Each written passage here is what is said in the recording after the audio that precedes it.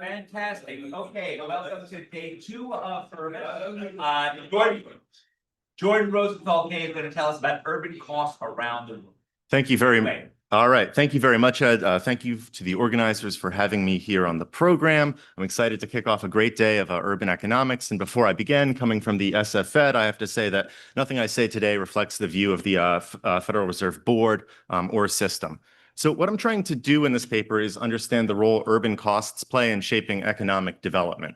And what I mean by urban costs is simply constraints on building or transportation technology that limit cities' sizes and constrain their absorptive capacity, their ability to grow, thereby allowing their nations to take advantage of the vast productivity benefits associated with urbanization. And so in this paper, I'm going to focus on 3 margins of cities' urban costs: their ability to accommodate a large population by building floor space vertically, horizontally, and facilitating commuting within the city. Now, answering a question of this scope requires data for cities around the world, and the type of data we like as urban economists, things like floor space prices or commuting patterns, are just simply not available with anything resembling worldwide coverage. And such data are particularly sparse in the developing world. And so what I'm going to do in this paper is try to infer the urban costs faced by cities around the world based on differences in urban form, by which I simply mean physical characteristics of cities and their internal spatial organization.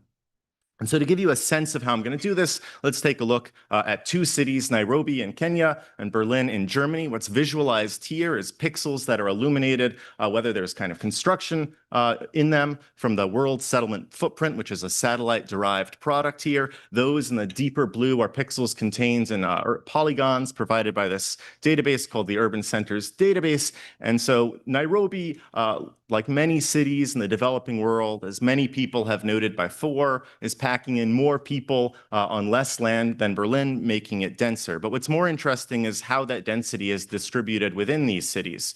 So illuminated here, pixels are shaded by their share of the total built volume within each urban polygon. And we can see that compared to Berlin, Nairobi's urban core is substantially more built up than its periphery.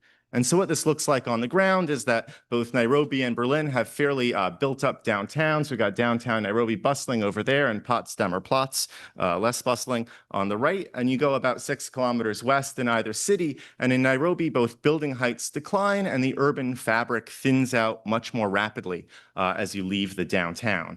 And so to look at this more systematically, we can look at gradients of built volume with respect to distance to the downtown, asking how kind of building heights, built volume per unit land, decays along these rays emanating from each city's downtown.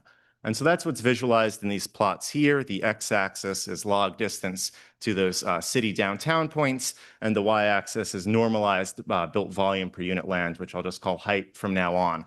And we can see the slope of Nairobi's skyline is about 30% steeper than Berlin's. So what does standard urban theory tell us this means? Well, in a kind of simple monocentric city model in which agents commute to a downtown for work and developers build floor space, the slope of this built volume gradient reveals the product of both the commuting cost elasticity, the elasticity of commuting costs with respect to distance to the downtown, and the floor space supply elasticity, the physical building up slope of the marginal cost schedule that developers face when building vertically.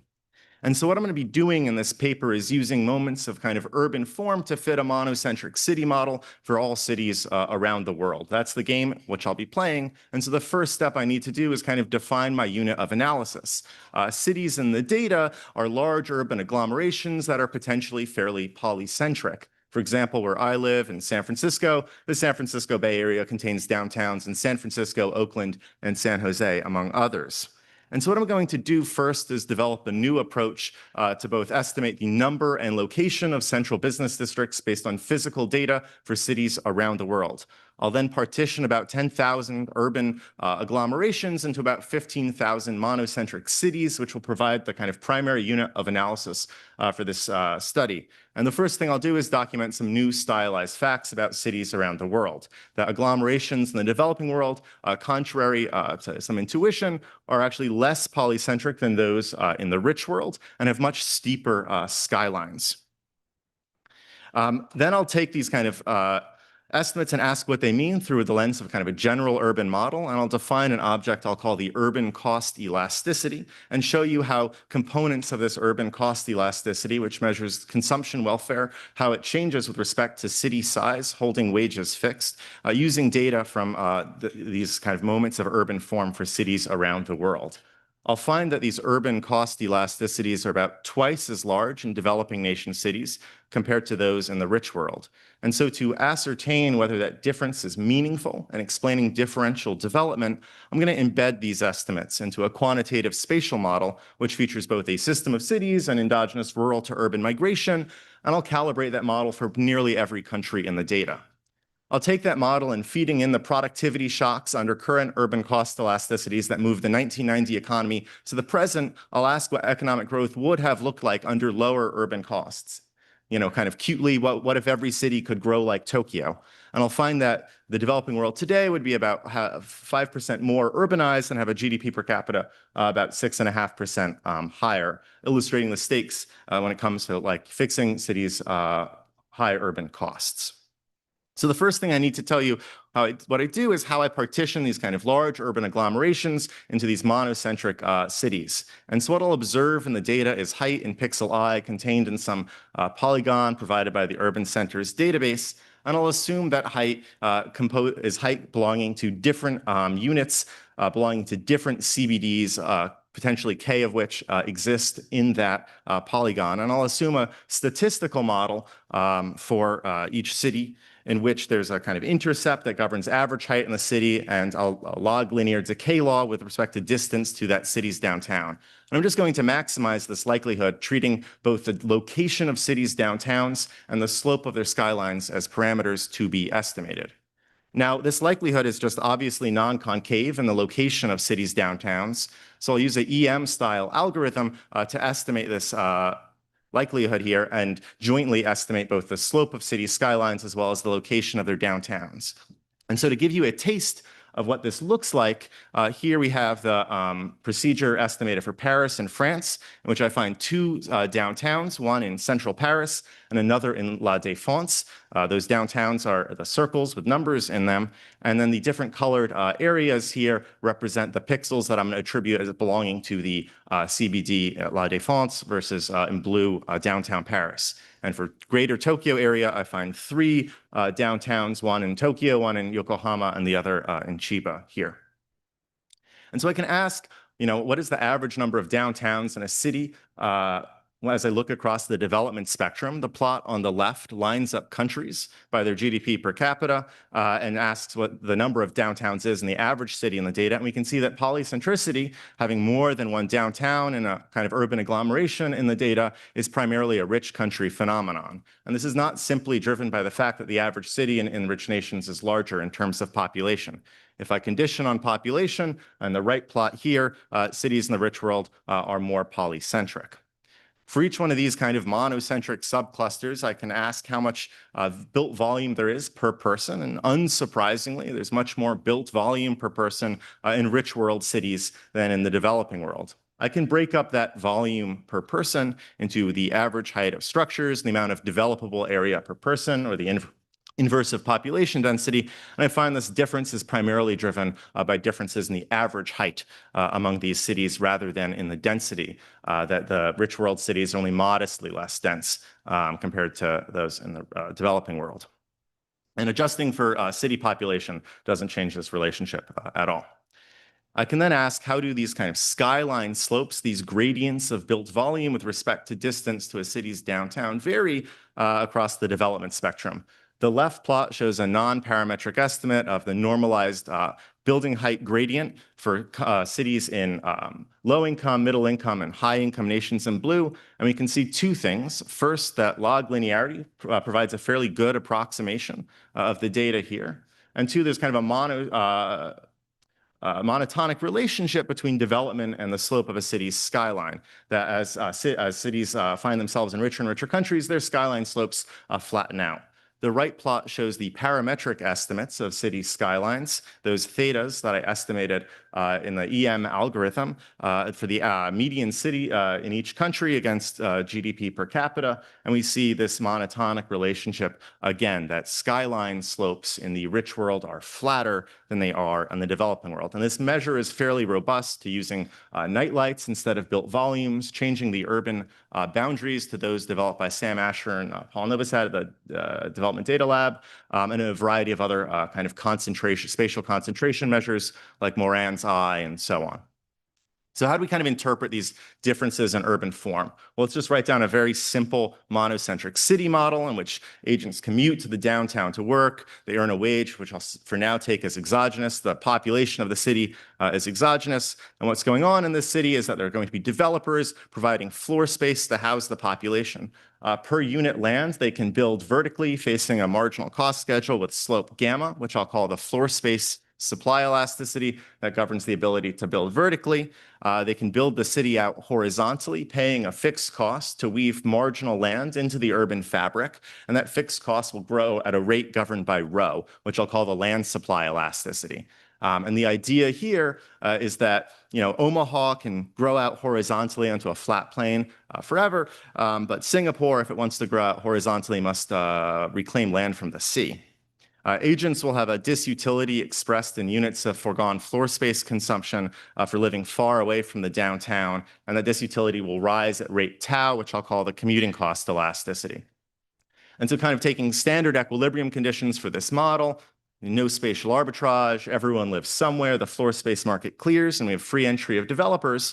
And I can express what I'll call urban costs, which will be commuting cost adjusted floor space prices, which will be equalized across space in this setup as simply a function of this urban cost elasticity kappa times whatever demand pressure you can think of, population growth or income growth or demand feedbacks when the price elasticity of floor space is not 1. This urban cost elasticity reflects a weighted average between two congestion forces that operate in the model. So when floor space is perfectly elastically supplied, when rho is infinity, the urban cost elasticity is simply tau over 2. That reflects spatial frictions. As cities grow out horizontally, commuting costs rise. When floor space is perfectly inelastically supplied and rho is 0, all congestion forces operate through the floor space market. Developers have to build even higher, creating rising floor space prices. And so what I'm going to do in this paper is try to estimate these urban cost elasticities by estimating their component parts, the floor space supply elasticity, the land supply elasticity, and the commuting cost elasticity for every city in the data using these urban form moments. So the data I'll be using is these partitioned monocentric cities, the world settlement footprints height data, the physical expansion of cities over time, as well as city GDP interpolated from nightlights, gridded population of the world for population, and a host of geophysical observables, things like slope, soil, elevation, and so on. And so the first moment from this simple model that tells me something about these parameters is the relationship between a city's average height and its income per capita controlling for its population density. This relationship would reveal the floor space supply elasticity. It's visualized on your right here. But there's two problems with estimating this just simply in the cross-section. The first is endogeneity. Wages might be endogenous to unobserved shifters of productivity in constructing floor space, which means that I require an instrument to estimate this relationship. So I'll use productivity instruments I get from inverting market access equations from a model of intercity trade that I calibrate to the intercity road network globally. The second one is I need some variation in cities around the world to allow this floor space supply elasticity to potentially vary. And so there I'll use generalized random forests, in particular an instrumental forest, to allow for kind of arbitrary non-parametric heterogeneity in these floor space supply elasticities as a function of all the geophysical observables I have in the data. And so if I plot the median floor space supply elasticity versus a country's GDP per capita, we can see that floor space is more elastically supplied on average in the rich world, perhaps unsurprisingly. The land supply elasticity can be backed out by a regression of city's area on its total income. And here I'll use the time series for identification.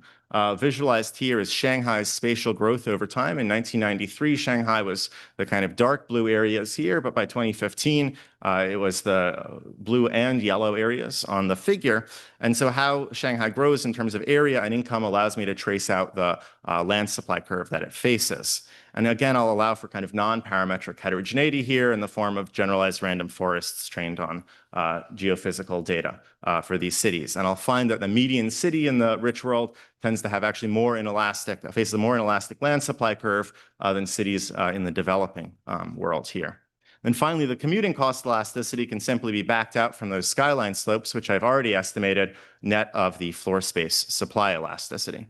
And so putting these components together, I can create these urban cost elasticities for cities around the world. What I find is that these urban cost elasticities are about twice as large in developing nation cities compared to those in the rich world. The map on the left visualizes the cities in my data. Their points are sized by their population and colored for whether their urban cost elasticities are above or below with a median. And we can see the global burden of high urban costs is concentrated predominantly in the developing world, in sub-Saharan Africa, some parts of Latin America, some parts of India, and China. Now you might ask, do these kind of urban cost elasticities have any external validity? Do they measure real spatial frictions? So first, I can show simply net of country fixed effects that smaller cities on average have higher urban cost elasticities as predicted by the data. Conditional on baseline population, cities with higher urban cost elasticities grew slower than those with lower urban cost elasticities.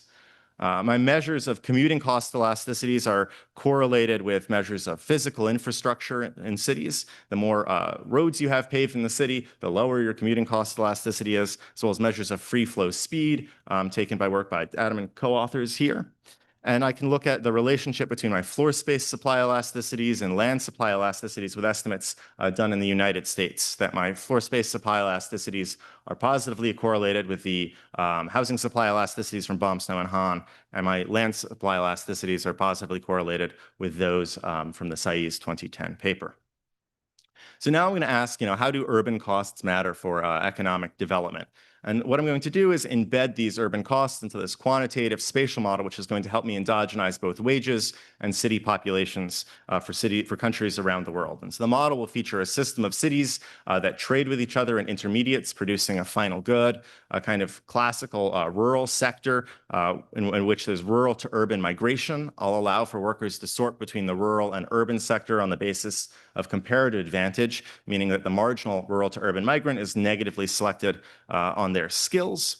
And I'm going to allow cities in this model to be the same cities that I had estimated before, monocentric cities with urban cost elasticities governed by my kappa. And what I'll do is I'll take this model and I'll calibrate it country by country for every country in the world development indicators.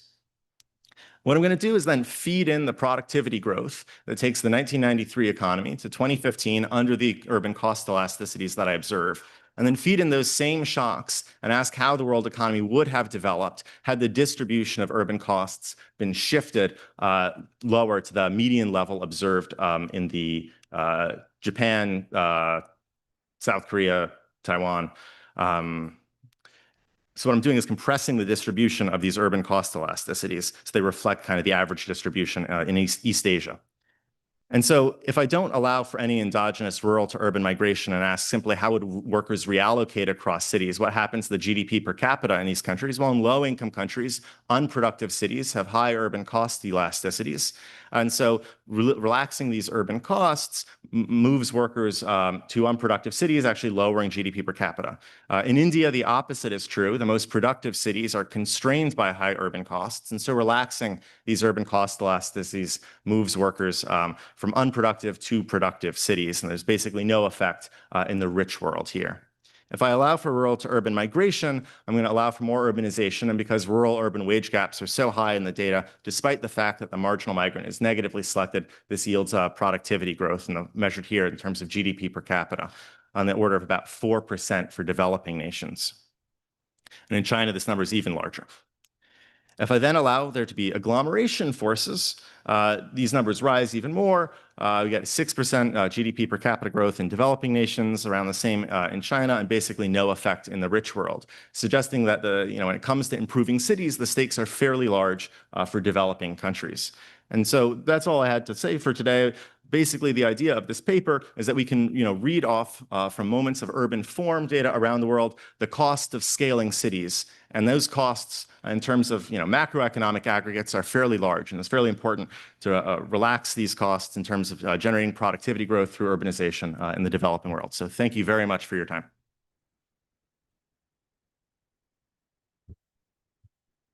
We have 5 minutes per time.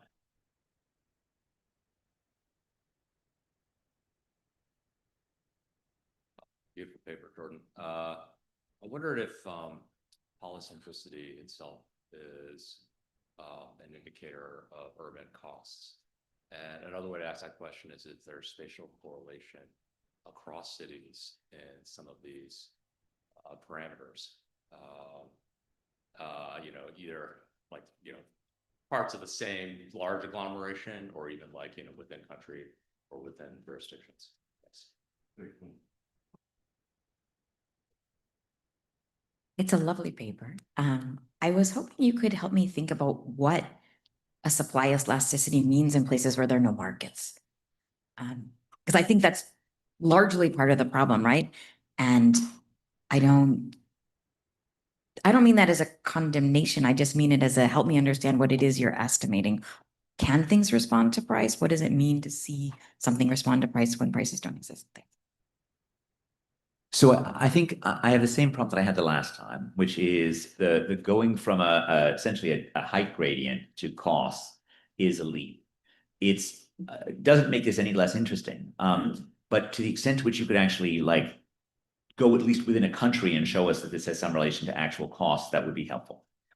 The second comment I have is things like height gradients are going to feel very different in places that have different transportation technologies. Right. And so, I mean, obviously, I now remember it's Joel Garreau who's responsible for the dictum that cities are always built around the transportation technology that is dominant when they're created. And so consequently, the cities that are built around walking just look very different than the cities that are built around the car. Obviously, also that partially explains why the low transportation costs that dominated the late 20th century also explains why you have so many more megacities in, say, Latin America than you do in Europe. But the transportation technology feels huge to me. And I guess the third thing, if I were thinking about like what would be driving up, one of the things that's driving a height gradient is the nature of like property rights and land in different places.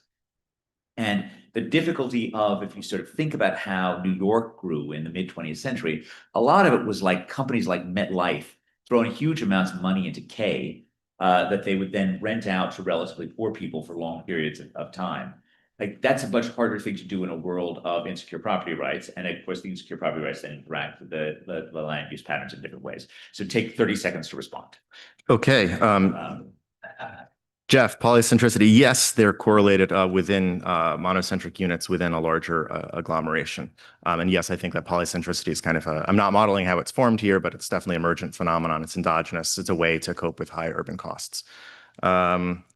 What did the supply elasticity mean with no markets? This is just the responsiveness of the growth of these cities in terms of floor space with respect to income, how that occurs, whether it's through markets or other means. I'm not sure, but this is just kind of reflecting some general property incapacity for cities to scale. Ed, you had so many wonderful comments. Yes, I agree. It is a leap to infer costs from height gradients. I mean, that's what the paper's doing. Can I validate these estimates? Yes. So in the United States, not in the current draft, but in the old draft, which is online somewhere, there's an appendix where I compare my estimates to ones using commuting patterns and floor space price data gradients in the United States, and they line up. Not one for one. Online appendix should still remain somewhere. Yeah, I just need to redo it because I re-estimated everything.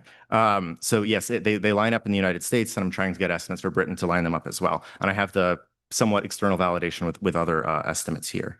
I totally agree. Property rights are playing a huge role here. I have a hard time thinking about what this means. And I do find it surprising that older cities that were built without cars actually have flatter gradients in my data. I think that's mostly because a lot of the gradient is coming from estimates that are far away from the downtown. There's just there's more area as you leave the downtown of the city that's contributing much more to the estimation. So most of the gradient for Paris is estimated on the banlieues rather than in around Notre Dame itself. All right, thank you. Okay, great. Now we have Aya Bossali telling us about conflict, forced displacement, and growth. Evidence from Uganda. take it away. You have 20 minutes.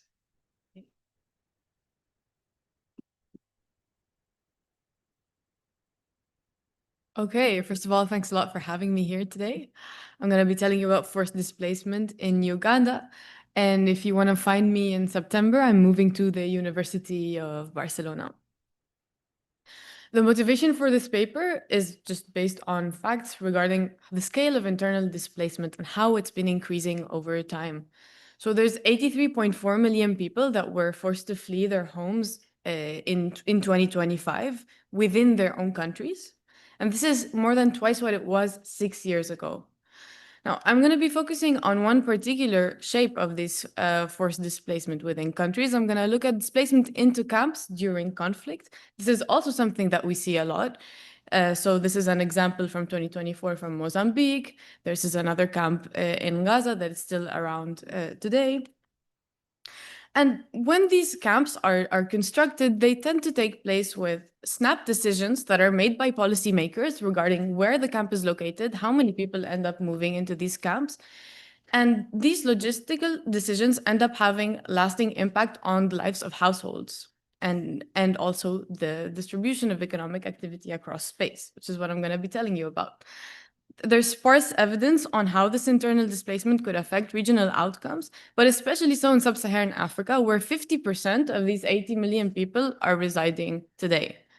And the pattern of internal displacement in sub-Saharan Africa typically consists of a massive reallocation of people, skills, and resources across space. So we would expect it to affect the distribution of economic activity.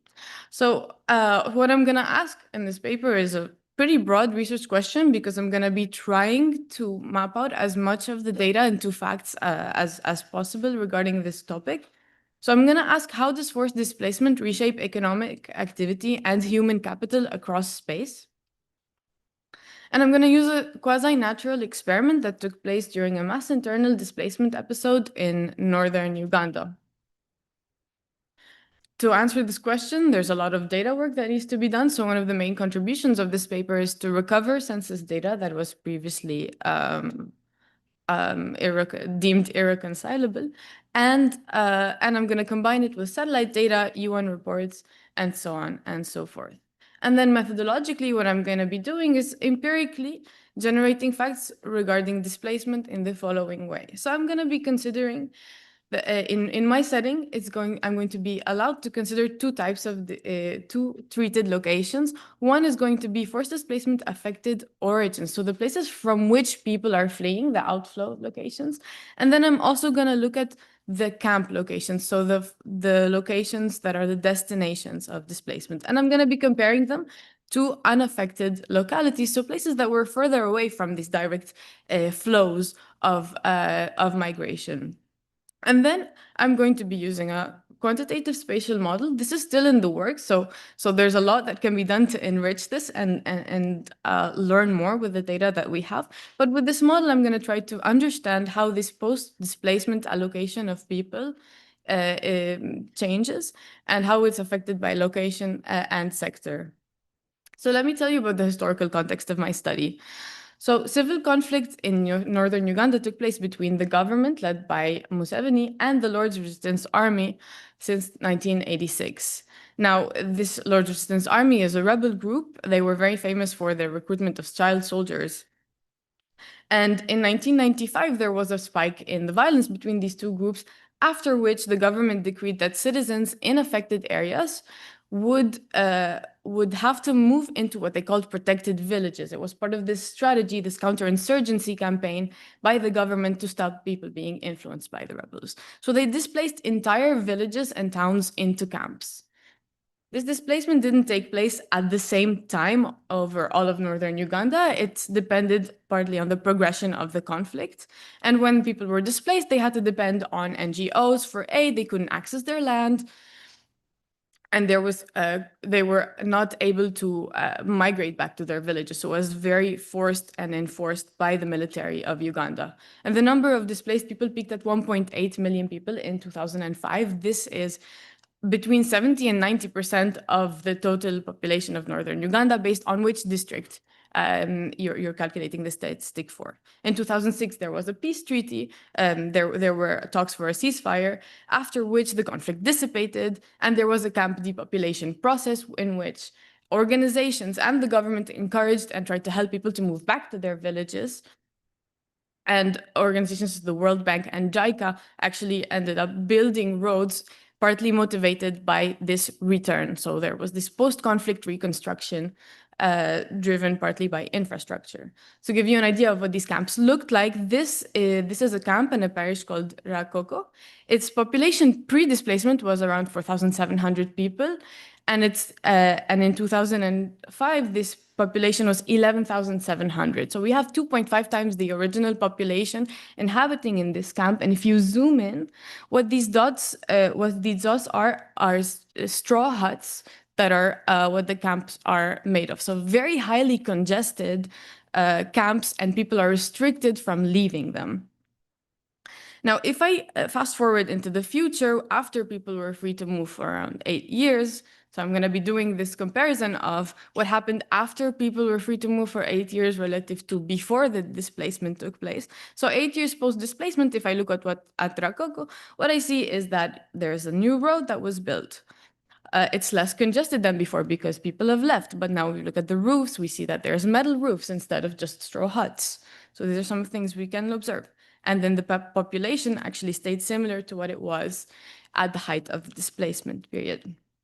I'm going to give you a quick model framework to think about how these population patterns and what I'm going to be telling you about later is also sectoral changes could be affected by displacement, which I'm going to be thinking of in this case as a population density shock. So it's a population shock to locations. So let's suppose we have a household that's living in an origin I. This household is going to choose where to live, whether it wants to move to destination J, and which sector to work on, if they want to work in agriculture or services.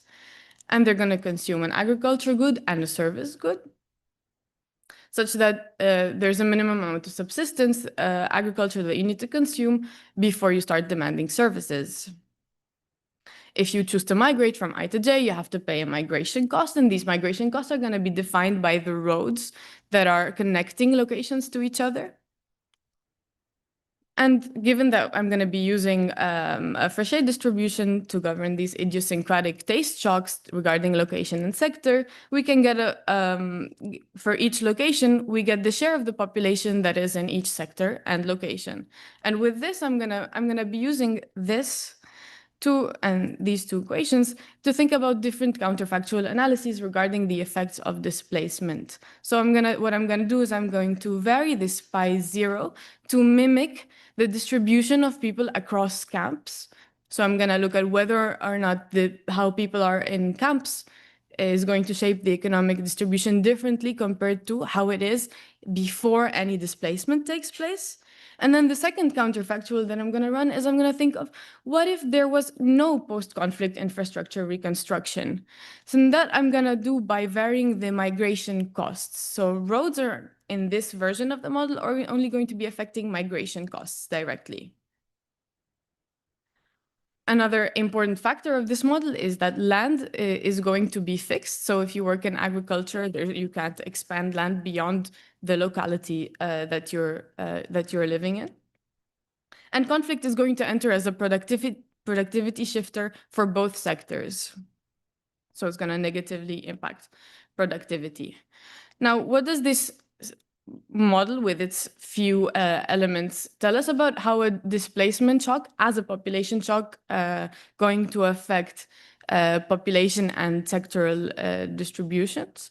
Well, it's going to tell me that for destination locations, so the places where camps were located, we're going to be getting that as the population increases, land per capita goes down, wages are suppressed by this congestion in agriculture, and workers are pushed into services. So we would expect a change towards services in camp locations. On the other hand, if you're an origin location, you were emptied out of people, you'd have the opposite effect, right? So you'd have richer farmers than before. But on top of that, because of the non-homothetic preferences, you're also going to get a higher demand for services in these locations.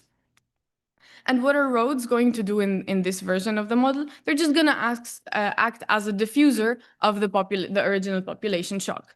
So if a location is connected and there's a population shock, then people are just going to migrate away directly and mitigate these effects. Let me move on to tell you about the data that I use. So the main contribution, I would say, of this paper is the recovery of the 10% of the entire the entire census for the year 1991 of Uganda. So this data was in a corrupted folder in the Uganda Bureau of Statistics. So so I went there and I helped them. We worked together and we managed to recover the entire data, make it readable again. And with that, I constructed a panel of locations over time. So I can look at how Rakoko looked like in 1991 compared to how it looks like in 2014 in terms of the population composition and so on. I collect camp duration data from satellite data so I can see when a camp started by looking at using Google Time-lapse. And I also digitize roadmaps and town centers. And I combine this with information on camp location and population at the peak of the displacement period from UN and WFP reports. And then there's a bunch of other more standard geodata sets. So with this data, for example, I can show you the scale of this internal displacement. So here I'm plotting the camp population divided by the original population in 1992. And this is northern Uganda.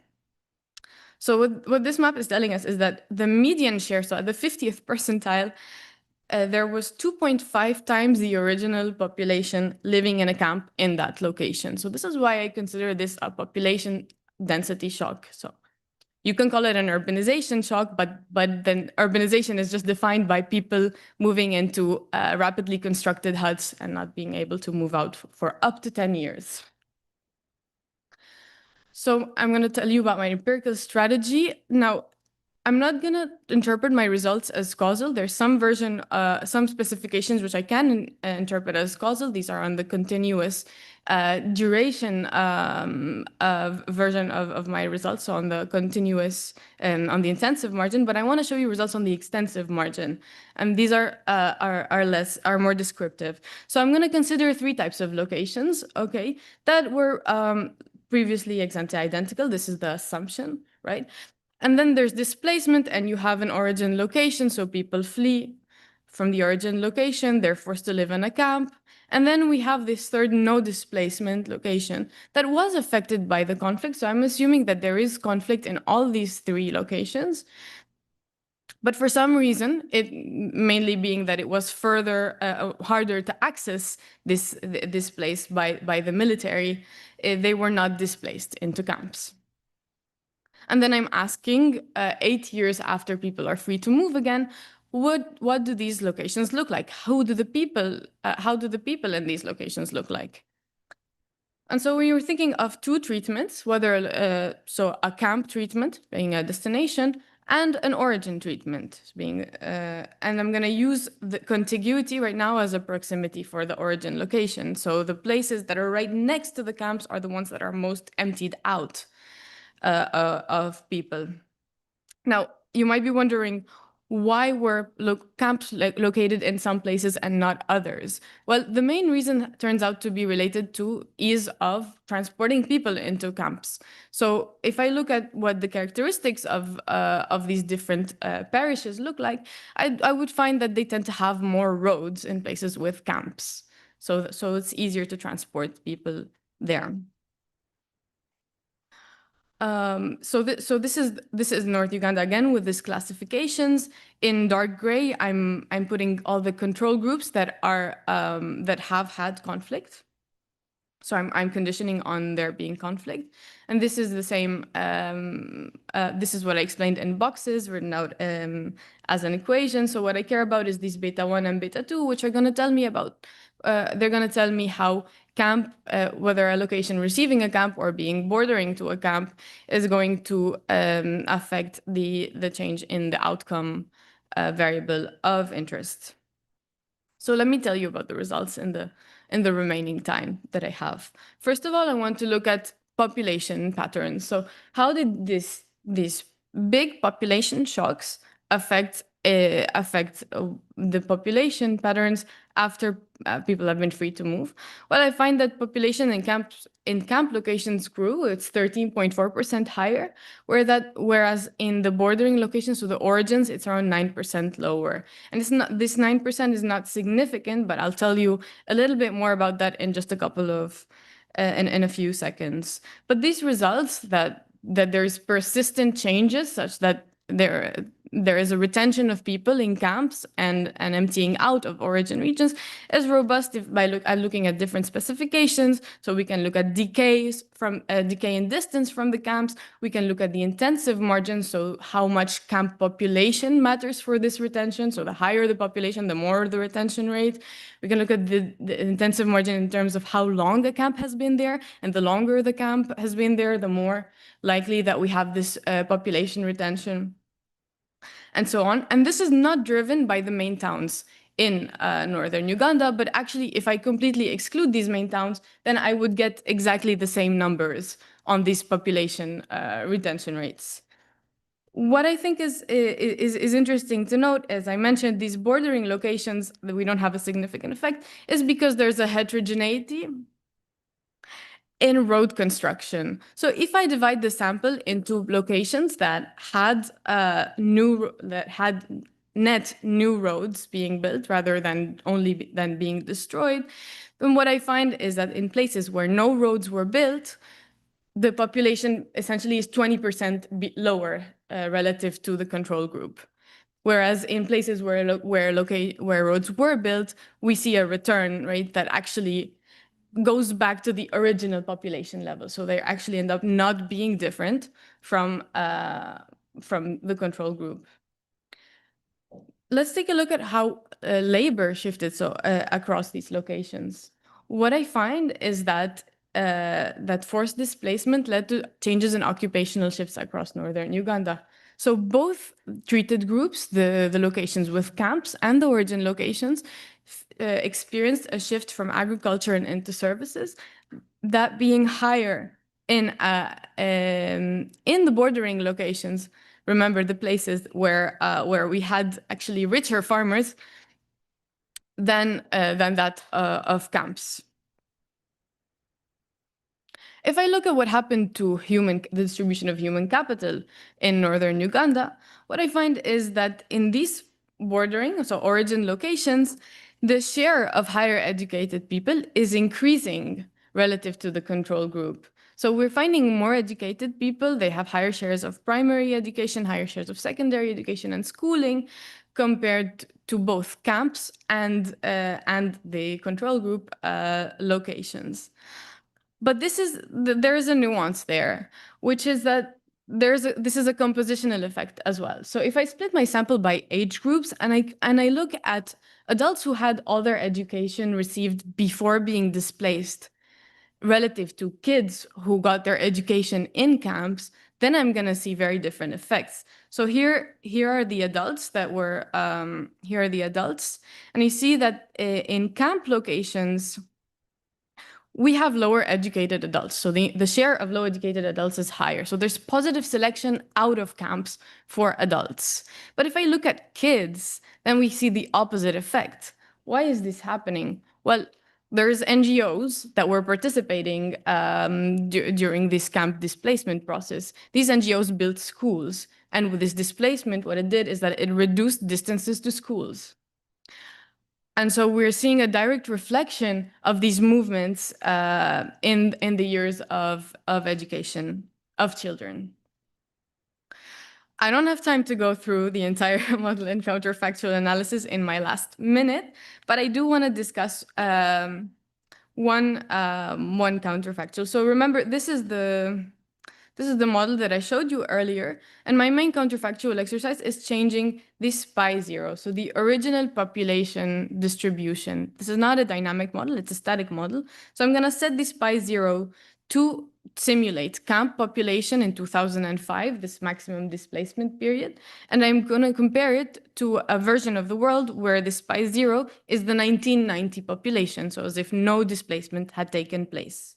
And I'm going to look at how the population is going to differ across these two, meaning had there not been displacement, what would have the distribution of the population look like today? I'm going to skip stop. Oh, okay. Then let me conclude with this graph. This graph is showing us that displacement, as I mentioned before with the data, led to an increase in the population in camp locations, is 46% higher in camps than before today. And had there not been more roads being built by the World Bank and JICA, this would have been exacerbated by an extra 44%.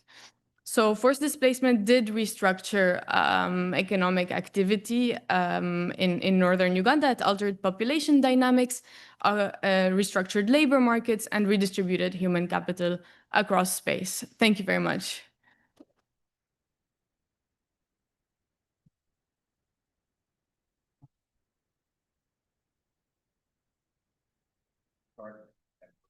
So I think this gets stronger if it is a more like a larger paper on warfare and urbanization. And there are many ways in which wars have affected the concentration of people throughout. There is a tendency of people, I mean, the original agglomeration economy is the fact that wall size scales with root n, right, rather than n. And so the sort of tendency to agglomerate for safety is an edge. On the other hand, people are, in the wake of the barbarian invasions of Europe, people massively de-urbanized in order to get closer to the land, and that also is a thing that happens. In your case, you're sort of it's a quasi-forced urbanization in the formation of the camps. I don't know what other precedents there are for those camps becoming permanent. Certainly, we think of, let's say, the concentration camps formed in the late 19th century in South Africa. Those is dispersing fairly quickly as soon as the Boer War ended. But I don't know whether or not there are other things about this. But like thinking through that, and also the extent to which this is really just like, are the displaced persons is their land being stolen? And is it just like we're robbing from them? Of course, they're forced to figure stuff out. So that's what I've got. Other comments? Yeah, go ahead. Dive right in. I'll just ask, following a bit on Ed, what determines whether you get your land back, and do you get your land back? Because I feel like that's the lurking thing underneath all this. What do you have to go back to? Yeah, I'll get more questions.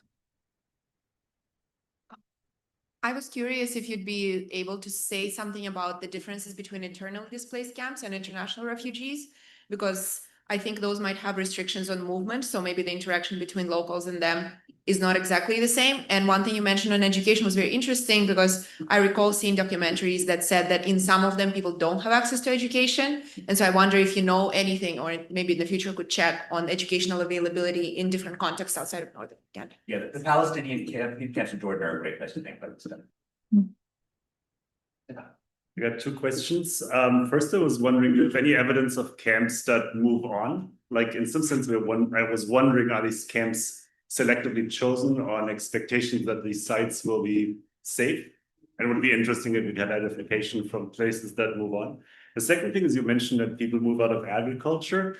I was thinking, like, if there's more people coming in, we need more food. And then you mentioned the schools and international organizations. And I was wondering, do international organizations also provide food? And does this maybe push people out of agriculture? And does this have long-run negative effects, because people now all can feed themselves anymore once the international nations pull out? In the model, when gamma is equal to 0, this is an efficient economy. So you have the displacement just being a change in productivity, and the allocation is efficient. That makes me a little bit nervous in the sense of like the asset confiscation, destruction of property rights. There's a bunch of other things that are bad about forcibly displacing people that would be nice to see how you could try to get those into the model as well. 30 seconds to respond.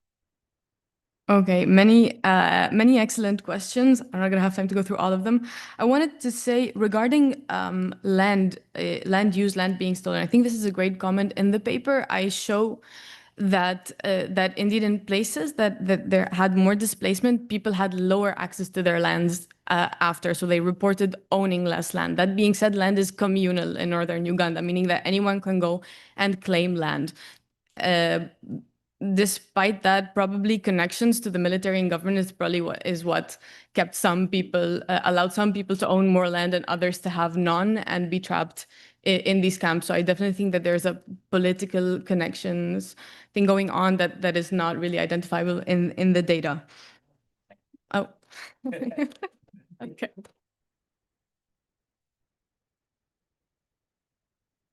Yeah. On dynamic costs and resource shocks, evidence from Cape Town's water crisis. All right, my jocks. Brilliant. All right, let me start off by thanking the organizers for including this paper on the program. This is joint work with Paul Simpson, a fellow PhD student at the LSE, and this will be my job market paper in the fall. So the starting point of this paper is that access to water is fundamental for cities. Now, in the past several decades, we have seen many instances of cities across the world being hit with acute but temporary water shortages and having to enact some policy to limit water demand during that period. Now, this is happening in cities that in normal times have abundant access to water.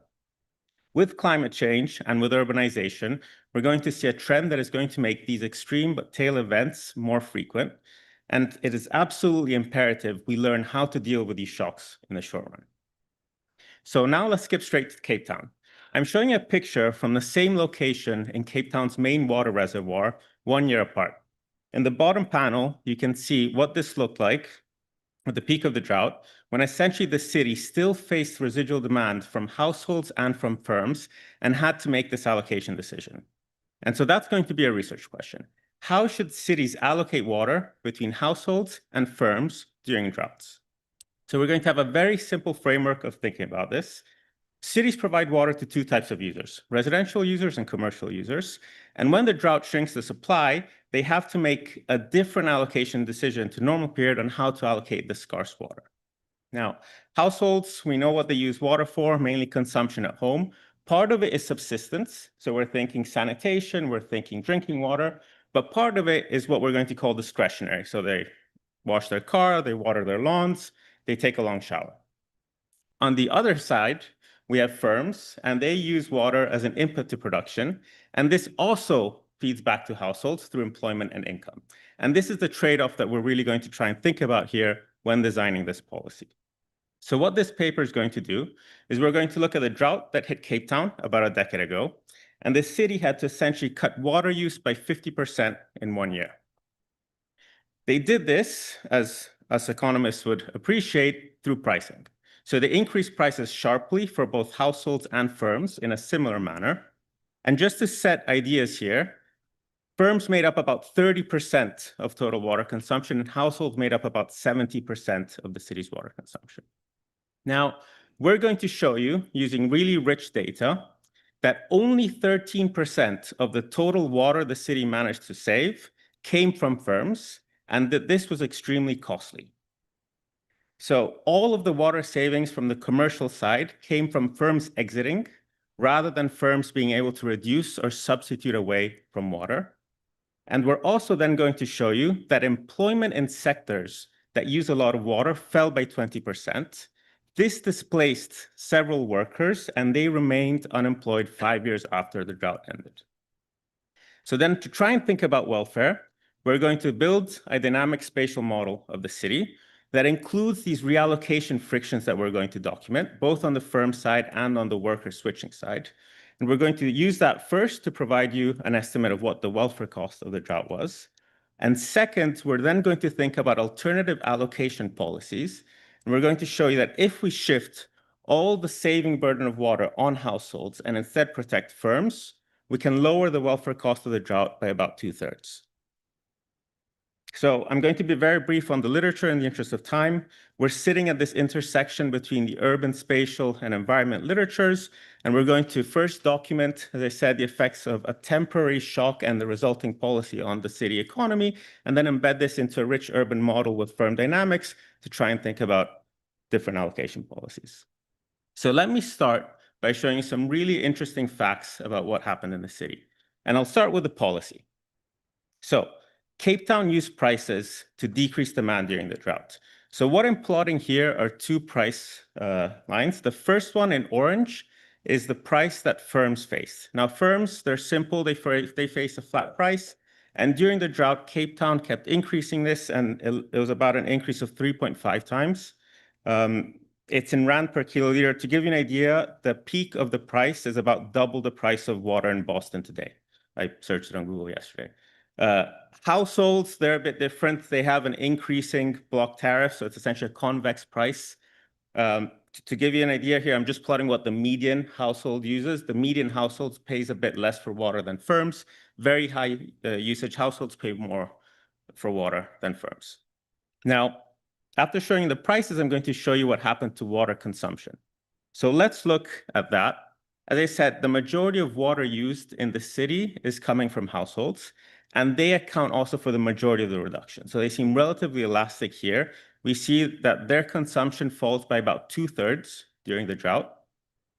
And yet the really interesting line to me is what is happening to firms.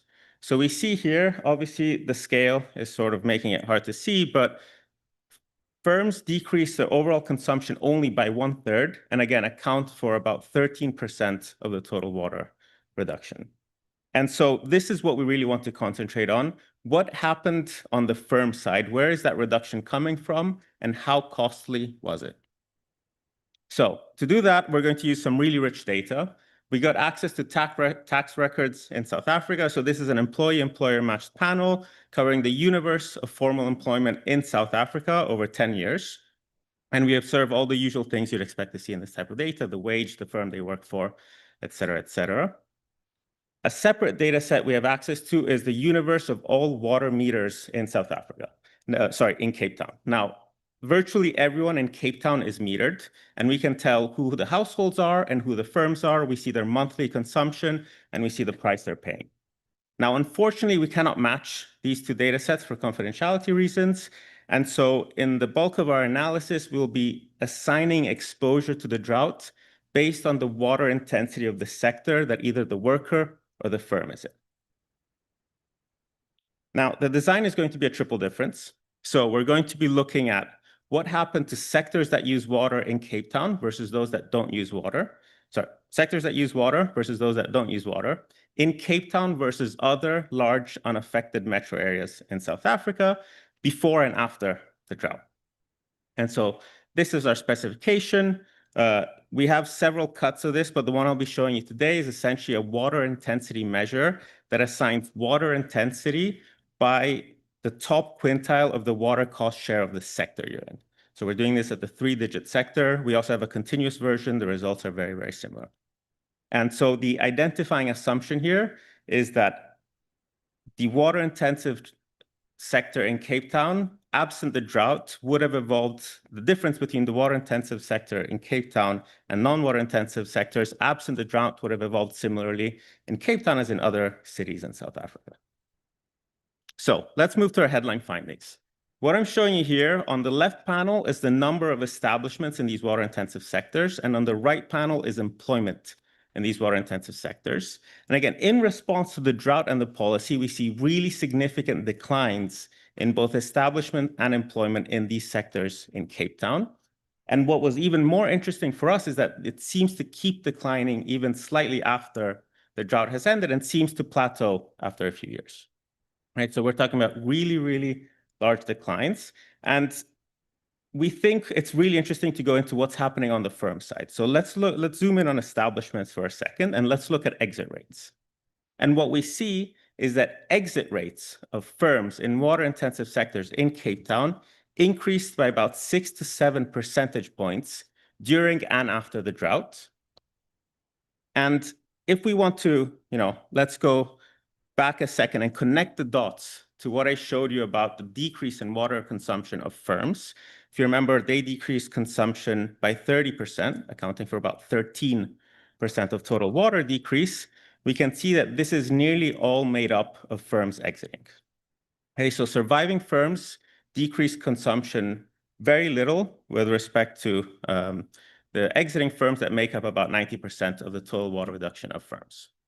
Okay, so it really seems like the bulk of this price increase hit firms in a way that led to larger exits rather than substitution away from water, and that this was relatively persistent over time with very slow reentry. Okay, so now a natural question we had was, well, yes, some firms exit. Are these the marginal firms? Are these the smaller firms? We have some evidence of that, yes. But we are more interested in what is happening to the people who lost their jobs in these exiting firms. Are they moving to the surviving firms or are they remaining unemployed? So we're going to show you two pieces of evidence. The first is that surviving firms in Cape Town do not seem to be expanding. So during and after the drought, the surviving firms remain at very similar scale to counterfactual levels. And if instead we look at displaced workers, their level of formal employment decreases. So these were workers working in water-intensive sectors prior to the drought. Their employment decreases during the drought and remains suppressed long after the drought. So it really seems like there's strong frictions, similar to what we see in the trade literature after trade shocks in reallocating workers to firms. Now, we're urban economists, so we're really interested in what was happening in terms of spillovers within the city. And so we're going to go with a slightly different second research design, where we're going to think about exposure, not in terms of my own firm and my exposure, but what is the water intensity of the firms around me in my own neighborhood within the city. So we're going to build this measure of neighborhood exposure, which is the share of water-intensive firms within your neighborhood. And we're going to split this into 4 different quartiles. On the left, you're going to see the least exposed firms. So these are firms that are in a neighborhood with very few water-intensive firms. And then on the right, we're going to have in the 4th quartile, firms that are neighborhoods with many, many water-intensive firms. And absent any spillovers, we would expect this gradient to still be flat. If all that mattered was my own water intensity, we would expect this to be flat. And so let's start by looking at water-intensive firms. Now, these results are the 2nd quartile compared to the 1st quartile. And again, we don't see any incremental exit the more water-intensive firms you have, moving from 1 to 2. But if I show you the 3rd and then the 4th quartile, we really see this interesting positive gradient. So firms are more likely to exit compared to baseline levels if they are surrounded by other water-intensive firms. And this is true for water-intensive firms. But interesting, it's also true, for firms that don't use water. So on the right, we have firms that do not use water, and their exit rates also spike during the drought when they are in a neighborhood surrounded by many firms that use water. Now, in the interest of time, I don't have time to show you, but we have more evidence showing that this is essentially supply chain linkages between these firms and having very strong spillovers at the very local level. Okay, so let's take stock. There are a lot of things, but essentially the main takeaways that we want to go with here is that firms, when they were faced with this large price shock, exited rather than substituting away from water. And this led to large losses for households through the employment and the labor market channels, with these displaced workers remaining unemployed. And so what we want to do now is essentially build a model to incorporate that trade-off between household use of water and instead this effect coming through the labor market channel, and then test potential different allocation policies to see if we could have done a better job at managing the drought in the short run. And so let me take you through that model. Very brief overview. Here we're thinking about a small open city. That's how we're going to model Cape Town. We can come back to loosening this assumption later. It's going to have N neighborhoods within the city, S sectors, and firms are going to face national CS demand. It's going to be a dynamic model because we saw these dynamics are very important with discrete time. Workers are going to be forward-looking.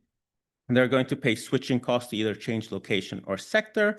And firms are going to be very much in the Mellet style here with heterogeneous productivity facing entry costs.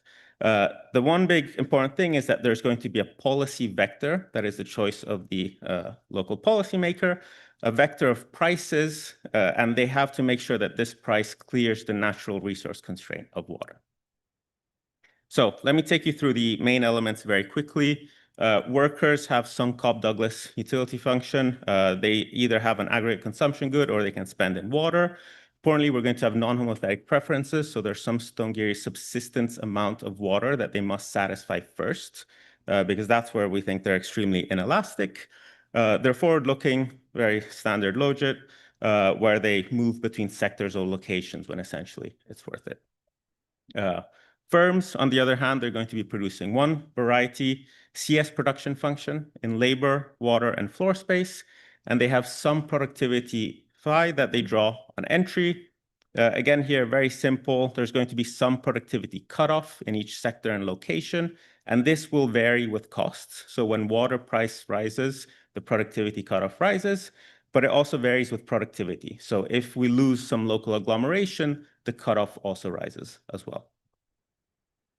Finally, we model floor space in a very stylized way. There's essentially a law of motion of capital. So floor space will depreciate by some amount, and then there's going to be a construction sector that responds to rents. Okay, obviously, standard equilibrium market clearing conditions apply. We need to clear every labor market in every sector location. We need to clear floor space in every period. And we have this natural resource constraint, and that's going to be a policy constraint. Okay, now we don't have time to go through the estimation, but essentially we put a lot of effort into really doing the estimation as well as we can for the important parameters in the model. So these are all the distortions that we're introducing in the model. So the switching costs and the firm entry dynamics. And one thing I want to highlight is that none of our parameters in the model are targeting the drought. So everything that we have estimated, we have done so using only data from before the drought. And so we can show you that we can replicate many of these quite strong dynamics without targeting anything from the drought. So let me start by showing you essentially where we go. So here, what I'm going to show you is what happens to the stock of firms in water-intensive sectors under the actual policy that the city implemented through the lens of our model.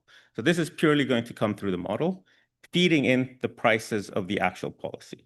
Now, as I said, the residential pricing was convex, so it's hard to show you what that looks like. The commercial policy was about a 3.5 times increase, and we're going to show you the effect on the number of firms in water-intensive sectors. And we can see that in the first 5-6 years, it looks very close to the shape that we had in our event studies. Okay, here, of course, it's a unique equilibrium, so it will return to equilibrium in the long run. However, the frictions that we have in the model make this recovery very slow. We're then going to show you two different allocation policies. So the first one is sort of the ideal economics policy. We're going to set one price to clear the water market. The price is the same for all firms and all households. And we'll just let the market allocate by willingness to pay. That price is about 2.7 times what was the current firm price prior to the drought.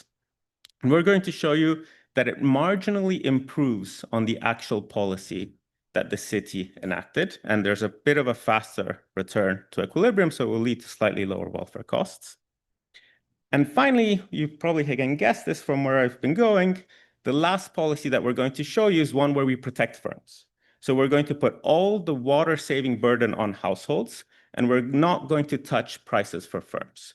And we're going to show you that we can actually achieve that without going into any of the subsistence water of firms. They have so much slack in their demand that we don't need to touch the water subsistence of firms.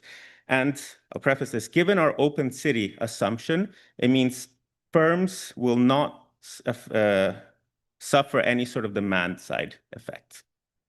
And so if we put the protect firms, that's about a 6.5 times price increase for households to achieve the desired water decrease that we need. And there's going to be no effect on the firm side.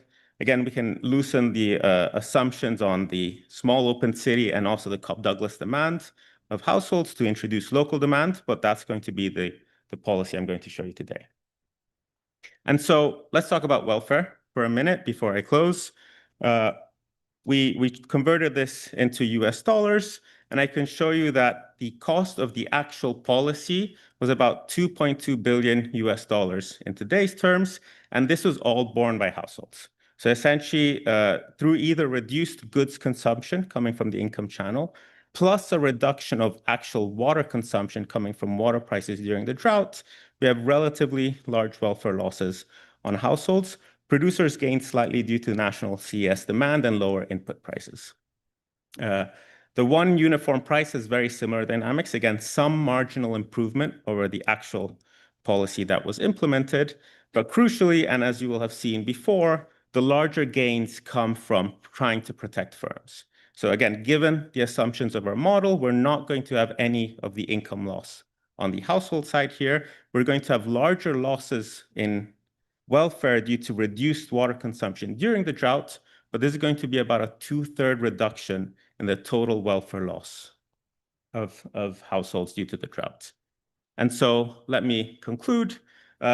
We think that droughts are an increasing problem for cities, and we need to provide some evidence on how to deal with them in the short run. We've shown you that firms respond to these high water prices by exiting, and that this exit is very slow to undo. And this accrues high welfare costs on workers. And so according to our findings in acute drought, we really should try and protect commercial water and price the household discretionary use. Thank you so much for listening. I'm very much looking forward to your comments.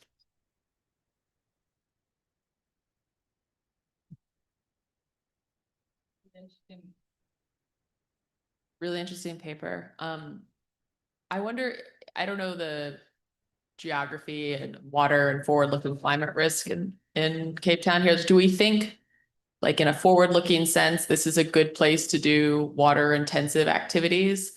And if we don't, like, it sort of feels a little bit like some of the evidence on like manufacturing decline, where like every time that there's a business cycle shock, you get a bunch of manufacturing exit. And maybe that was sort of the writing was already on the wall for those guys. And in like a long run sense, they kind of should exit. So if we want to prop them up versus this is just sort of nudging along the inevitable decline path, seems like very different from like a welfare perspective. But to be fair, it's better than growing tomatoes in the Jordanian desert. Thanks to free water. Just to dovetail off of what Rebecca said, it looked like a lot of the firm exit actually happened after the prices dropped back down. So if you have any evidence on their expectations of future price path or something, that would be helpful. And then the second question was just, how should we think about what these water intensive sectors are? Are they like globally traded? Are they bottled water that's going to be domestically imported from other areas of South Africa? So there are big spillovers on these other regions. That's kind of just a question I have. Thank you. Yeah, I had a similar reaction. I feel like this episode, right, in Cape Town kind of also reveals something about future shocks like this. And an interpretation that you could give to these results is that it made that productive sector more resilient to droughts, right? You get this exit of the more water-intensive firms, and maybe that's something that will make them more resilient in the future. So it's something to look at, right? And so I guess this also says we should focus on total employment. So if there was so all of the focus here is what happened to the water intensive sectors. But if there was a shift towards the other non-water intensive sector, this could be seen as a good thing, right? Thank you. I'm gonna provide a more conceptual suggestion, inspired in like Chicago thought, but it seems that there is an externality here. There's a tragedy of the commons that is static, but you also have a dynamic type of externality, tragedy of the commons, because what the water that you consume today cannot be consumed tomorrow. I would like to know that if uniform pricing restores first best, I don't know if there is, what is the first best here? Maybe prices across different firms regarding water intensity returns to first best, but I would love to know if a pricing tool can lead to higher efficiency. Yeah, thank you. Yeah. I was hoping you could tell us a little bit about how water prices are set. So usually that's a regulated monopoly, often elected or appointed people by politicians. Your suggestion, while an economist's dream, seems like a riot-producing endeavor, and I don't see any world in which it's a political equilibrium. So there is a rumor, Leah, that there is a specific branch of the Jordanian secret police that is meant to estimate whether or not changes in water prices will actually cause a major league protest that may unsettle the Hashemite monarchy. Shot, over to you. But I cannot confirm or deny that claim. But yeah. I think we all agree it might be politically difficult to give firms a discount and charge consumers. I wonder if there's room for thinking about insurance products that can insure firms from the financial shock. At the end of the day, you want to efficiently sort who uses the water. There's different ways of moving money around and making sure that firms can afford it when they need it. Your model is saying that non-uniform prices across, residential and commercial sectors are optimal in some sense. I was interested more in the institutional factors that might be generating that. So if you think there are employment regulations, labor regulations, that might justify this as a second best solution if we can't fix other problems in South African economic governance. Thank you. Thank you. In the US, a lot of our water distribution problems have to do with like who owns the water rights, and often like interjurisdictional fights where like California and Arizona, various cities and native tribes are like fighting over the Colorado River water. And so there is no central planner. And it might be interesting to think about, the South African context is different, but sort of institutional like rights and ways that there are like hard caps or cuts on like who gets the right of refusal first claim to the water and kind of what prices are actually not just politically feasible, but legally. I think that the problem is that the firms are making decisions without accounting for the cost they're imposing on workers. Right, so the firms decide without accounting for the fixed costs that workers incur. So I'd like to think about what's the first best set of prices for this problem before I start thinking about monkeying with water prices. Yeah. Would be interesting to see if desalination is an option there and what the price would be. Great. So I think it's great that you're working on this, and I think it's terrific. I mean, there's sort of like the things that we know that they can do. The negotiation with the larger governments, they took all they could, right? Sort of like we remember well how this thing unfolded. They could basically set whatever prices they wanted internally legally. Yeah. Right. And they had a lot of freedom in terms of the price schedule. Politically, who knows? That's a different thing. I think the big thing that you got this from a bunch of people. First of all, the question is whether or not this is transition or permanent. That would seem like a really big thing. The other thing is to be clearer about the externalities. So I think it is plausible that there is this employment externality, which either comes from taxes or social services that are needed by the unemployed, or just some other thing that is an employment externality. I think that's a plausible thing. Be good to sort of think about how big we think that wedge is. But there are also externalities from washing your hands. And so there's the missing externality on the household side. And I think what you really want, I'm not going to ask you to estimate the externality from the household, but I think before you leap to anything, this is what you should do, Jordan, on the next crisis, right? What you should be more focused on. I'm going to use this model to estimate what is the employment externality. And you're going to get that right. And then you're going to need to plug in whatever your nice friends at UCT have done on the public health externality. We're going to weigh that against that. And you may be right. Maybe that on the margin, the household stuff does nothing. But you don't have any estimates of that. And I wouldn't be claiming that without other stuff. So take 15 seconds to say thank you. And thank you. Thank you so much for all the comments and for listening. Okay, thank you. Lucy, come on down. Lucy's going to tell us about Subsidence in Mexico. Land subsidence, environmental risk, housing markets in Mexico City. Wonderful, thank you. Thanks, Ed. I'm going to turn to a different face of the water crisis here in terms of land subsidence. This work is joint with my co-author, Carolina Rodriguez Zamora at the Banco de Mexico, where I'm joining in the fall. So what is land subsidence, or just subsidence or sinking? This is actually a common groundwater externality worldwide that involves the sinking of land areas due to groundwater depletion. So if you think of pumping on an aquifer, as the water table falls in that aquifer, the land overlying that aquifer will tend to sink down, losing elevation, along with any structures that are located on that land. And because aquifers are hydraulically connected over space, this is a groundwater externality because if I pump groundwater one location for some purpose, potentially distant locations in the same water basin will tend to see sinking. Sinking has been identified on almost every continent, but it's particularly acute in major world cities that are heavily reliant on groundwater. So places like Jakarta, Beijing, Tehran, and where I'll be focusing on today in Mexico City, these places, due to how intensively they pump on their aquifer, have seen about 20 to 40 centimeters per year of elevation loss due to this groundwater decline. Now, it can be hard to think about what 20 to 40 centimeters a year means. So we have this cute picture from the Central Valley in California, which sank at an average rate of 17 centimeters a year. And these dates on the telephone pole are illustrating what the altitude had been in that area as the ground continued to sink and it lost elevation. Now, the plants in that picture look like they're okay with being a couple meters down, but in cities where there's a lot of urban capital sitting around, this loss in elevation can lead to devastating effects for urban infrastructure. So buildings will, as they sink down, they'll tend to get damaged, even if that sinking is reasonably even, because buildings aren't designed to drop a couple meters over their lifetime. So as they do so, they'll start to crack, tilt, experience water infiltration, and eventually total loss of structural integrity. And public infrastructure like roads or subway tunnels can also be affected. As you can see two examples in these pictures from Mexico City, roads that are sinking unevenly will tend to crack and experience sinkholes. And homes like this one's actually emerging out of the ground as the ground sinks away from it. They will experience issues like this, where the entranceway to this apartment building is completely unusable. Now, when we think about how housing markets might respond to a kind of environmental hazard like this, or sea level rise or floods, where there's a latent but semi-permanent risk, and then realizations of that risk, both these realizations and the expectations are going to matter for the housing market. In particular, forward-looking demand should capitalize the costs from both.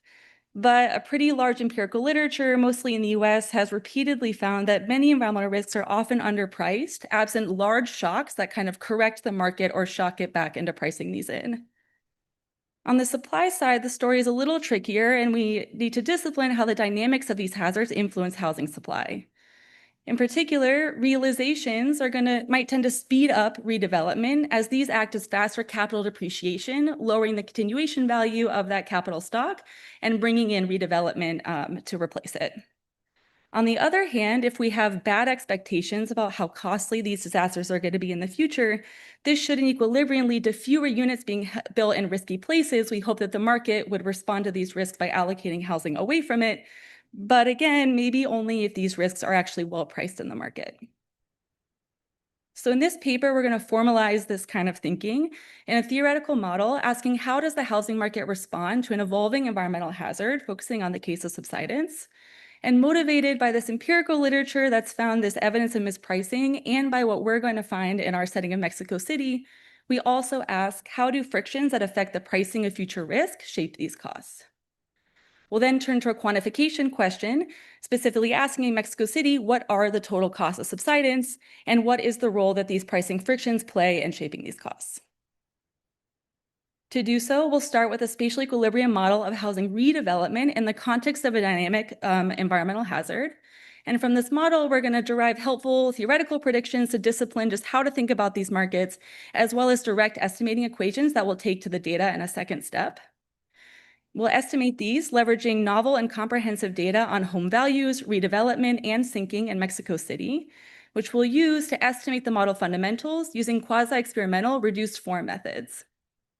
We'll then plug these back into the model structure, conducting model counterfactuals that give us the total cost of sinking Mexico City and the contribution of this misallocation or pricing frictions to those costs.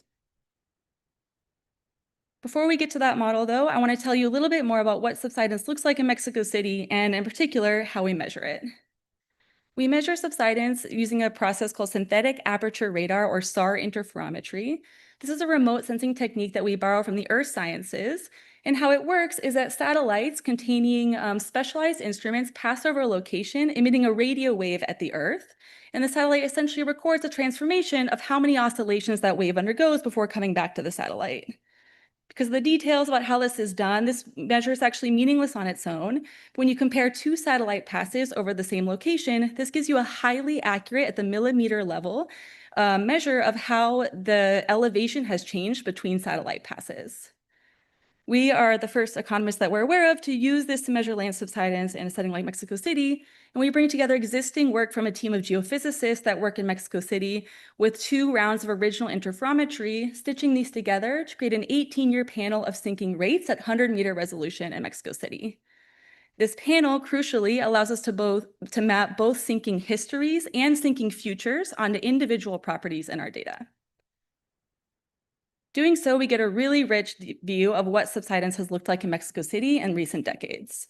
Here on the left, I'm showing you a single cross-section of the sinking rate defined in terms of meters of elevation loss per year. You can see that the eastern side of Mexico City lights up, sinking at really fast rates of 20 to 25 centimeters a year. That is, a building in eastern Mexico City loses a meter of elevation every 4 to 5 years. By contrast, you'll notice that the western part of the city doesn't sink quite that much, but this isn't as you might suspect because there's a lot of groundwater pumping in the east and not in the west. In fact, in Mexico City, the essentially monopolist groundwater pumper is the municipal authority for providing drinking water, and they do it outside of city limits. But rather it's because the eastern side of the city sits on a geology that's fundamentally more vulnerable to sinking at given groundwater conditions than the west. This fundamental geography is reflected in the fact that sinking is very spatially predictable. And you can see on the right that if I just try to predict the sinking rate on a plot using a set of increasingly fine spatial fixed effects, I can explain a lot of the variation. And in fact, if I know at the pixel location of a home, I can explain 80% of the variation in its time series. So while still idiosyncratic and driven by shocks to things like the water supply or different conditions in a year, there is a systematic geography to sinking in Mexico City. With that, now I want to discipline how to think about how this shock driven by a municipal groundwater pumper is going to act in the housing market. And to do that, we're going to write a spatial equilibrium model of the housing market. And I'll give you the cute version here. You can see all the equations in the text. But in this model, we're going to have housing demand that is the outcome of a rental market equilibrium. In this rental market, we have renters who make a discrete choice over plots, and these renters don't like living in buildings that have sunk. It's captured by a parameter gamma. That is, as a renter, I don't want to live in a home that's maybe sunk, tilt, cracked, the water's coming in through the roof. And I'm not forward-looking and I'm mobile, but who is forward-looking about these risks are homeowners, because when they purchase a home, they have to form expectations about the future rental stream that that property will provide, which is a function in turn of what I expect future sinking to be. However, again, motivated by this literature that says that capitalization may not always be so great about environmental hazards, we're going to allow for the possibility that homeowners face frictions when pricing in future risk. And these frictions are captured by a generic wedge, theta. When theta is 1, homeowners have rational expectations over future sinking. And as theta goes to 0, they systematically discount how severe the future sinking will be. This is housing demand, and housing supply is built by a housing developer who looks around and decides which plots they want to redevelop. Where redevelop means that they buy the existing, potentially sunk and broken down units, demolish them, and rebuild new units with an elasticity eta. These brand new units I want to highlight haven't sunk at all yet. They look really good, but they will in the future, and we can expect them to, as there's not a cost-effective way to prevent the impacts of subsidence for most buildings in Mexico City. Now, looking at a toy version of the equilibrium, we can get our nice theoretical predictions that should jive with our intuition that I outlined earlier. In particular, conditional on developing a plot, the housing developer will have upward sloping supply given by this elasticity, and there'll be downward sloping demand that comes from the shape of the rental market. And this demand is going to be a function of what I expect future sinking to be. And so on average, we should expect future sinking to matter and deter housing demand, because it's a classic urban disamenity, nothing special there. However, if there are pricing frictions that lead to an over highly demand on these plots, we'll tend to see an inefficiently high number of units on sinking plots in equilibrium, as the developer, when they put nice new shiny units on a plot, they just take demand as given when demand includes these frictions. These are both in terms of the housing stock, and the flow of housing is slightly different, however, as realized sinking is going to tend to increase the probability of redevelopment, again, because it acts as accelerated depreciation. So when I build a unit, there'll be a set of rents that can achieve on there. And as the building sinks, these rents will tend to decay more quickly than if the building hadn't sunk, which lowers the continuation value of the property, drawing in a perfectly efficient incentive to redevelop. The second thing we're going to take from this model are 2 estimating equations. The first on the demand side, where we estimate the direct cost of subsidence gamma and the pricing friction theta. And we derive a reduced form estimating equation for this by plugging rents into the zero profit condition of owners. And what I want to highlight about this equation is that it's going to give us this relationship between realized and expected future sinking discounted to the present, where these should have similar impacts on prices unless there are systematic wedges affecting capitalization. On the supply side, we identify the supply elasticity from the redevelopment decision, which is a function of the value that developers can get on that plot, given by which contributes to supply elasticity, and that past sinking, which accelerates the incentive to replace units. We estimate these using the universe of mortgage appraisals in Mexico, which gives us the ability to identify repeat transactions from identical units in the same building. It's crucial these mortgage appraisals, which are the banks do for the purpose of financing transactions, have a really close relationship to the sale price, and we find that they do and are in fact equal most of the time. This gives us our ability to estimate this relationship between sinking and home values, and we also validate the mechanisms that behind what we find there with qualitative evidence from an original survey on land subsidence and beliefs in Mexico that we ran last year. And then finally, on the supply side, we leverage a survey of housing developers called the DIME, provided by the Mexican Central Bank, which includes about 70% of all new builds in Mexico City, which we map to appraisals to get this relationship between the probability that a plot is redeveloped, its value, and how much sinking had occurred before the developer decided to buy it. Finally, now our first estimating a step then is to estimate these demand parameters. And intuitively, what we're doing here is a repeat transaction approach that allows us to identify the cost of sinking from how values decay with sinking within a building. The first challenge here is, of course, identification. While our property level fixed effects, fixed supply, and control for quality difference and break up this east versus west comparison, we still need an assumption that housing market trends are uncorrelated with sinking, which we validate in the paper with a battery of placebo and pre-trends tests. The second challenge is a very classical one in economics, which is estimating and specifying expectations. We get at this by specifying expectations in multiple ways, including an AR1 process estimated on every plot in Mexico City and a perfect foresight measure of ex post realized sinking on that plot after the transaction. Ultimately, we're going to be conservative here, though, recognizing that this is a fundamental challenge, picking the highest value of data that we can get from any specification and complementing our findings with our survey evidence. Estimating this, we find that realized sinking is very costly, and every meter reduces a home's value by 6%, meaning that the average home in our sample to date has lost 1.5% of its value. By contrast, no matter how we specify expectations, expected future sinking, we can never detect a statistically or economically meaningful role for it to influence home values. And even focusing on new builds that are comparable on observables except for their sinking trajectory, the biggest estimate of theta we can get is 0.08. We'll recall that a theta of 1 would be rational expectations, and 0 would mean that they don't internalize future sinking at all. I'll say that we always reject a theta of 1, and this represents a big puzzle. Why would home buyers in Mexico City value future sinking at 12 times less the rate than realizations of sinking? And our survey gives us some evidence to speak to why this might be.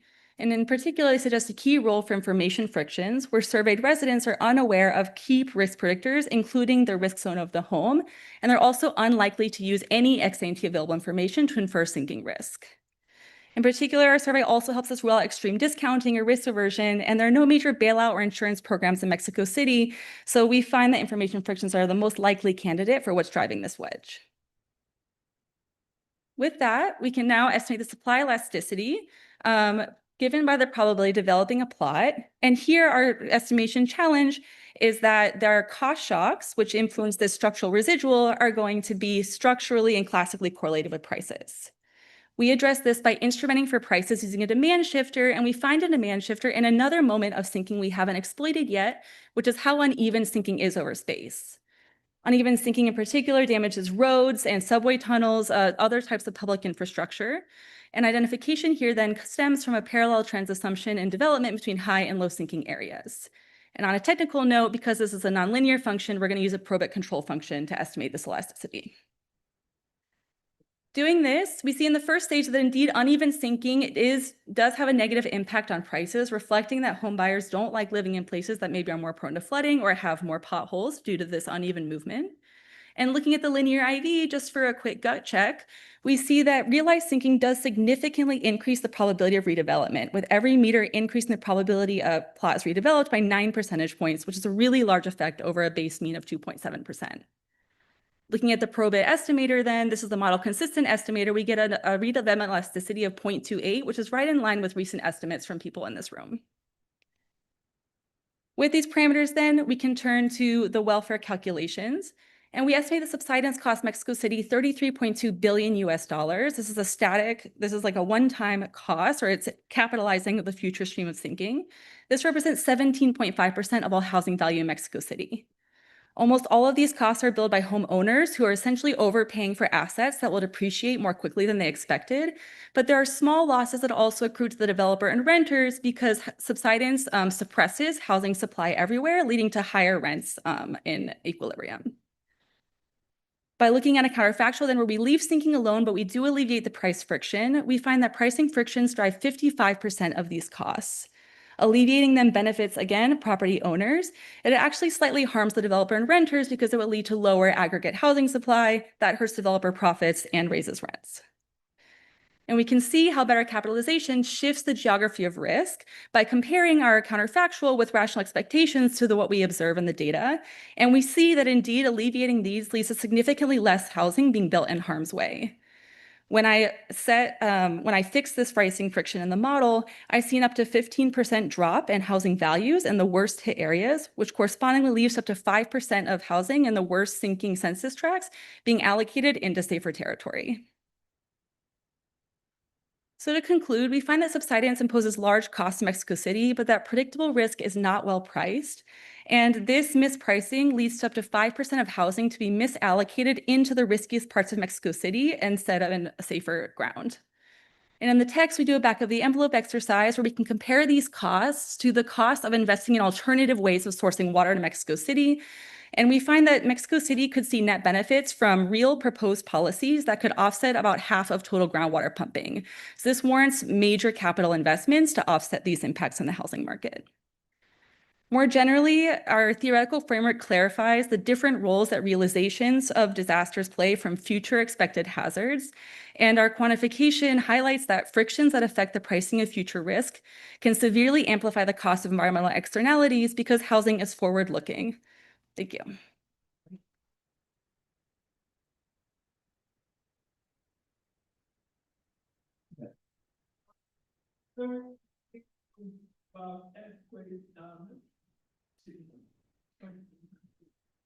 Yeah, I think that, oh, should I, okay. I was wondering if you had any data on the type of new redevelopment that's happening.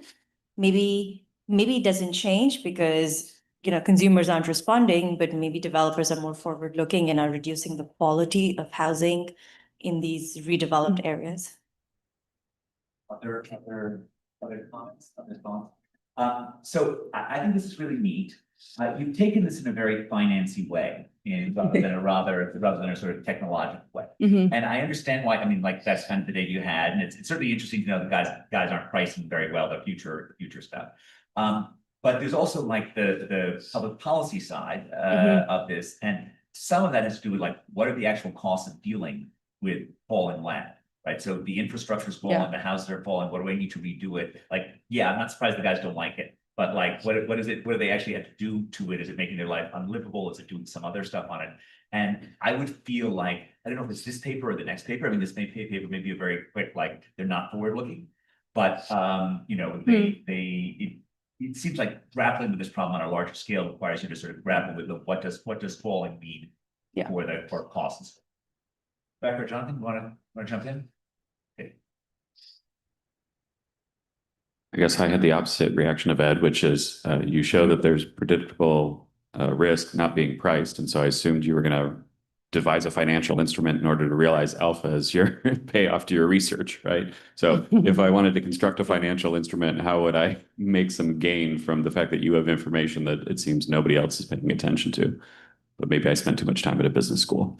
Yes. Just like, why don't you say something to Giannis's question and then say thank you in 60 seconds. Giannis is better at earthquakes. Yes, this is related to earthquake risk in that, again, there's a predictable geography and there are realizations that damages the capital stock. And I'll say that subsidence interacts with this and that when a house sinks, it becomes more vulnerable to earthquake risks. And I think that's part of what drives my evaluation that I find. So I think theoretically, we should think about these in similar ways and worry to the extent that people don't price in earthquake risk, that there's too much housing being built in earthquake zones, one of the fastest and most mortal disasters worldwide. I guess I'll say briefly on the developer quality. I do see the developers develop lower quality housing in sinking areas. These are on average poor areas. So that's perhaps not surprising in the cross section. And there's a lot that I can't say about how this impacts people. What I can say in the data is that sinking severely reduces the useful life remaining of the home. And so these are real physical damages. And I find, descriptive evidence in my survey that people who live in sinking homes redo their foundation more quickly. They spend a lot more on maintenance and they repaint constantly. So those are some of the things you should be thinking about. Yeah. I'm sure it's bad. So is it bad in a way so that the impact is like correctly priced relative to the cost of dealing with it? Or is it like too much relative? Yeah. I find that maintenance can explain about 40% of the capitalization. Mhm. Thank you very much.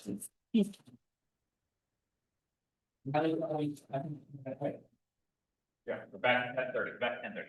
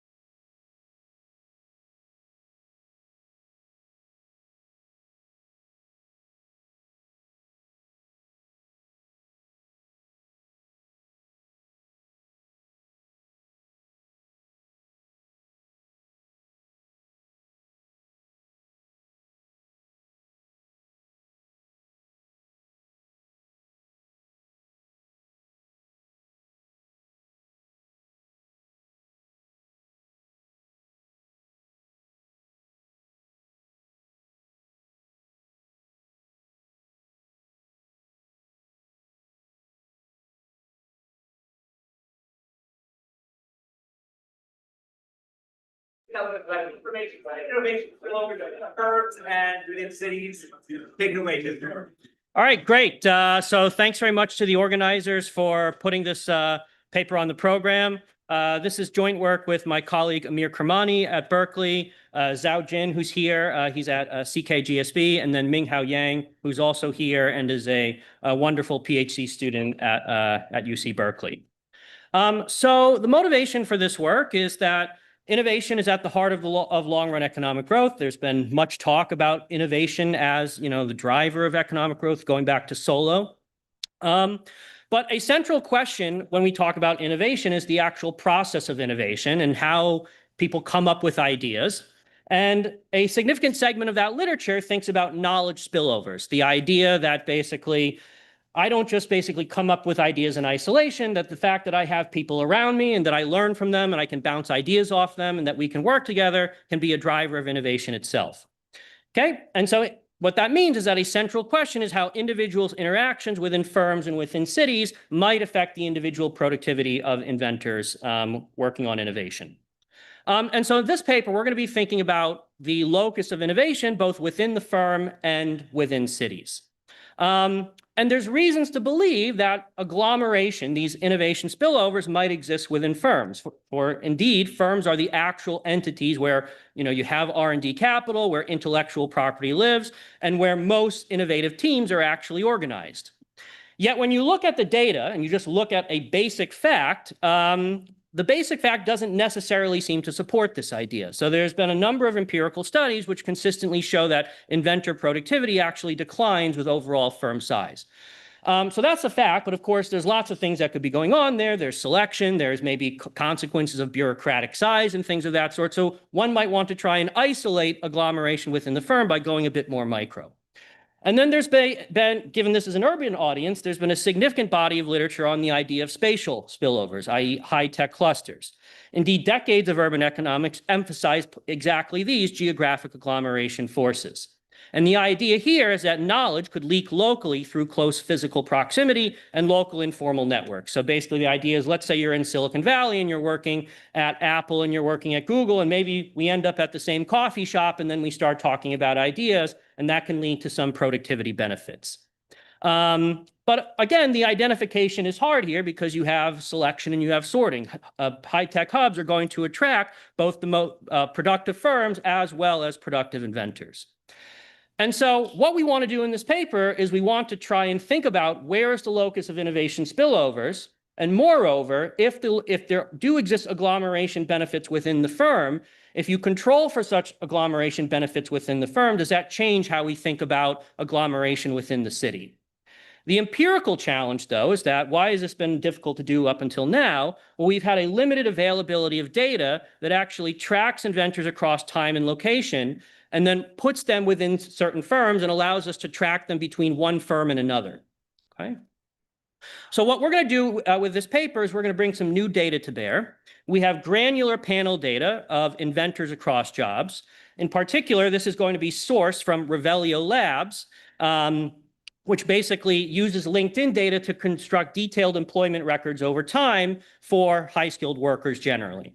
So we have linked employment resume histories of 500,000 inventors whose employment records we get from Revelio Labs that we're going to link to Patents View. And thus, we're going to have a merged panel, which is going to have employment records, but it also measures of their productivity in terms of their patenting in each year. And we're also, because we have the Revelio Labs data, we're going to be able to observe the firm composition, which means at the firm level, we're going to have a sense of how many inventors are working at the firm and how many non-inventors are working at the firm. Okay, so what are we going to do with this paper? We're going to use a combination of granular panel regressions, a mover design, as well as a shift share IV strategy based on university graduate pipeline shocks defined to make the following empirical findings. First, we're going to document a large within firm spillover. So we're going to find throughout these specifications that a 10% increase in the number of firm inventors raises an individual citation weighted patent output by approximately 2.2%. However, individual productivity is negatively correlated with a firm's non-inventor headcount, thus resolving the total firm size paradox. So we're going to we're going to replicate the standard firm size finding, but we're going to show that this is actually a bit more nuanced. Then moreover, what we're going to show is that once we control for these firm level spillovers, we find almost no city level spillover. That is, city level agglomeration effects largely disappear once internal firm composition and firm spatial sorting are controlled for. Now, this is not to say that cities don't matter. Okay, so I want to be clear about what we're saying here. It is still the case that there can be other agglomeration forces within the city. And moreover, things like thick labor markets can basically attract larger firms to larger cities. But what we're going to at least find is in terms of the direct innovation spillovers between individuals, it appears the locus of those spillovers is actually within the firm. Okay, so in terms of the literature, we're largely contributing to two literatures here. So there's, first of all, a significant literature on innovation, firm size, and competition. My discussant has actually contributed to that literature. And indeed, the first fact I'm going to replicate is Bill's finding on inventor productivity and firm size. But what we're going to do is we're going to refine some of these facts by distinguishing between the firm's inventor stock from its total employee stock. And then, as I said, there's a significant body of literature on innovation and learning spillovers, both at the firm level and at the city level. On the firm level, I'll note, for example, there's some recent work that I have with Rebecca that builds on some work by Jaravel, which shows that when you look at inventors, the co-author network appears to matter. And for example, if you have a co-author who prematurely dies, that negatively impacts your own output going forward. And these effects are particularly pronounced for immigrants. Okay, but that's suggestive of that my productivity is indeed a function of the productivity of the people that I'm working with. Okay, so we're going to discuss that we're going to have some additional evidence on that point. And then, as I said, there's a significant body of literature on city level spillover effects. The paper that we're going to be speaking to most closely is Enrico Moretti's 2021 AER paper. And we're going to follow a very similar empirical strategy to the Moretti paper, which is we're going to have saturated fixed effects regressions, a mover design, and an IV strategy. But whereas Enrico was thinking about innovation spillovers at the city level, we're going to basically replicate his empirical design at the firm level. We're going to show the existence of those firm level spillovers, then revisit some of Enrico's work at the city level and show that when you control for this firm level agglomeration, those city level spillover effects largely disappear. Okay?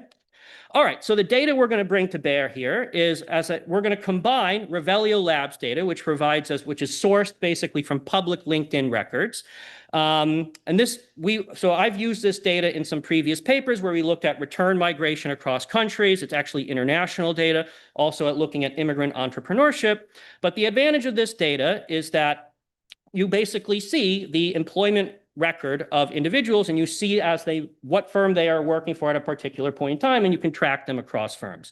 Okay. Moreover, we have information about the worker. We have their name and their location, and we have the start and end dates at the firm. We're then going to merge this with patent data, and in the patent data, we have the assignee, which is basically the firm. We have the name and some firm identifier, and moreover, at the inventor level, we also have the name and the location of the inventor level, and we have the application year where the patent was filed. And thus, what we're going to do is we're going to combine these two data sets using a combination of firm matching, name matching, and time matching. And this is going to allow us to do two things. First, identify the exact move years of inventors so we can implement a mover design and see people move across firms. And moreover, which is generally difficult to do with just patent data because you only actually observe an inventor when they actually patent, it's going to allow us to look at the extensive margin of inventor productivity because we're going to know what firm they were at and also whether they patented in that given year or they did not patent in that given year.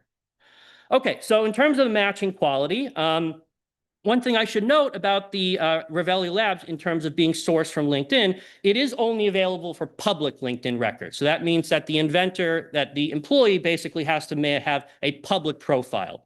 What Revelio Labs does not do is they don't go in, basically create their own profile and then be able to access private profiles. So the profile has to be public. But in general, what we find a matching quality, which is similar to previous studies in this space. And we find that the fraction of disambiguated inventors matched to employment histories is around 33%. The matching rate has gone up over time, which makes sense because, people because LinkedIn coverage has been going up over time. And in terms of selection, we do find that larger firms and more productive inventors have slightly higher matching rates than less productive inventors and smaller firms. To address that, we're going to saturate the specification with a number of fixed effects and also do robustness by subsampling on things like star inventors and large firms. Okay. So what I'm going to start with then is the first thing that I'm going to do is I'm just going to replicate one of the basic facts that are in the literature. Okay, so there's a nice paper in the JPE by Bill Kerr and his co-author Ufuk dating back to 2018, and the paper does a lot, but one of the first things they do is they just document this basic fact between firm size and patents per employee. Okay, so basically some per capita measure of patenting. And what you can see is you get this pretty robust relationship between firm size and patenting productivity, where as you have the larger firms, the patents per employee actually goes down. Okay. So the first thing we do is re-replicate that in our data. Okay, we basically do exactly the same thing that they do in their paper, where we aggregate at the firm period level, where here in this specification, the period is one of a 5-year window between 1982 and 1996. So this data is a little bit dated, and it's using these 5-year windows. But what we find is we actually replicate their result quite closely. Okay. Now what we're going to do, though, is we're going to go look at this in a bit more of a granular fashion. So now I'm going to aggregate patents at the firm year level, and the sample is going to span from 1982 to 2019. Okay. The first thing what I'm going to show you is at this firm year level, and with this larger sample window, we once again replicate the basic finding. Okay, so even moving from 1996 to 2019, we still find this robust relationship between patenting per employee and the size of the firm. Now, this is patenting per employee. So one thing you might ask, that might not really be the right measure of inventor productivity. What you'd really like is patents per inventors. Right, and so we can identify inventors because we know who basically patents in the data, and so when we do that, it's a little bit noisier, but in general, what we find is that we sort of get this hump-shaped relationship, but at least at the beginning, we once again find this negative relationship between the size of the firm and the number of patents per inventor at the firm. But this masked some heterogeneity. So now what we're going to do is we're going to decompose the size of the firm based on how many non-inventors are working at the firm and how many inventors are working at the firm. Okay, and so what you see is now this negative relationship between size and patenting is actually coming from the number of non-inventors that are working at the firm, right? So as you scale up the amount of non-inventors working at the firm, then we do indeed see a decline in the number in patents per inventor. Okay, so some notion of inventor productivity is indeed going down with the number of non-inventors working with the firm, which is consistent with some type of potential bureaucratic overhead. But this actually reverses when we look at the number of inventors working at the firm. If I now measure size based on just how many inventors are working at the firm, now we get a pretty robust relationship, which is that the patents per inventor is actually increasing with the amount of inventors that you have working at the firm with you. Now, of course, this is just a fact, right? And there's a number of things that could be driving this. For example, you'd be worried about employee sorting. Basically, larger firms might have mandates to basically focus more on innovation. So there's a lot that could be driving this fact. But it does show, at least that the basic relationship that has been documented previously between size and inventor productivity is a bit more of a nuanced relationship. So now what we're going to do is we're going to start going through a series of empirical tests to try and assess whether these firm agglomeration spillovers are really there. Okay, so the first thing that we're going to do is we're going to now include some fixed effects. Okay, so I'm going to have increasingly saturated specifications where I'm going to control for city field fixed effects, field year fixed effects, inventor fixed effects, city field year fixed effects, and firm fixed effects. Okay, so in column 4, we have our most saturated specification, and you see that now, even when we saturate with all these fixed effects, right, what we find is that there is that the productivity of an individual inventor in terms of total adjusted citations has a positive relationship with the log number of firm inventors, but a negative relationship with the number of non-inventors at the firm. And then what we do is we do a large battery of robustness tests to assess whether whether this continues to hold up. So for example, what we do, this is using adjusted citations, which is some quality adjusted measure of patenting output. If we just restrict to patent counts, we find that the relationship is robust. If we use log adjusted citations, not log of 1 plus adjusted citation, just log of adjusted citations, okay? If you're in this literature, you know why I'm saying that. But this is the intensive margin, so we find an effect on the intensive margin. We also have a binary where we basically, did you patent or not? And you also find an extent on the extensive margin. The other thing that, let me flip to this one. We also can restrict to basically, what is the impact of active inventors at the firm versus idle inventors? Basically, people who have been patenting within 5 years, right? Or people who have not been patenting within 5 years. And you find that the effect is significantly stronger based on how many active inventors you have around you relative to how many idle inventors you have around you, okay? Another prediction of the model then, so this is all just at the firm level, and basically, are you an inventor at the firm? But if you really thought these agglomeration benefits mattered, you would think it's not basically just how many inventors generally are around you, but how many inventors are actually working in your field, right? That you would want people, if you're working in a particular technology class, you would think that the effects would be stronger based on inventors who are also working in your technology class. Okay, and so we can do that. So now what we find is that the effect is entirely driven by the number of inventors at the firm that are working in your particular technology class. If I look at the number of inventors who are working in other technology classes, in our most saturated specification, the effect is just basically 0. Okay. We can also restrict to public firms. We have private firms and public firms in our sample. If we restrict to public firms, the effect remains highly robust. And we can also now control for certain features of the firm, and we find that the effect remains highly stable as we control, for example, for firm age, the amount of R&D spending at the firm, and the amount of SG&A spending at the firm. Overall, in terms of magnitudes, in our most saturated specification, as I said, we find that a 10% increase in the number of field inventors that are working at the firm with you leads to approximately 2.2% increase in the number of adjusted citations that you produce in a given year. Okay.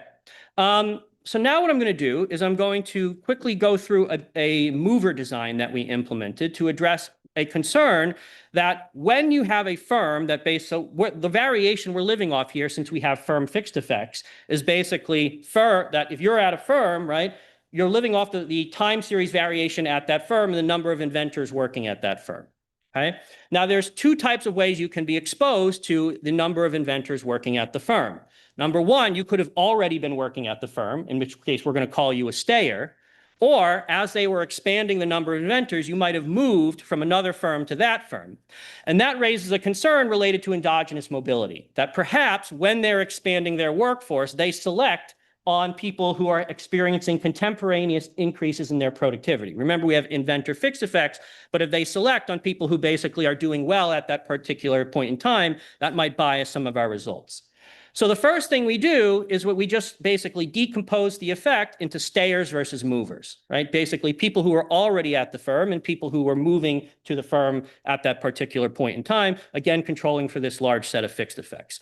And reassuringly, what we find is that the effect for both the stayers and the movers is essentially the same. Okay, so we don't find a large difference between in terms of the effect of having inventors around you for stayers and movers. The other thing we're going to then do is we're going to look at, to address this endogenous mobility concern a bit more, we're going to do a movers design. So we're going to look at how do movers and inventor productivity relate to each other, and we're going to do something similar to Finkelstein et al. 2016. So we're going to do this in 2 ways. The first thing we're going to do is we're just going to define delta I as the destination origin difference in an average inventor productivity. So some firms are more productive than others. Okay, and what we're going to ask is we're going to do an event study of basically what does an individual's inventor productivity look like as they move between firms, right? And so what we're going to find is that reassuringly, we see very little pre-trend here, right? That basically it doesn't seem that as you switch firms that you see a large pre-trend basically in the productivity of the inventor who actually moves when they move to a different firm. and we can separate this into up moves and down moves. And what we see is that it's largely symmetric. Okay, so both of these, an up move means that if you're moving to a more productive firm, then basically you don't get a pre-trend. And then once you move, you become more productive. And when you move to a less productive firm, this positive effect is basically saying that your productivity is declining. But what we'd really like to see is this is basically where I've just taken the firms and separated them based on productivity. What you'd really like for the event study is having firms that have more inventors versus less inventors, right? And thinking about moves between, are you moving from a firm with less inventors to one with more inventors? And we also implement that mover design as well. And once again, we find that as an inventor moves from a place with less inventors to one with more inventors, once again, we don't find much evidence of a pre-trend, and then there's a significant positive effect on their productivity going forward. Now, the final concern then is that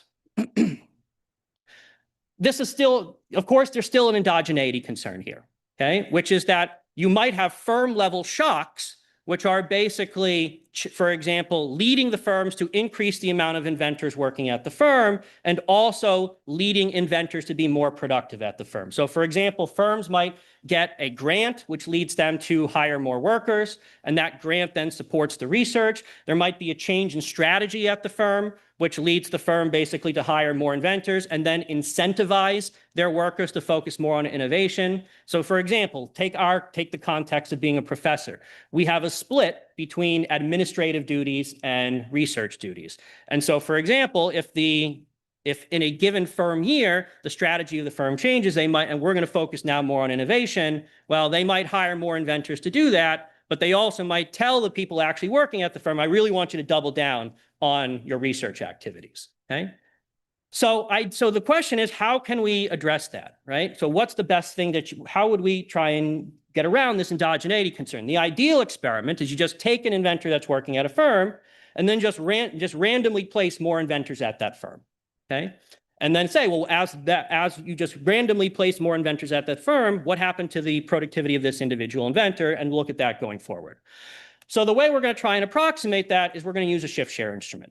Okay, and so this is based on some recent work by Dimitris Papanikolaou at Kellogg, and what we're going to do is we're going to construct a shift share based on the historical relationships of that firm's hiring with various universities. Okay, and so our share is going to be the share of inventors graduating from program P and working in firm F from 2001 to 2005, and then we're going to create our shift as the graduating inventors from program P in year T divided by basically the total number of graduates from the program in that year T.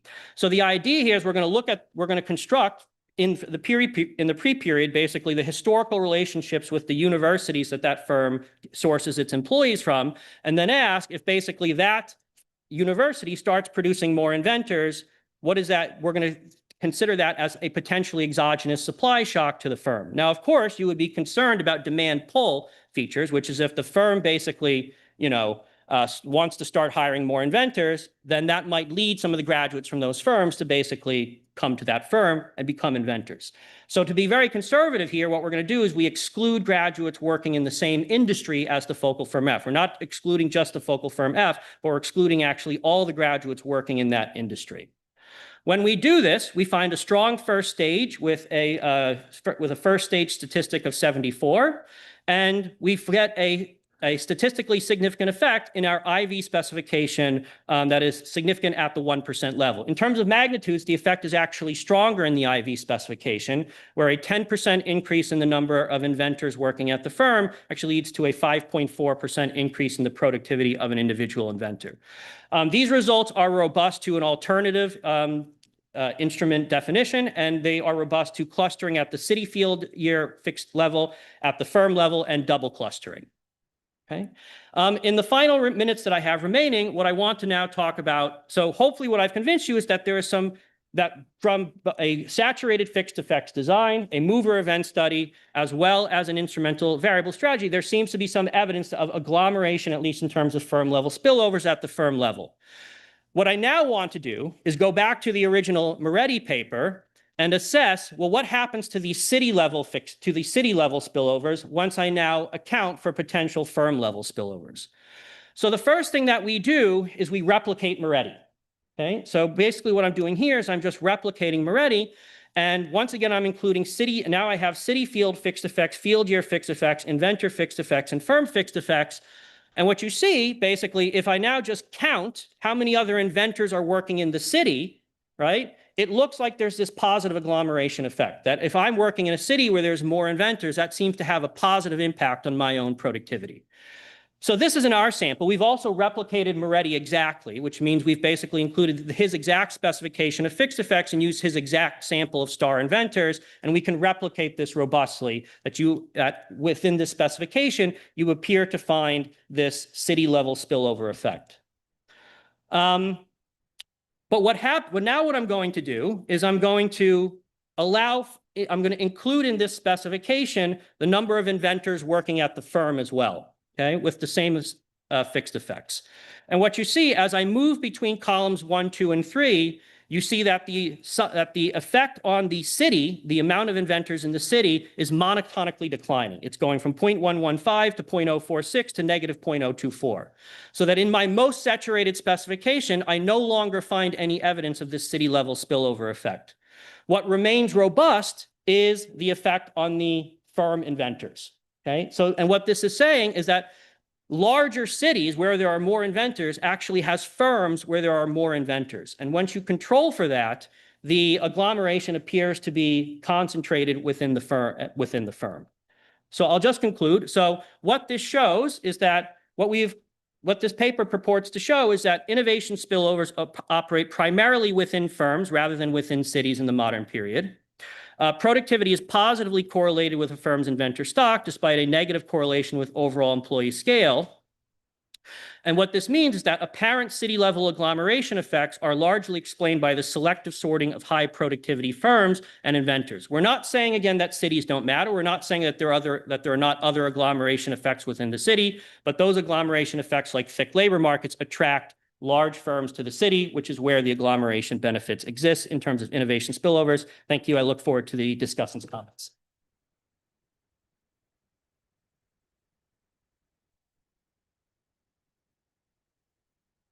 All right, thank you for having me, and thanks for a great paper to have an opportunity to both read and make a discussion around. I will begin by just recognizing that this paper has a heck of a lot going for it, many points of praise that I'd like to bring to it. I think it's really kind of pushing forward some of our understanding of the firm's size and innovation relationship. It passes all the important sniff tests of novel data. The appendix is longer than the paper itself, which is, the sign that we all look for these days. They're working on endogeneity concerns, so there's really just a lot to celebrate about this. In the brief time that I have, I want to give sort of 3 sets of comments. One set is going to be sort of focused on what I'm going to call relatively boring things, but questions that I have about the existing work. And then I'd like to spend a little bit more time on the non-inventor results and the city results as we get more towards the end from there. But let me give a few, what I think of as boring, you hate as a discussant to run these things out, but potentially useful things to work through. To the author's credit, they spend a lot of time, putting in all sorts of fixed effects across the board. They are maxing Stata or whatever package they're using all the way to the hilt there. But I really like them to spend a bit more time walking us through why they pick what they do and what variation still remains. So I'll give a couple of examples here. The first is, as far as I'm aware, when they say a firm fixed effect, it's a fixed effect for Google. It is not a fixed effect for maybe what we think of as like an establishment within Google. So you could imagine Google's AI lab in Palo Alto could be a unit that we are trying to think through. And I'll come back to this a little bit later and try to think about what variation remains available in the cross section versus gets taken out, I think would be useful. Likewise, you could imagine pushing their strategy a little further and thinking about firm times year fixed effects, try to isolate variation across different fields in these larger firms that are doing multiple pieces. And thinking through, again, like in many of these cases, the biggest firms have huge global workforces. When I last calculated this for US CompuStat firms, About 1 in every 8 of the patents that were being done in America had somebody that was a foreign inventor that was part of the patent team, like a part of the inventive team. And so how do you work through like those spillovers that come across? So this is one kind of piece, which is just walk us through a bit more of the setup and what you really want to do to isolate the knowledge and innovation spillovers that are being featured here. A second piece would be go to that moves analysis. I have to admit, that's a pretty amazing looking analysis. And my one sort of quibble is I believe you're measuring the size and the productivity across the entire span of an inventor's period at the firm. And so I'd prefer that to be a pre-period, a pre-move measurement so that you don't capture that a whole bunch of people join Google and then they stay there for a long time into the future and become jointly productive. You could also do a little bit of like fun stuff where you could look at citations that are being made to see whether or not, in addition to those pre-trends, is there no evidence that I recognize that Tim is a great fit for my company and how they would come there. But I think the biggest thing that I still am trying to work through mentally here is if you go back to those graphs, they almost come to 100% convergence to whatever new environment is going towards, up and down. And that is making me rethink, like, is this a model where I should imagine Bill's trying to do a whole bunch of invention as best he can, and you put him in some environments where it's very fertile ground, he's going to blossom, other environments where it's not so fertile ground, he's going to wither. But either way, he's going to look exactly like where he's coming or going to, versus some setting where maybe it's just like a way of work. Like it's some amount of this firm does this level of patenting per year, or this firm, has this structures towards what it's doing or its field, like trying to walk through what it means to be that close, in terms of where you're going, would there something I think that would be wonderful to kind of continue to think through and build it. These are still the boring things. I'm trying to race through them so I can talk about some other things as we get towards the end. Another thing is the IV analysis, I think, is very novel. It's one that I could imagine people picking up on and using in other applications here. I would love you to spend a bit more time walking through the story of what's happening behind here. Is that there's now a greater, potential supply? Is it lower wage costs that I have to pay to inventors? Is it some kind of like proclivity that has been embedded in them? I think we also have to be careful about what we don't think this could say. So this is I've not seen the underlying data. This is my conjecture. My conjecture is that all of these are relatively upward flowing, rather smooth variables. And I think if that's true, then we have to be clear. We probably can't separate the inventions that happened in 2009 from those that happened in 2005. Like there's some kind of upward trend that's kind of being picked up on here. And that could be perfectly valid and reasonable, but try to think about like how we would sort of bring to life those restrictions and also the advantages that bring from here. And other kind of potential sort of placebos here. But I think this is a very important part of the paper. And I just continue to say, like, sharpen the story that gets behind it. One final note, the paper does a lot to talk about fields, the alternative fields. So, you have like categories, but a lot of work has shown just how prolific software patenting has become over the period of time that you're studying. So it goes from being about 12, 10, 15% of patents up to being about 50% of patents by the end of the 2019 kind of period. And that's happening across all different types of fields. And so what are some of the ways you could, especially in the context of your IV, where the two biggest groups are the chemistry and the computer science, make sure that we're following also field effects that sit through here. All right, so that was the quick run-throughs of some of those, I think, bread and butter sort of things. Now I'd like to talk about, two bigger kind of questions that I have leaving from the paper. And the first is about those non-inventors. And I will say, for the last several years, I've been in a rather administrative job at HBS. And so maybe I'm a little sensitive to, I'm more likely to be called a bureaucrat these days than an inventor these days. But it strikes me that I really would love the paper to bring to life a little bit more what we should be thinking about with these non-inventors. And also to just be conceptually like, what is bureaucratic versus what is other goals that we're seeking to accomplish here.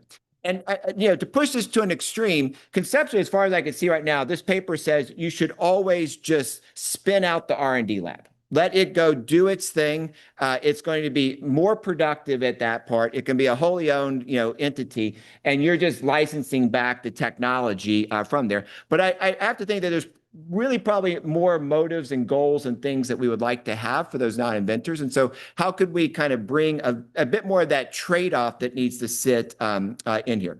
To go to this, a little bit more, two parts to this. The first is in the existing work, stuff on the non-inventor side kind of moves around. So column 5 looks a little different between various specifications and so forth. And I'd really like to spend a bit more time, this goes to those early graphs. Is there some kind of like non-linearity also that we're maybe picking up here? So I did not see in the 112 tables a table where you did like non-linear inventor size, but you really could imagine that if you have a log inventor stock and it's being forced into an upward variable, the log non-inventors find some way to bring concavity into that productivity relationship. Could be completely not the case, but try and think through that. And also try to think through like just serendipity and marginal inventors that are being come into. But that would be one thing. But the bigger thing here is like your data would be truly amazing to talk about these non-inventor people, be they bureaucrats, be they something that's more productive. Who advances in these firms? Like, can you see, what types of people tend to move up faster or slower? You could obviously do variations in the non-inventor workforce, the degree that you can measure. Those types of things, I think, would really bring that part of the paper to life. It's a very, very novel contribution. But I'd love to have more attention into how do we think about the trade-offs between these two roles or functions. And last, this is the urban groups. I got to get to the last part on the clusters. Here again, another thing I'd really like to have to begin with is more attention about why do we choose clusters or not, or how do we think about the location piece. It is fascinating to think about the firm capturing, or internalizing these impacts. I don't come with like that cannot be true kind of deal, but I'd really like to sort of pull it out a little bit more. So there have been some tensions that have been worked through, at least to some degree in the literature. My colleague Juan Alcacer and Mercedes Delgado have a paper where they've looked at, do we locate the lab closer to our manufacturing facilities so that there's spillovers within the firm, or do we locate it closer to the center of excellence for research in that space? And how do we sort of maximize those trade-offs? Gilles and some of his work has, whether or not in terms of inventor sort of mobility, you might be closer into a leading cluster, you might be able to get some resources, but you also run the risk of your best talent leaving. So how do you kind of build it? I think you got some great things you could do here. Like if you really capture this within firm spillovers by field, you could help us think about in what types of field do we see company towns form where there's really just one thing. It's like Micron in Boise, Idaho. Like you can really just kind of locate that separately versus having it in more of a spillover based piece.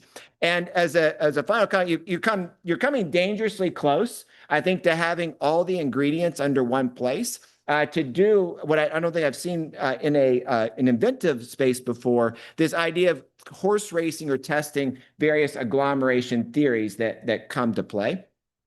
You've already been looking at inventor mobility, some kind of labor pooling, the input output. There's been upstream and downstream technology flows. You can max it out and so forth. And I'll end with this. Goes also back to, as far as I'm aware, when you're running these sort of horse races between the city and the firm fixed effect remains the Google-wide fixed effect.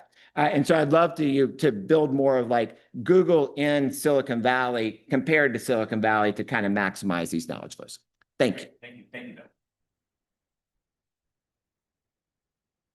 That's great. So Tim, I have two comments. The first of which is, I think that like there's a different standard and a different approach if you're trying to kill an effect versus if you're trying to make the case that the effect is strong. And whereas what you do is admirable and completely compelling on the view that there is this correlation within the firm, like telling me that if I saturate the thing with like city field fixed effects, like I'm not going to get an added and lots of added city effect. Like, I don't know what that means to me. It certainly doesn't mean to me that agglomeration effects don't exist, in part because there are interesting things. You're living off presumably the year variation in the number of inventors. And I have no idea why I wouldn't think that if you were really inventive at some early point, you wouldn't grow and add less inventive people going forward, which would lead to a negative coefficient in your specification, even if there were agglomeration effects. So I think you start with many fewer things and you show how easily it is to knock the thing out. I think that's the natural thing, at least for me to do with that.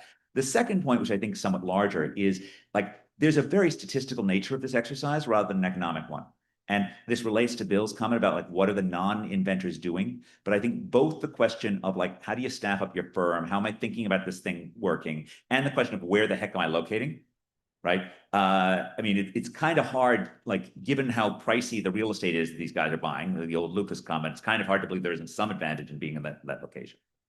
Okay, but so thinking about the economic, and I think those are two different papers. I think there's a paper which is a purely statistical exercise that actually just, if you're going to do the city stuff, you could also, there's also a case where you're just dropping the city stuff. But if you're going to do the city stuff, you have to like show that it falls out with much less poking. And if there's, and then I think there's surely a case for thinking about like the broader economics of invention within the firms. Naomi, over to you. I really like the paper, and I think there's a ton more you can do with it as well. I think it's easy to be sympathetic with the view that a lot of the city effect is a firm effect, because that's where a lot of interactions are happening. But a lot of us probably believe that there's something going on at the city level. Maybe it's not as much this magical thing that we like to talk about of like, we talk to people in other firms while we're at the park with our kids, and then we learn something and then implement it at our own firm. Maybe a lot of it is working through labor pooling and moving between firms in the same city. You can see how much of moving is going on within city versus pulling people into your city. And so I think that sort of big picture of building up what are the potential sources of the city effect would be really useful. And I think that's just that relates to stuff Bill already said. And you can also use the fact that you have firms that are locating in multiple cities, and are they locating different types of inventors in different cities, and what are they doing with these different locations of their establishments? How much of the invention is going on between establishments in the same firm? You have all the ingredients for that. The other point I wanted to make is about the non-inventors, again, relating to something Bill already started, which is that you have the ability to say what kind of effect that these non-inventors are doing. Is it like a congestion effect, where if I have too many idiots around me, I can't do stuff? Or is it more like firm strategy, and who are the non-inventors, and can we see from their jobs what this firm strategy is at this moment? And I think that's potentially small firms, big firms also may have different spillover than city shop. Very cool paper. I worry a little bit about the measurement of who's an inventor, because it's endogenous to it's defined, I assume, by who has at least one patent to their name. And you might imagine that bigger firms may have many people whose names are put on patents just because that's how big organizations work oftentimes. That by itself, I think, wouldn't generate the kind of patterns we're seeing. So I'm not worried about it by itself, but that combined with where the distribution of numbers of employees are when we look at that log space employees makes me a little nervous. And so if you could convince me that wasn't driving everything, I would be even more convinced. Thanks. So I guess to respond a little more directly to Bill, in relationship to this like non-inventors thing, I think like Nathan and Ufuk's work sort of shows that actually there is this real premium to being at a small firm and a startup, right? And that when inventors move into these larger firms, their output actually gets depressed by being at the larger firm for, you know, Nathan and Ufuk have like a variety of reasons that they think it might be, but the larger firm does in fact, in the end, make more money, and so they can pull these inventors out. Which then it occurs to me that there's another kind of variation that you can use, which is acquisitions. Like what happens when a firm gets acquired? They're acquiring their human capital. What happens to those people? And like, how are they moving into the other firm? My other comment, which maybe says that I shouldn't be in this room anymore, is I think in some ways, this fits much more naturally into the literature of like how much of a scientist's ability is the place that they exist in and the peers that they exist with, as opposed to their own ability. And so, you know, sort of in other people that do this, use this movers design, and they find like 40% of your ability is yours and 60% of it is like who you surround yourself by. And I think that really, I don't know, you've built up a lot of structure for urban framework, but that's like a much more direct implication of this structure you have. And like that calculation should at least be possible to do in your setting. And I guess I also want to second like all of Naomi's points. Another measurement question, kind of, I think the converse of Shasha's, like, to what extent at small firms are the innovation team, part-time innovator, part-time CEO, part-time groundskeeper, and like leading to some mismeasurement in that one? Most of the people in this room spend part of their times as regional economists and part of the time as urban economists. And when we're working on one, we tend to forget what's happening in the other. And so, my feeling about a number of papers, not only this one, is that sort of, again, what is a city, right? It's a very basic thing. So a lot of times when we're acting as regional economists, we're thinking about commuting zones. Okay, but there are also these things called CBDs. So once they're in the commuting zone, you can get the sorting on that basis and thick labor markets, et cetera, et cetera. But as I think underscoring what Ed was saying, people are paying a lot to be right next to each other. There's a tremendous amount of sorting within the commuting zone. And it's hard to figure out what story is happening with that if it's all happening inside the firm.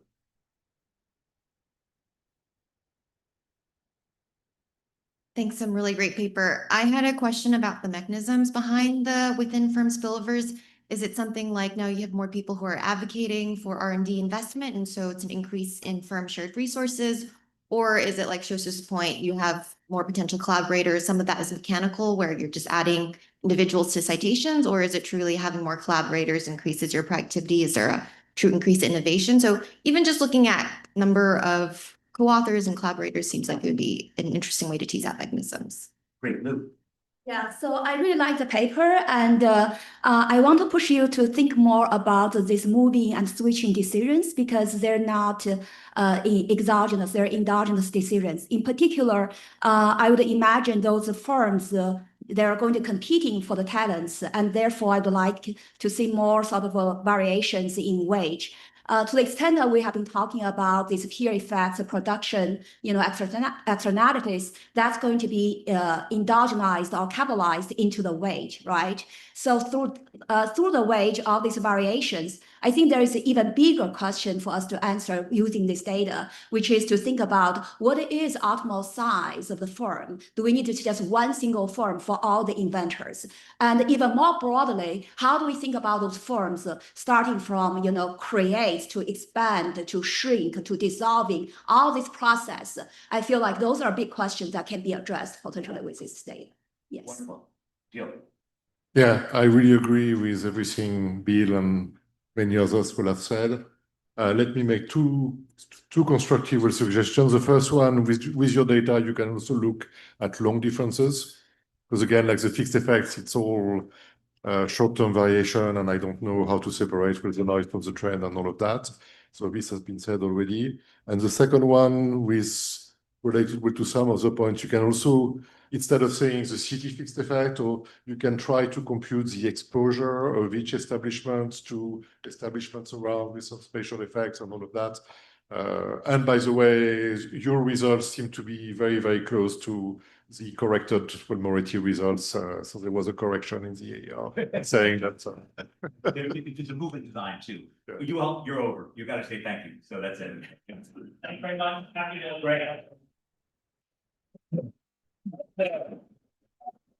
I was learning about social learning among urban manufacturing firms, energy efficient motors in Bangladesh. Take it away. Great. Thank you so much to the organizers for including this paper in the program.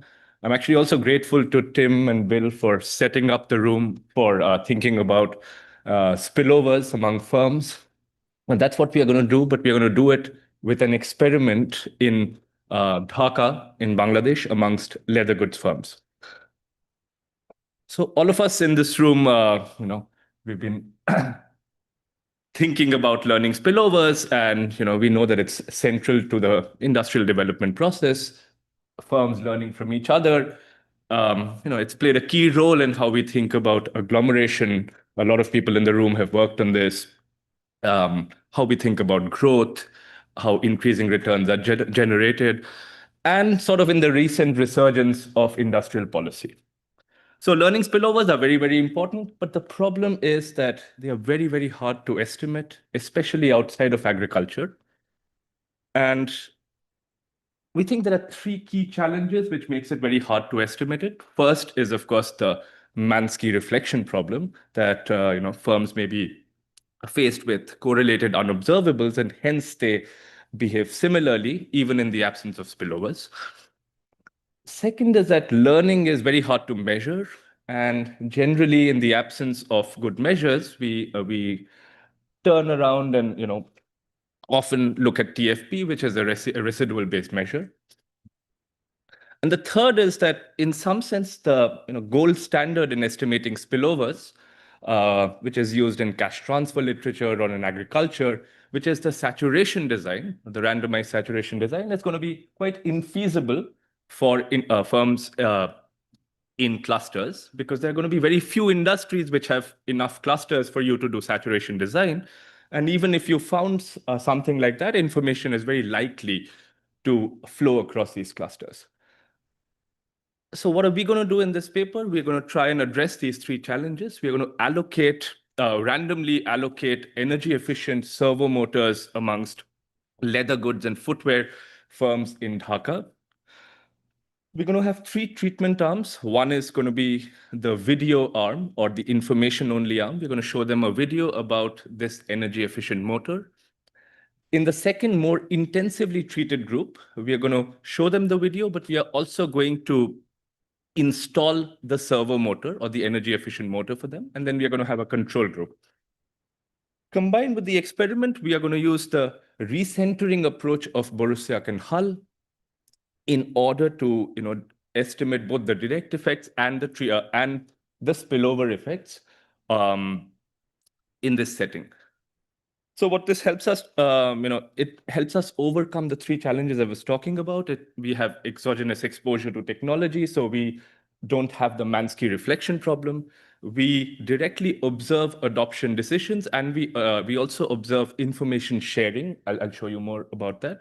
And then we don't need a lot of clusters. We can basically implement all of this in a single connected set of firms. So just to preview the results, we find sensible direct effects, in the sense that the most intensively treated group, we find increased adoption. Their beliefs about cost savings and willingness to pay also move in the right direction. In the video arm, or in the information only arm, we also find increased adoption and increases in willingness to pay, and some insignificant changes in their beliefs about how much cost they are going to save.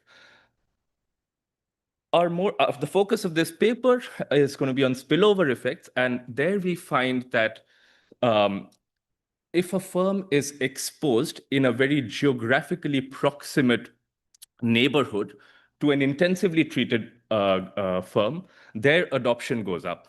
Okay, so adoption goes up if you're geographically proximate to a treated firm.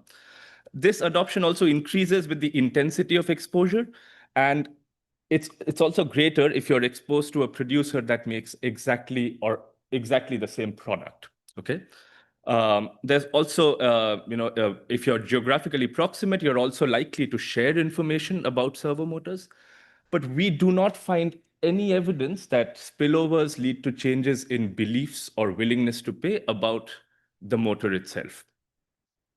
Then we look at other channels of spillovers, such as, who do you talk to, sort of who's in your communication network, whether you have a common supplier with an intensively treated firm, or do you visit sort of the same mosque and meet them socially, an intensively treated firm socially at a mosque, etc. We find no evidence of spillovers through these channels. Okay, so taken together, we believe that our results seem to suggest that there is observational learning happening. Firms can visit another firm that's geographically proximate, and observing the motor in action leads to adoption. And once they've observed it, they are not really changing their beliefs or willingness to pay, but they are just looking at another firm that makes a similar product to them, looking at how this looking, I'm sort of observing the motor in action and deciding to adopt. Other channels of spillovers don't seem to lead to adoption. Then finally, I won't have time to talk about it, but we do a marginal value of public funds calculation, and we ask whether subsidizing the servo motor is an attractive proposition for the government. And we say that if we take these learning spillovers into account, then it makes sense for governments to be, to subsidize this. Okay.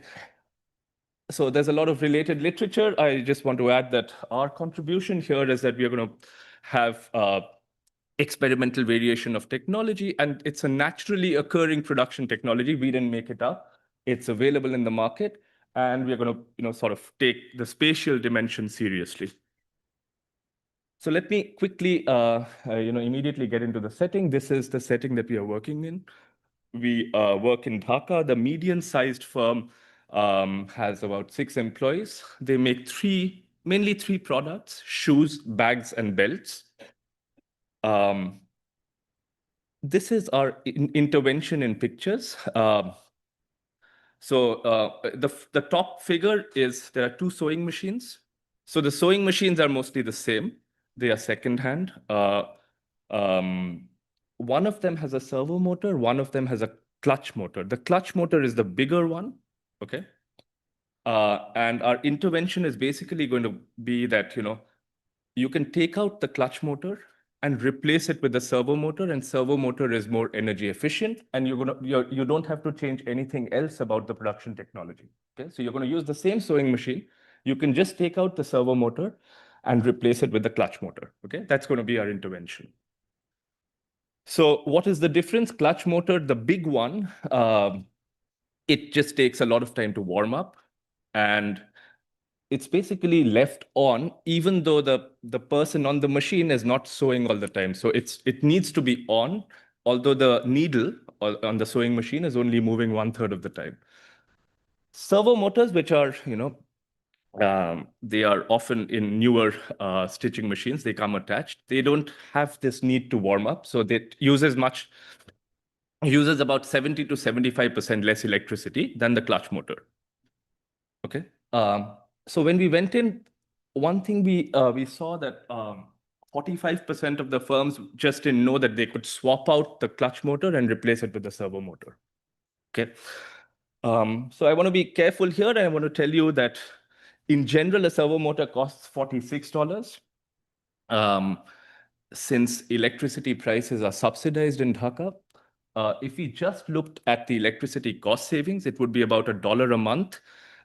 Which would, it would take about 51 months for you to pay back. The payback period would be 51 months just based on the electricity cost savings. So whatever adoption and spillovers we are going to see are going to be, so it's not a no-brainer technology, right? So they are not adopting just because of private returns. So I'm going to say that there are going to be other channels, and whatever adoption and spillovers we see, you should keep that in mind that there are other things happening here. Okay. So this is the setting. We are working in Dhaka. There are broadly 4 clusters of firms. This is the map of old Dhaka. You can see how dense it is. So there are treatment and control firms sort of very close to each other. So our experimental design, we're going to have the control arm. We are going to have this information-only arm where we show them a video telling them about the benefits of the servo motor, that it saves electricity, and the fact that it's very easy to replace it. Okay, it's going to take like 7-8 minutes to replace it. You take out the nuts and bolts, etc. In the intensively treated group, we are going to show them the same video, but we're also going to show up. We're going to install one servo motor on their existing machine. On top of that, we are going to give them 2 meters, electricity meters, for them to see how much electricity is being consumed on their older machine, or the machine with the clutch motor, as well as on the machine where we have replaced it with the servo motor. So they can see the electricity consumption. On top of that, we are going to give them, every month, we are going to give them a monthly meter reading from the 2 machines, okay? Just to make it salient that, there are cost savings from that the servo motor machine consumes less electricity. Okay, so this is the video. At runtime is about 5 minutes. It shows you that it's very easy to replace the clutch motor with a servo motor, and explains that it's going to save you electricity. Okay. This is sort of an example of a meter report we gave the intensively treated firm. So these are the meter reports from two machines that are side by side. The blue is from the servo motor machine, the clutch motor machine, and the orange is from the servo motor machine. It was just visually, it was very clear that, this was energy efficient. Okay. This is also going to be useful to us because we were giving these report cards to the intensively treated firms, and then eventually we're going to ask whether these report cards were shared with other firms in the neighborhood. Okay. So the estimation is broadly standard. We're going to have dummies for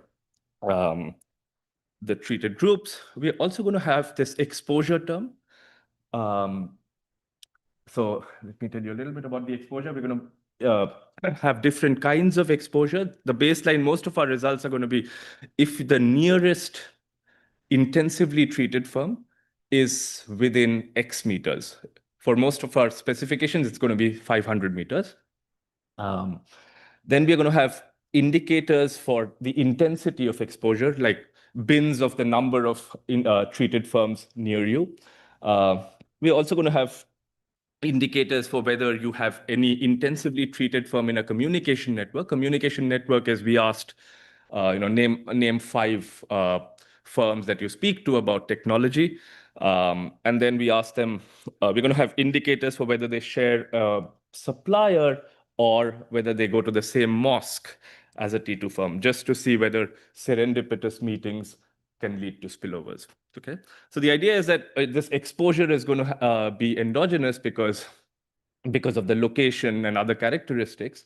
So we're going to use we're going to simulate the treatment assignment 1,000 times, calculate an expected exposure for each firm, and basically here we are just going to use the control function approach. But the idea is that the difference between the actual exposure and the simulated exposure is going to capture the random variation.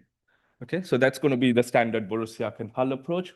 I'm not going to show it today, but the results are very similar if we just use their instrumental variable their instrument. Okay, so let me get into the results. This is our main result. In column 1, we ask what happened to adoption of servo motors. So T1, which is the video group, the adoption of servo motors went up by 9 percentage points relative to the control group. T2 is 80.9 percentage points, but that's mechanical because we gave it to them. Okay. So in a lot of the specifications, I'm going to drop T2 and just show you the other effects. But the exposure to a T2 firm in a 500-meter radius, okay, leads to a 15.8 percentage point increase in adoption. Okay, so it's almost, so the coefficient looks larger than sort of being exposed to a firm in a geographic neighborhood seems larger than the video estimate, but they're statistically significant. But that said, there were lots of spillovers in geographic proximity. So we could do it for intensive adoption. We can exclude these T2 firms from the regression. We still find pretty sizable spillovers in adoption. Okay. It's also increasing in the intensity of exposure. If you're exposed to a lot of T2 firms in a 500-meter radius, it leads to a monotonically increasing spillovers. Spillovers also decay over distance. So basically, we find a lot of spillovers up to 500 meters, and then there is a steep decline. Again, showing that firms that are very close by, like a block or 2 away from each other, are there are spillovers in that sort of neighborhood. Okay, this is what I had mentioned earlier. When we look at shoe producers, if they are exposed to shoe producers, that's where the spillovers are happening. If they are exposed to bag producers, they don't seem to learn as much.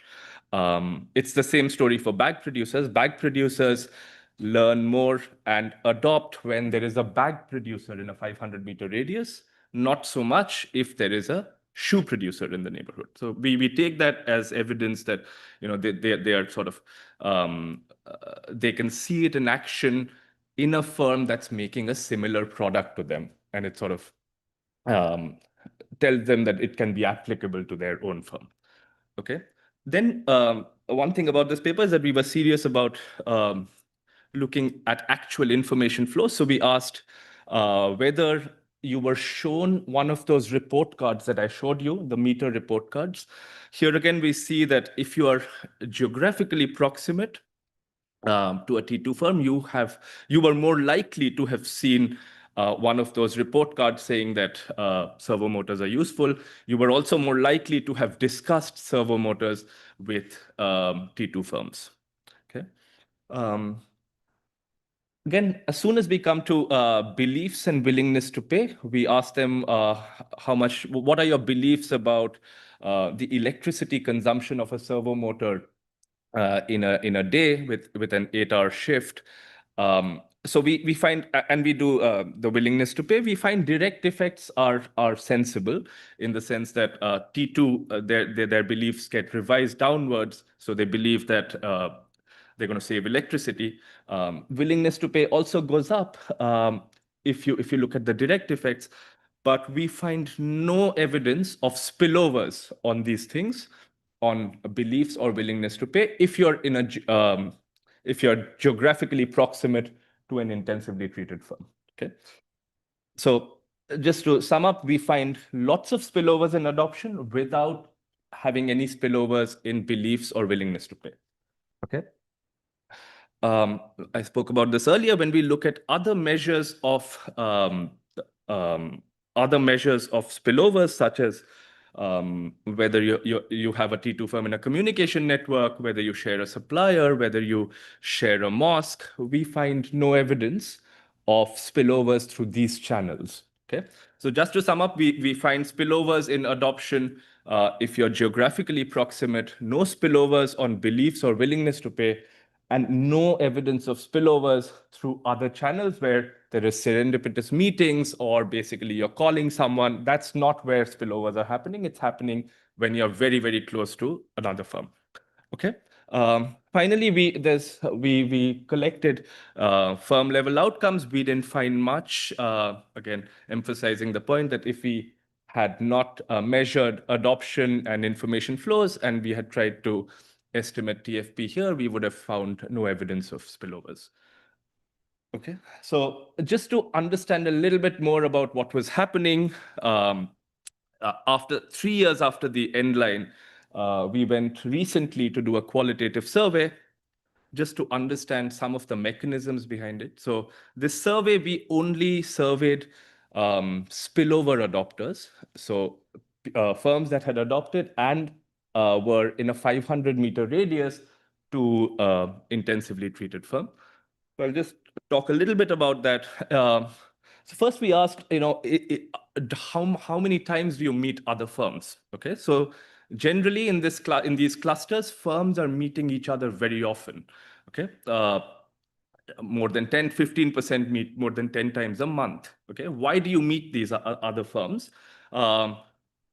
They are meeting for social reasons. They are often meeting to discuss orders, to get their orders completed in the other firm. So there is a lot of this, although they are competing, there's also this collaborative sort of environment where they are meeting, discussing orders, sharing orders, stuff like that. Then we asked them, in one of these visits, did you or someone else from the firm see the servo motor? Okay. 84% say yes. Okay. How many times did you see the servo motor? Many, many times. But I saw it in many, many firms. And most of the times I saw these in the same neighborhood, in firms in the same neighborhood. So I'm visiting a lot. I'm visiting for multiple reasons.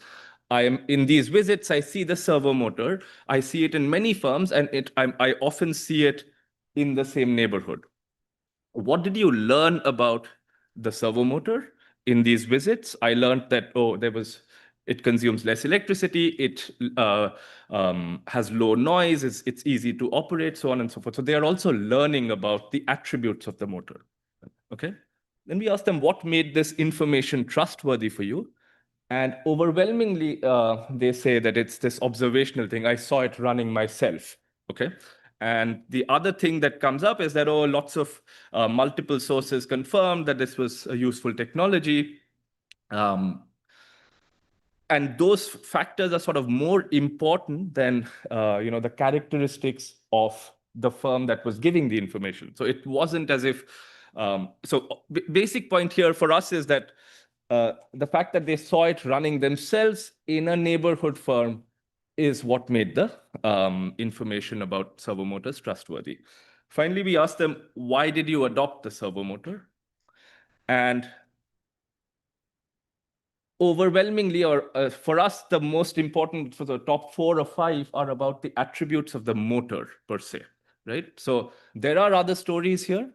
So they do say that there is also competitive pressure, or there's some status competition, or we fear that our competitors are gaining an advantage. But that's less important than just the attributes of the motor that they learned about from visiting another firm.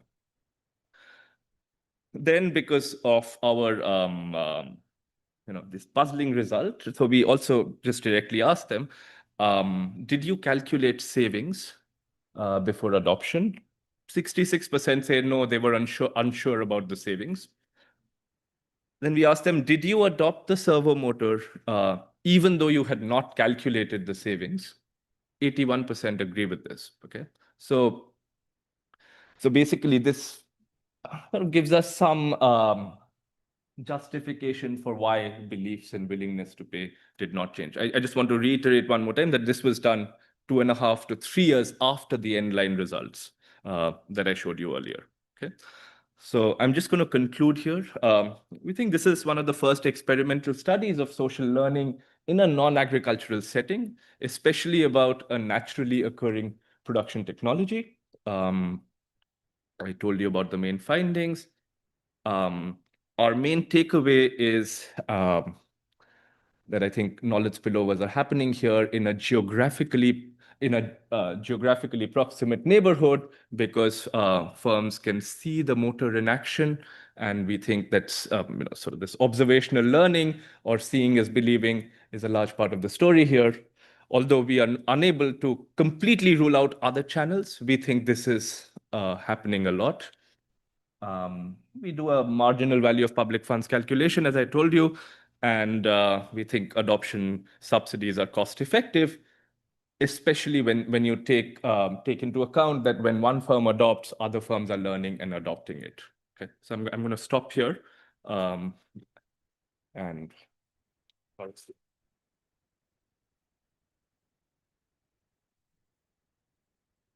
so yeah, thanks for having me here, and to thank Ruta, Gaurav, Siddharth, and Eric for writing such a fantastic paper. That essentially goes back to kind of this idea from Marshall that that firms are clustering because the mysteries of the trade are in the air, right? So they kind of revisit this 130-year-old notion, but as urban economists, we always struggled to kind of test it, because we have these reflection problems, we have these correlated shocks, we don't really sometimes measure adoption or all the different channels easily. So what this paper does is it kind of randomizes who receives the technology, and then it does a careful job of tracking adoption, tracking information, tracking beliefs, willingness to pay, like all the mechanisms that you might think about. It really tracks it. Doesn't have to rely on like TFP residues or anything to kind of back things out. It's actually going to measure everything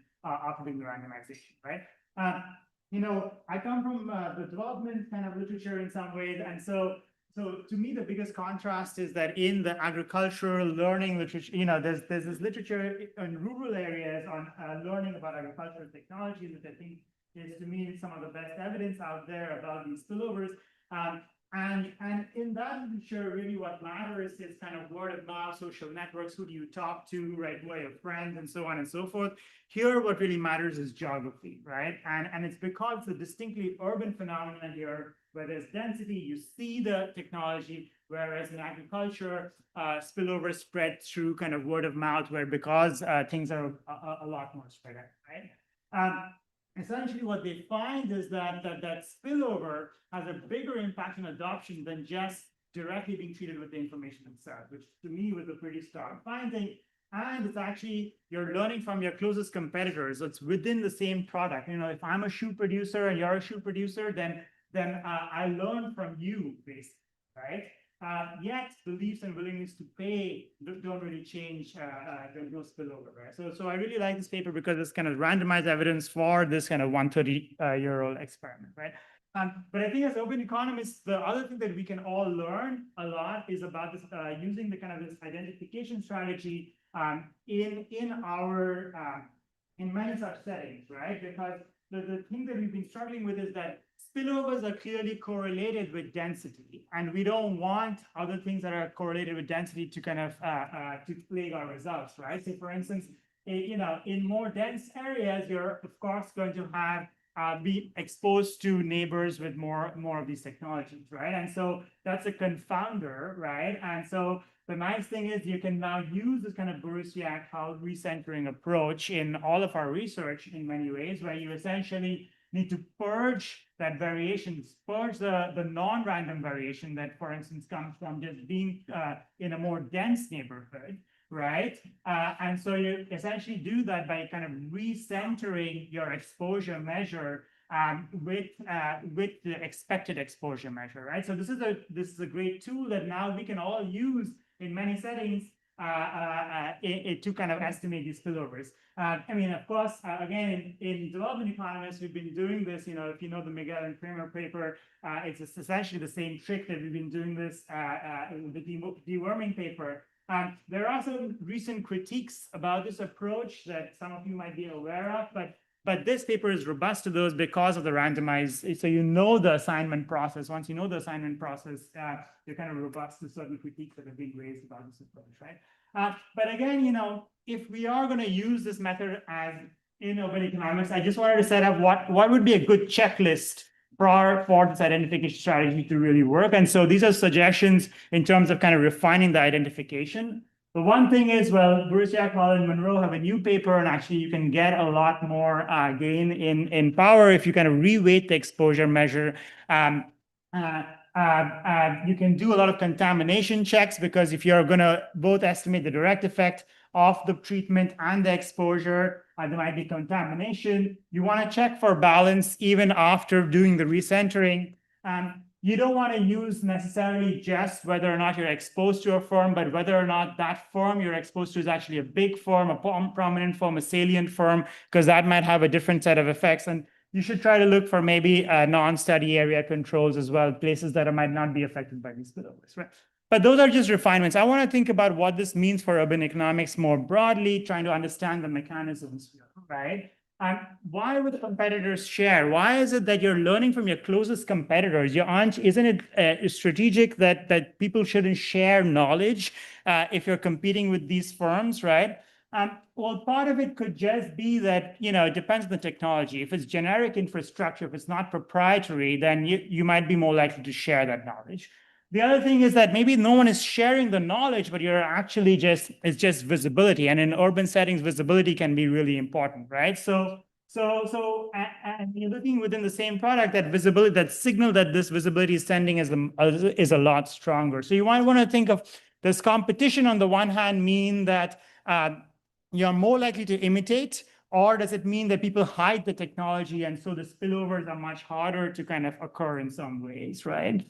The other thing that really, like I said, you know, only physical distance really predicts the spillovers, not who you go to the mosque with or who you talk to, right? Which is in distinct contrast to a lot of the literature in development economics, right? And again, I think that's because the literature in development economics is looking at rural areas, but in urban areas, density and geography really is important, which is why I think this is like the urban evidence is really important in this case, right? But the third thing is really, it's not, people, when they're exposed to these firms, they adopt the technology, but they don't want to pay for it anymore. It's not like their beliefs are changing, right? So a lot of what's going on is not necessarily Bayesian learning. If it was Bayesian learning, then information campaigns would be quite helpful here. But it seems to be there's some kind of imitation that's going on. It's about heuristics, right? But this is testable in the data because you have an information treatment already. So you can see whether that's a close substitute for if the exposure was just information, then the interaction term would tell you whether they are substitutes or not. But if it's imitation, then it would be a completely different kind of channel in some ways, right? And this has different implications for what policy would be. You want to optimally seed, who gets this kind of technology in many ways, right? But it might not be learning, it might not be imitation, it could just be a third reason, which is that you don't have the existence of complementary markets. You don't have, say, repair markets or rent capitalization markets. So when you have certain people now having the technology, repair markets and spare parts markets might emerge, which then allows everyone else to also start adopting it, right? And so it's about kind of having enough coordination to kind of create these complementary markets. And so you could try to test this. Could you see these other markets kind of emerging in these areas in some ways? What happens if your own motor fails and so on and so forth? So you can kind of test a lot of these stories. I just want to end with kind of why this matters, thinking more broadly about urban economics. And of course, agglomeration is the most important point here. He didn't talk more about the marginal value of public funds, but the spillovers are a major part of this driving kind of the marginal value of this thing. And in fact, I think their number is actually an estimate because they stopped counting after the second order of spillovers, and there might be higher order spillovers. Also, the technology is just better for other reasons. So I compare this to kind of other environmental policies, and this is a very high return policy. So it could be kind of, in general, could have big implications for that.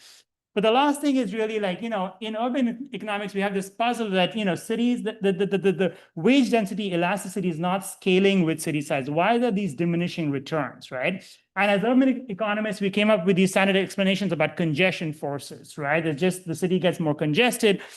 But here, there's another reason why it might be happening, which is that learning, right, doesn't scale, right? So I learn from one neighbor, but if I have 5 neighbors with this technology, it's not like I learn 5 times as much, right? So you already have a new reason for this concavity that we should now start incorporating into our models, right? So in general, this paper gives us this nice RCT experimental evidence of this cleanly estimated elasticity. But when we're now taking it to the kind of the macro agglomeration literature, we want to think more about, okay, what does this mean for productivity? What does it mean in general equilibrium as firms exit and enter, as complementary markets enter and exit? What happens as you scale things up? What happens to the concavity?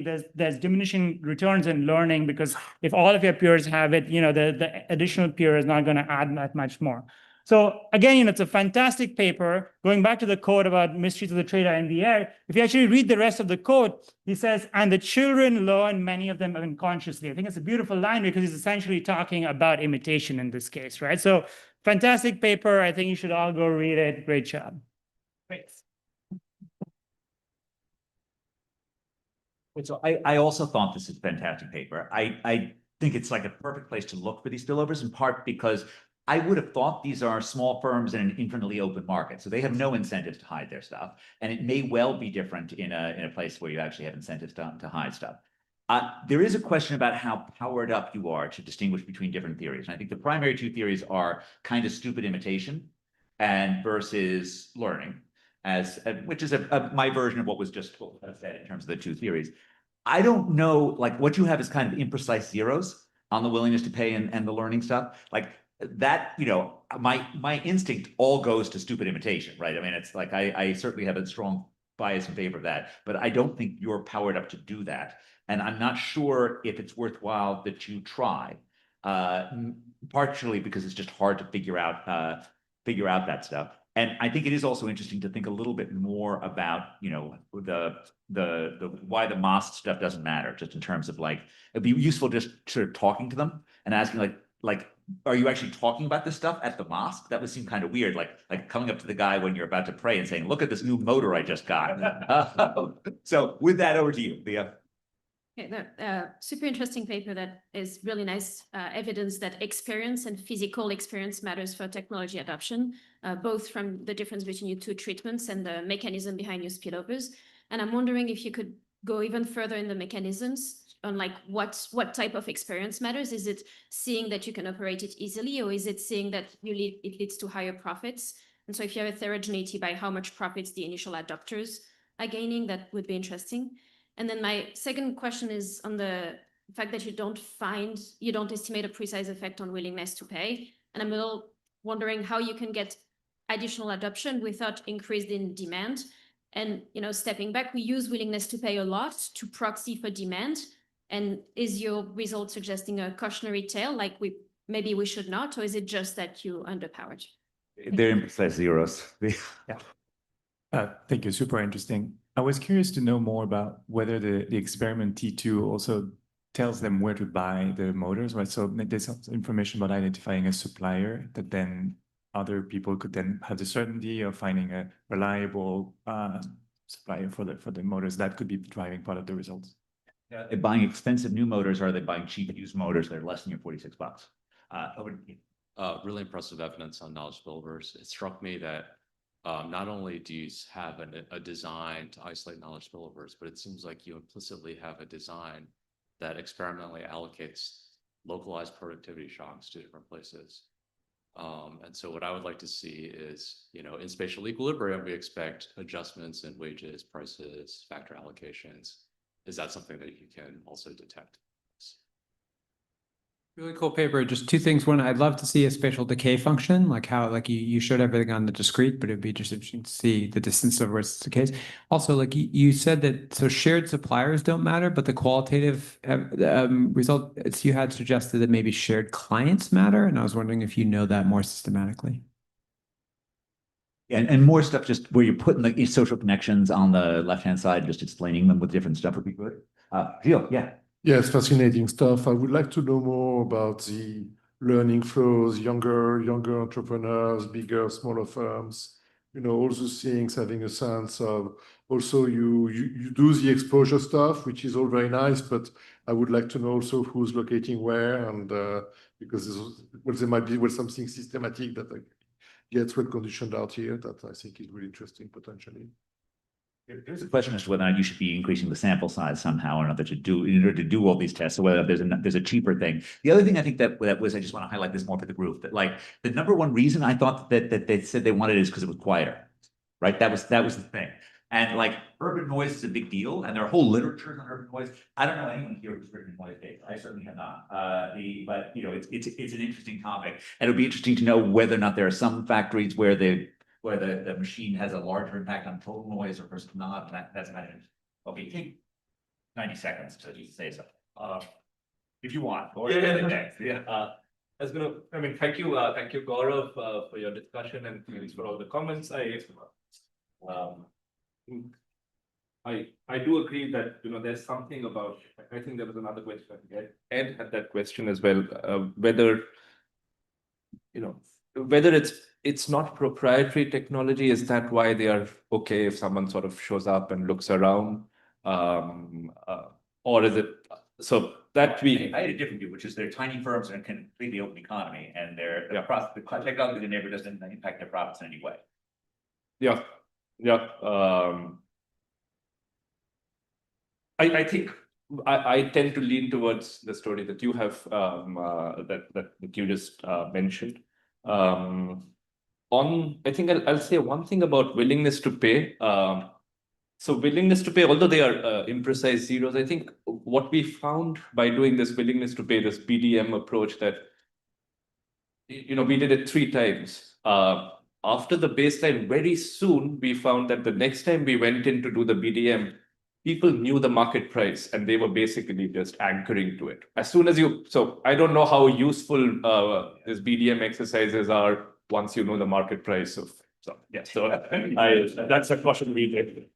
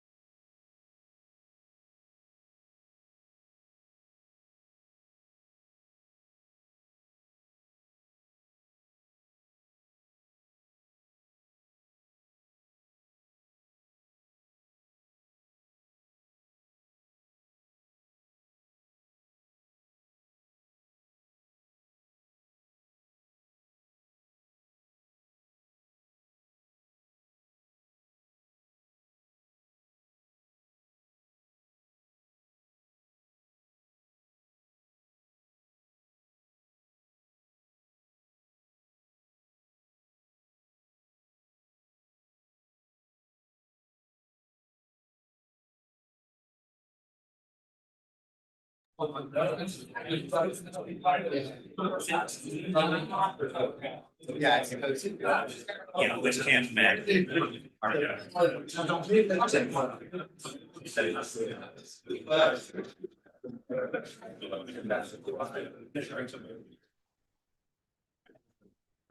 Okay, welcome back, everyone. Thanks for being here. We're going to kick off the afternoon with Frederick Robert-Naku talking about a unified urban model. Take it away. So many thanks for putting this paper on the program.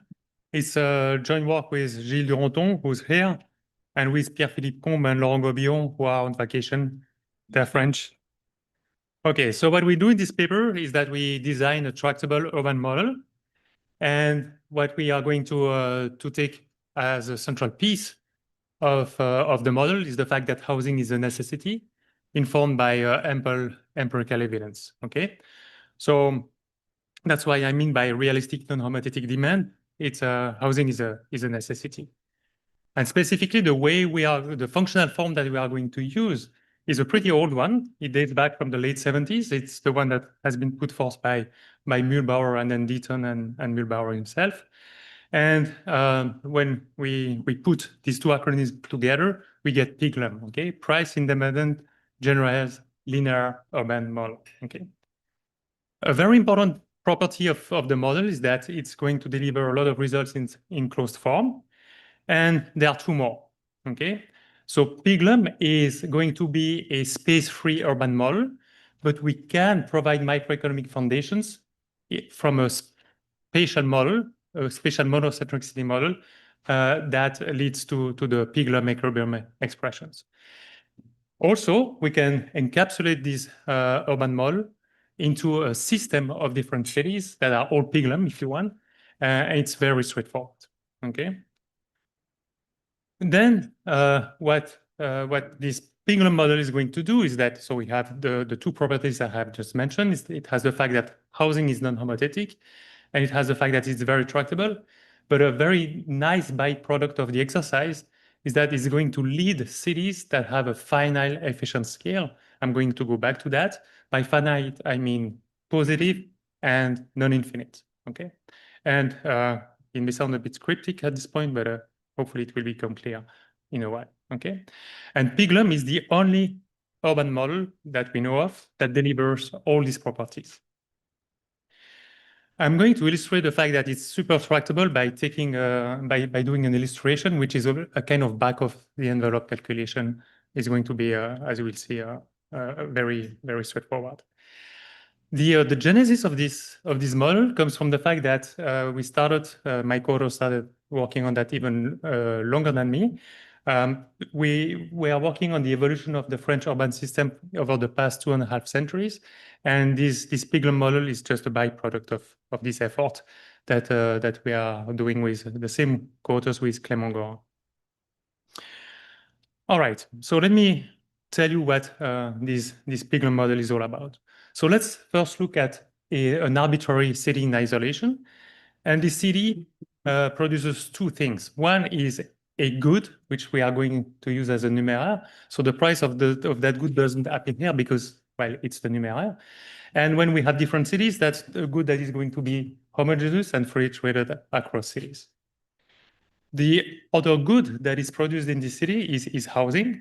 And the unit price of housing is going to be denoted by P. So W is going to be the labor productivity of workers working in this city, and they work in the numeraire sector, okay? So it's actually far easier to define the preferences using the indirect utility than the direct form. This one is super parsimonious, the direct form is a mess. It's characterized by 3 parameters, epsilon, nu, and mu. If you look at equation number 2, which is the housing demand that emanates from these preferences, mu is the demand shifter, epsilon is the income elasticity of housing demand, and nu is the price elasticity of housing demand. And it turns out that for many countries, all the countries that I know of, housing has been estimated as being a necessity. And here I'm just reporting 2 recent estimates from papers by Finn and Williams for the US. and Comte du Antoine Gobiot for France, the estimates are very, very similar in these two different contexts.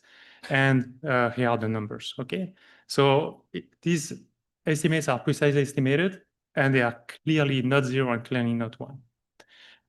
The additional beauty of this system of preferences is that you can consider the two benchmarks that people are using in this literature, Cobb-Douglas on the one hand and fixed housing consumption on the other, as being the polar extreme cases of this system of preferences.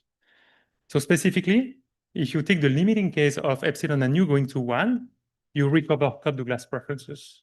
Conversely, if you take the limiting case of epsilon and nu going to 0, you get fixed housing consumption.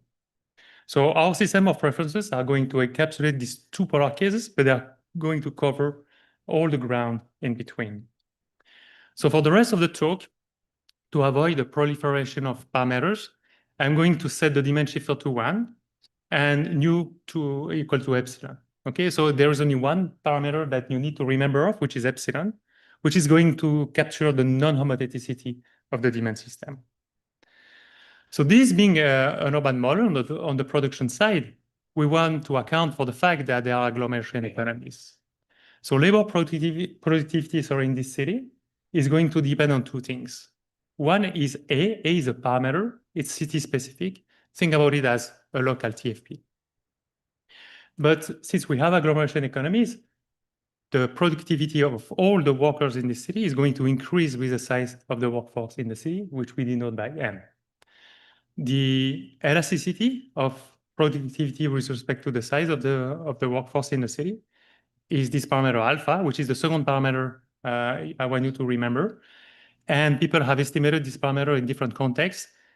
And the typical order of magnitude for this parameter is small, but strictly positive, say between 2 and 5%. So working in cities is great because it's making you more productive, but living in cities is costly, okay? Because you compete for housing. So we are going to model the housing sector again in a very parsimonious way. So we are going to assume that the production function for housing is Cobb-Douglas. So the housing sector has a TFP-B, and it uses land, which is inelastically provided in the city, which is denoted by L. In equilibrium, the housing supply has this form here. It's proportional to B and L, but also to the unit price of housing with a constant elasticity sigma that comes from the Cobb-Douglas production function, okay? So people have estimated this parameter in different ways, both by estimating production functions in the housing sector and also estimating the housing supply directly. And from this handbook chapter by Nate and Jill, what the typical number you get is anything between 0 and 10, depending on, but it depends on context, on methods, and the time horizon that you look at if you estimate a housing production function, okay? So for the sake of the argument, if you need to remember one number, think about 2, okay? So the central estimate is 2, or the median or whatever, okay? So that's supply. So housing demand comes from the system of preferences that I have already mentioned. But what you have in equation 6 is the aggregate demand for housing in this city. It depends on the size of the population and it depends on per capita earnings and housing prices. If you combine the two, you get the equilibrium housing price. And in particular, it's going to depend on the size of the population with a given elasticity and on the per capita earnings with an elasticity which is smaller than the former one. And that is a direct consequence of the fact that preferences are not homothetic and housing is a necessity, okay? And that's a clear distinction between this model and Cobb-Douglas preferences. And as we will see, it will have a very important implication. And this important implication is about the efficient scale of cities. So I will move backwards shortly. So when I'm talking about efficient scale of a city, I want you to think about the analogy with the efficient scale of firms. You know, the efficient scale of firms is where the marginal cost is equal to the average cost, okay? So on this graph here, you have the fundamental trade-off in urban economics. So you have the utility of people living in a city as a function of the size of the city. and it has this bell-shaped curve, presumably, okay? So the idea being that as the size of the city goes up, first kick in the productivity advantages of this city, okay? But then after a while, the fact that the city becomes increasingly crowded, the dispersion force that arises from higher housing costs dominates, okay? And there is a scale of the city, which we call the efficient scale of the city, that maximizes the utility of the residents of the city, okay? But again, efficient scale here comes from the analogy with the efficient scale of firms from microeconomics. So let's look at the fundamental trade-off in urban economics in the context of our Pigel preferences. So what you have in the top equation is simply plugging back the expression we have for wages, allowing for agglomeration economies, and the equilibrium price for housing coming from the housing sector, as we have described. And as you can see, there is the size of the city enters this equation in two ways. Once with a plus sign, once with a minus sign, reflecting this fundamental trade-off. It's great to work in a bigger city because it makes you more productive. It's terrible to live in a bigger city because it makes housing more costly, okay? So the tension between the two, if you maximize the utility of the residents with respect to N, you get this efficient scale for the city, which is the equation 8. The superscript E stands for efficient scale, okay? Of course, it's increasing in the productivity of the city. It's increasing with the amount of land available in the city. It's increasing with the productivity of the construction sector of the city.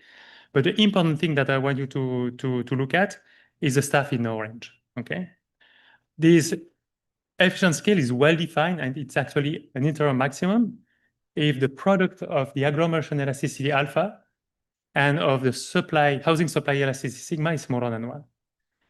We have ample estimates of these two parameters, and the product of the two, even if you take the upper bound for both, is well below 1, okay? So what the empirical work is telling us is that we are, through the lenses of our model, well comfortably in the zone where the efficient scale of the city is strictly positive and finite, okay? And interestingly, it stands in stark contrast with Cobb-Douglas preferences. If you assume that people have homothetic Cobb-Douglas preferences, the efficient scale of the city is 0. Another way of saying the same thing, it means that you have decreasing returns to the size of the city for any size of the city. So it means that models based on homothetic Cobb-Douglas preferences are basically telling you that they are designing a model of cities in which there is not so much of a rationale for cities to exist in the first place. So I've shown this to you already. So the next thing, the first thing we've just done is, getting the fact, and we believe it's an important one, that the efficient scale of cities should be non-degenerate. The second property of the model is the fact that we can provide macroeconomic foundations for it, okay? So that's what I want to turn to next. All right, so what we do here, and I'm not going to show you any more equation at this point, is to design a monocentric city model, as in Alonso, Mus, and Mills. So this is a pretty old literature. So for, I guess, everybody in this audience knows what the monocentric city model is, but just for the sake of the argument, all jobs are in the center. People consume land via their housing at some distance from the center. Commuting to walk to the center or to shop or whatever is costly. We model that as a utility cost. And then the housing price in equilibrium is going to compensate people for the commute, okay? Housing is going to, the way we model the production of housing is exactly as in the space free model, okay? So developers are going to use land and structures come from the numerical good, okay? So in spatial equilibrium, everybody must be indifferent as to where to live. So housing prices are going to compensate for the commuting costs. And the model is going also to deliver a finite urban fringe, okay? So there will be endogenously determined a physical footprint for the city. And the reason why I'm emphasizing this is, again, because Cobb Douglas is going to fail on this dimension. Okay. What is nice for us is the fact that this PIGLAM model, which is the spatial version of the space-free PIGLAM model, and AMM stands for Alonso, Mus, and Mills, is, if you wish, a set of microeconomic foundations that leads to the reduced form PIGLAM. Okay, so we can rationalize the PIGLAM model with a spatial PIGLAM model. What you have on this graph is the typical monocentric city diagram, in which on the horizontal axis you have the distance to the CBD, the central business district, and on the vertical axis you have, say, unit housing prices. So you have this decreasing function, the negative gradient of housing prices with respect to the distance to the center. And since housing uses land and the numeraire are good, and we have constant returns to scale in housing, then the price of land that developers are willing to pay for land to develop the housing units is also going to decrease with distance to the center. Okay. Importantly, the land price gradient is always going to be steeper than the housing price gradient in any reasonable model. And the physical counterpart to these price gradients is the fact that physical density is going to decrease. So the building height is going to decrease with distance from the center, and population density is also going to decrease with distance to the center. The reason for the fact that population density goes down as we move away from the center is twofold. One, it comes from the fact that physical density falls with distance to the center as developers substitute away from expensive land towards they substitute away from structures towards cheaper land as we move away from the center. And the fact that as housing prices go down, as we move away from the city center, people want to consume more floor space. Okay. So let me take stock by emphasizing one thing. Pigel is not just another special case. So Cobb Douglas is a special case. Fixed housing consumption is a special case. Pigel is not just one more. Okay. Let me explain. On the vertical axis here, you have this epsilon, which is the parameter that governs the non-homogeneity of preferences. And we have the two polar cases, 1, Cobb Douglas, and 0, fixed housing consumption. Okay. So when epsilon is equal to 1, preferences are homothetic Cobb Douglas. Okay. And as we've seen, it leads to two degenerate results. Okay. The efficient scale of the city is 0, and the urban fringe is infinity. With fixed housing consumption, that's a very extreme form of non-homothetic preferences. But the problem with that is that people consume a fixed amount of housing. They're totally unresponsive to prices. And that means that the population density, the gradient of the population density is exactly the same as the gradient of the physical density. And that is counterfactual. So if you want to have your 4 gradients, which is property number 4, if you want to have finite urban fringes, which is property number 3, if you want to have price effects, which is property number 2, and if you also want to have non-homothetic income effects, which is property number 1, you need Pigel. Okay. The other 2 systems that people use are tractable, but they are counterfactual or they lead to degeneracies on very important dimensions. Okay. So we can provide microeconomic foundations to PIGLAM using PIGLAM, and then we can encapsulate PIGLAM in system of cities. But in terms of the interest of time, I'm going to skip that today. What I just want to emphasize is that maybe I can show you one expression that will give you a sense of that. Imagine that the staff inside the square bracket here, the product of TFP-A and BNL, imagine that is log normally distributed. Then very naturally, the efficient scale of cities is going also to be distributed in log normal.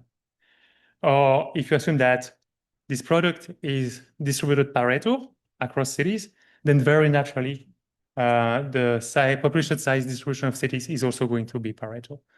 So with these isolated elastic functional forms, it's very easy to replicate empirically relevant size distribution of cities. Okay. By the same token, we can revisit the sorting model that Gilles and I have developed with Chris Behrens over 10 years ago. And we can also extend the model to allow for idiosyncratic preferences, like in the work of Rebecca and many others in the room, okay?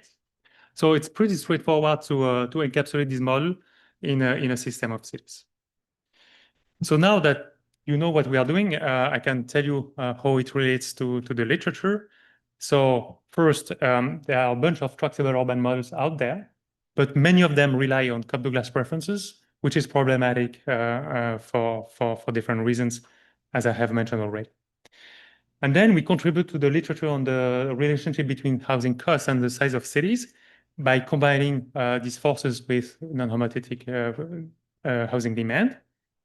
And finally, we contribute to the literatures on the systems of cities by designing a parsimonious model that you can extend in these different directions, okay? Whether it's about sorting, whether it's about the size distribution of cities, whether it's about models of fixed housing consumption. So interestingly about the models of fixed housing consumption, which is basically saying that epsilon is equal to 0, we can revisit these models. We can just rewrite these models using Pickel preferences, okay? So Gilles and I have been very guilty of using the case of epsilon equal to 0, but our redemption is in this formulation here. And finally, we can, as I mentioned already, it's technically possible to use these Pickel preferences and apply them to QSMs. In the few minutes I have left, I want to show you why this tractability is nice. It's nice because you can do back of the envelope calculations. I guess in the age of powerful computers, that's not necessarily needed anymore. But you know, academically speaking, I grew up in the 20th century, so back then we cared about these things. So the application I want to consider here is simply to think about the progressivity of most tax systems of the OECD. So the way I'm going to model that is not super original, right? So I'm following others, is focus on the expression for W tilde. So W tilde is the after-tax earnings, and these after-tax earnings are going to be less than proportional in the pre-tax earnings W. And the parameter omega is going to capture this less than proportionality, okay? So if omega is smaller than 1, the tax system is said to be progressive, okay? You can assume something similar on rebates regarding housing costs, but for the sake of time, let me skip it. So I want you to focus on the case omega is going to be smaller than 1, and think about tau being exactly equal to 1, okay? So the expression you have on the top of the screen here is an elasticity of the size of cities, the efficient scale of cities under the progressive tax system relative to the size of the cities that would arise in the absence of this progressivity, okay? And as you can see at the right of this expression, it's a very, very simple expression, right? It combines two parameters from the urban model, the agglomeration elasticity alpha and the housing supply elasticity sigma, and the two key parameters governing the progressivity of the tax system, tau and omega, okay? So fortunately for us, some people have come up with numbers for this very important elasticity omega. So Heathcote, Storrs-Layton, and Violante came up with this number of 0.8 for the US. So let me use 0.8 for the US. I'm going to use a value for sigma of 2, which is the central estimate, if you wish, of Baumsnow and Duranton, and the upper value 0.05 for alpha. If you do that, what you find is that under progressivity, the efficient scale of cities increases with CFP at a rate which is 22% smaller than the rate at which it would progress with it in the absence of progressivity. So to caricature, think about it, saying, you know, what it's going to do is to make more compact the size distribution of cities, okay? So it's the progressivity of the tax system is going to work against the bigger cities. It's also, oh, by the way, if you use the values, the lower and upper bound values for alpha and sigma, this wedge varies very little from 0.7 to 0.8. Okay, it's also going to distort not only the allocation of people across cities, but also the composition of the cities if people are heterogeneous. And finally, since the progressivity of the tax system is redistributing money away from the well-off towards the not so well-off, and since housing is a necessity, aggregate housing demand is going to increase. Okay, so it makes urban land, the consumption of urban land go up. Okay, and I'm done with time, just on time. Thank you very much.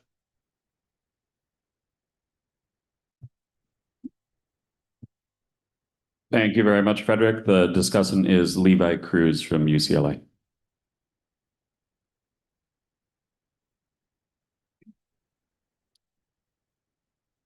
Great. Thanks very much to the organizers for having me be the second act of our little theory interlude. Rather than summarizing the paper and then telling you what I think about it, I want to summarize the paper by telling you how great I think it is. So I think this Piggle urban model is really a quite simple model, but I mean simple in the highest possible sense in which I could use that word, which is it has everything that it needs and nothing else. And so this slide's going to look like cotton candy, but stay with me. There are basically two, maybe three, depending on how you count, building blocks of this model. First, on the household side, let's start with identical households for a second. I'm going to get back to that. And I'm going to bring in these Piggle preferences. That's kind of the main contribution to the paper. I'm going to strip it down to I just need to think about really these two elasticities, an income elasticity epsilon and a price elasticity of demand nu. And so then I can write my expenditure share for housing as just what it would be under Cobb-Douglas. That's that mu parameter, but then some adjustments for the fact that housing may be a necessity. That's the W to the epsilon minus 1. And then the fact that I may be relatively price inelastic for housing. That's the P to the 1 minus nu. Okay, the second main building block is just going to be some housing production function, which will ultimately boil down to some isoelastic curve that we're all used to thinking about. And I pick up one more key elasticity, which is sigma, which is the housing supply elasticity that comes from the land share in production. And then the final building block is that I'm just going to have wages be pinned down in part by agglomeration elasticities. And there I get my fourth one. That's going to be alpha. And when I put all of these together, I can solve for the equilibrium of this model in really a beautiful way where I can get prices and I can get housing stocks or the flow services of housing, both as isoelastic functions first of wages and city size. But then when I swap in my agglomeration, I just get this all as this nice big block of stuff that's proportional to isoelastic functions of city size. To me, this is beautiful. Okay. It's also beautiful that this depends on 4 key elasticities. In over 20 years of work, this team has basically estimated all of them already across different papers. So you might think that I'm bolding all of the citations on the right. I'm not. I'm only bolding the ones that someone on this team has written already. You guys really need to write another migration paper so that I can put you in that block as well. But so I already have everything I need from their prior work. And now they've put the theoretical pieces together in a really nice way. Okay, so I basically have one expository comment, one big conceptual comment, and then a couple quibbles that if I have time, I'll get to, and if I don't, I won't. Okay, the expository comment is really just, wait, but why Piggle? Okay, and so I think to some extent this was coming across. I want to do it a little bit more clearly or differently because Frederick, where did you go? You also already have a paper with Cecile that's thinking about general non-homothetic preferences in these kinds of models. Maybe you want to do non-homothetic CES. Maybe you want to do heterothetic Cobb-Douglas. Why is Piggle kind of the place to go? So you guys emphasize that it gives closed forms. That's true. But in the identical household case, kind of a lot of stuff would have given me closed forms here. All I really needed was that housing demand side is isoelastic in prices. I'm going to be able to get a closed form here regardless. Where Piggle actually has its power is deep in the appendix when I actually think about heterogeneous households. This is where it's really nice that Piggle still gives me, even though it doesn't have sort of Gorman aggregation, it still gives me some notion of a representative agent. where instead of thinking about this whole distribution of folks with different incomes, I can think about having a bunch of different guys who all have this kind of inequality aversion, generalized mean income W bar, where that generalized mean depends on that income elasticity. So without Piggle, I don't think I get this pretty form. And if I don't get that, then everything doesn't stay isoelastic. So I think Piggle really has its power once you bring in that heterogeneity. And I just wanted that to be a bit more clear. The second thing I'll note is that even though other folks have estimated price and income elasticities for housing in different setups, for example, non-homothetic CES, when you actually take that to your estimating equations, it ultimately boils down to estimating Piggle. And so if all you're doing, so if you go to Finley and Williams, you have non-homothetic CES, you have to take a log linear approximation to actually estimate that thing in the way they do. It's just like you estimated a Piggle demand. And so I actually think that's quite nice and even more credence for using Piggle as kind of your first choice for the theory. Okay, so that's my expository point. What about my big kind of conceptual point? This is where I'm going to put my my growth economist hat on. Okay, so I teach undergrad economic growth. One of the kind of key formalizing questions for my students that I ask them is, why are we so rich and they so poor? That's how we get through growth accounting, development accounting. And we mean that often in two ways. One, I'm comparing us today versus somebody else today. Think about US versus Malawi. But I can also mean this in the sense of us today versus us yesterday. And I think in urban and spatial, we're used to thinking about that first kind of question. I can think about the rich versus the poor in Chicago. Now bringing in these non-homothetic preferences seems very important to get those expenditure shares right. But at the same time, I could have asked the other framing of that question, which is, let me think about the median guy in Chicago today versus the median guy in Chicago in 1976. What should have been happening to their expenditure shares if everybody has stable Piggle preferences? Okay, and this actually brings you to kind of the intellectual tradition that that Piggle has kind of had in the last 10 to 15 years, where this has been mostly folks in macro working on growth and structural transformation who are leveraging these preferences because they allow you to think about simultaneous income and price effects while at the same time being consistent with a balanced growth path, if you think like the Calder facts, for example. Okay, now this is where we get to, I think, the somewhat awkward tension for this kind of room is that most of us are used to thinking about mostly static setups. And I think the implicit assumption that we have in mind is that I'm thinking about some long run steady state, or I'm thinking about some exogenous BGP, and I'm just detrending by that growth rate. And when I have homothetic preferences, that's a pretty harmless assumption, I think, to make, because as I send some constant trend through the fundamentals in my economy, if I have homothetic preferences, who cares? It's not going to change sort of the allocation. Once I bring in non-homothetic preferences, it might. And that's where I want to think about this a bit more carefully. And so the question that I just want to get to in my last couple of minutes is a little bit of a sketch of, can I use this model to rationalize time trends that I see in the data as well? And so I think the work you guys are already doing for France sounds like it's going to touch on part of this point. And so I think that's great. Let me kind of just set the stage for you a little bit then. Okay, and so the way I want to do that is I want to ask for, is it a requiem or revival for Davis and Ortalo-Magne? So I think a lot of folks in this room have probably cited this paper at some point when they wanted to write down Cobb-Douglas preferences in their spatial or urban model. And what they actually show in their paper is that these expenditure shares on housing, at least from 1980 to 2000, look like they've been roughly constant over time and roughly constant across US cities. Okay. And from that, they reasoned that preferences for housing are always and everywhere Cobb-Douglas. I'm going to cross that out. I think not many people in this room are going to buy that only if part of the statement, certainly an if, but maybe not an only if. And this team has already showed in France, and Finley and Williams showed in the US that these housing expenditure shares are actually slightly increasing across cities. And Gilles and Jonathan and Don have showed in theory papers that you can actually get this kind of fact with a unit housing demand. Anyway, so we don't need Cobb-Douglas, right?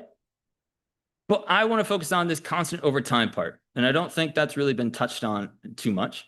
And so if I ask you to add one more thing to the list of what this model can already match, which can it match constant expenditure shares on housing over time, How well does this setup do?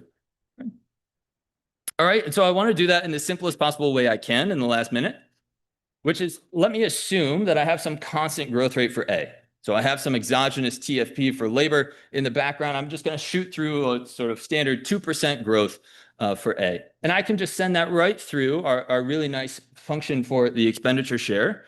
As I tell my undergrads, if you want to take growth rates, you take logs and take derivatives, you're going to end up right at this kind of expression. I'm going to set the growth rate for that expenditure share to 0 because that's my goal. What is the growth in prices that I need to rationalize constant expenditure shares over time with Piggle preferences as estimated previously? I'm going to need something on the order of 0.64 times whatever growth I have in TFP adjusted also for growth in population. So I need relative price growth that's slower than relative income growth. Now, the point I want to make is not necessarily that I need you to take this number seriously, but I have 3 feasible responses for you, and then I'm going to stop. One is I don't believe Davis and Ortella mugging. Fine. Okay. Show me that trends or expenditure shares are not constant over time. Number 2 is that there's some divine coincidence, say growth rate in B that's changing GP. Or number 3, there is some missing mechanism in this setup that we can only get to once we start taking dynamics seriously. And I'll just stop there. All right, thanks.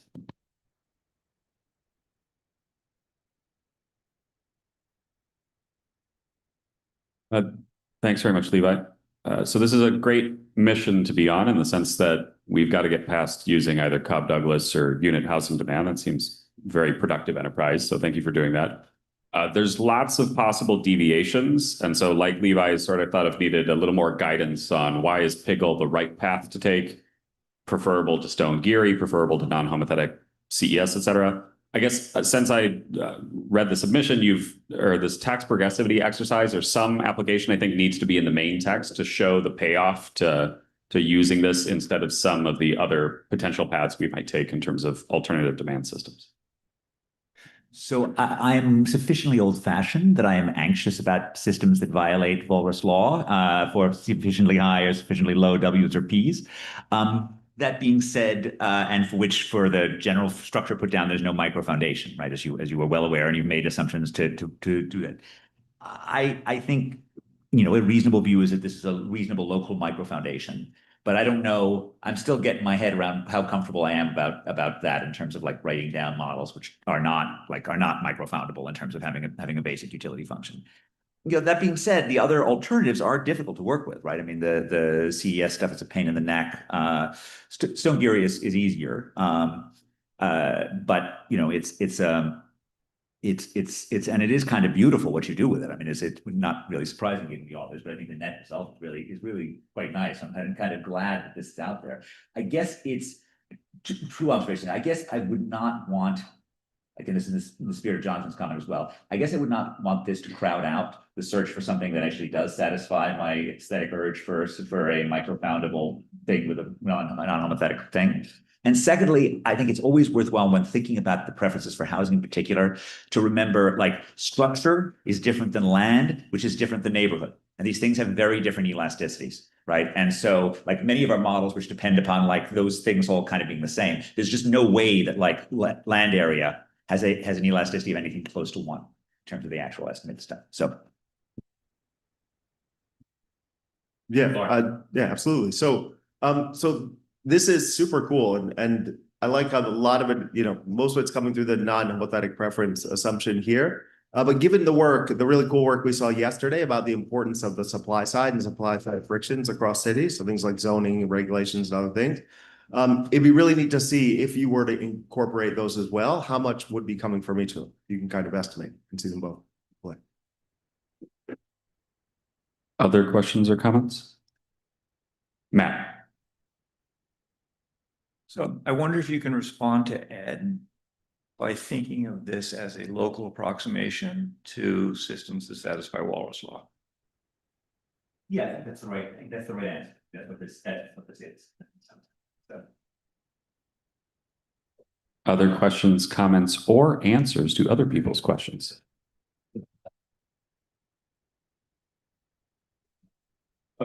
David Albuy.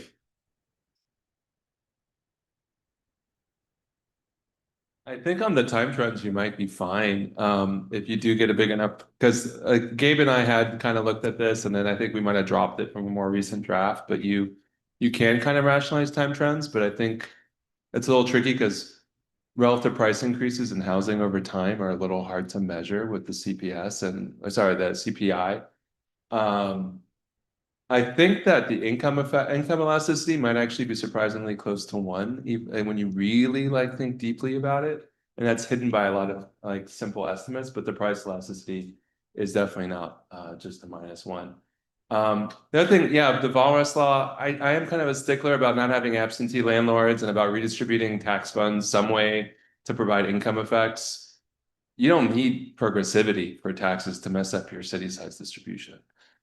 So that's something to think about too. But overall, I kind of like the Piggle stuff. I'm glad you used it. So good job overall. Yeah. I'm not really, to be clear, I'm not against it. I'm just saying that I have an aesthetic thing which still nags at me on that's all. I managed to go over that.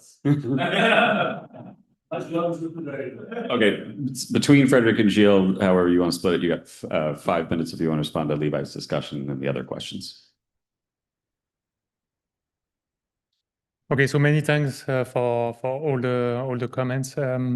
Levi, where are you? You disappeared in chat. Okay, so many thanks for your very thoughtful discussion. So we look into it. That's great. Stonegiri has its own problems. If you ask Kiminori Matsuyama, he will tell you that it's very counterfactual because it leads to affine angle curves and they are anything but.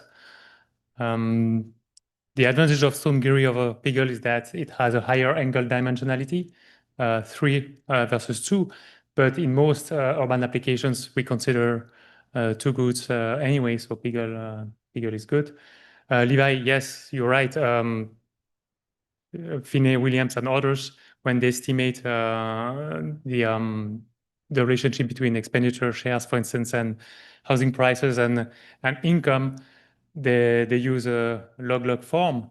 And for us, it's the estimates that you recover have a direct structural interpretation, which is one of the reasons we fell in love with this model and decided to make it standalone.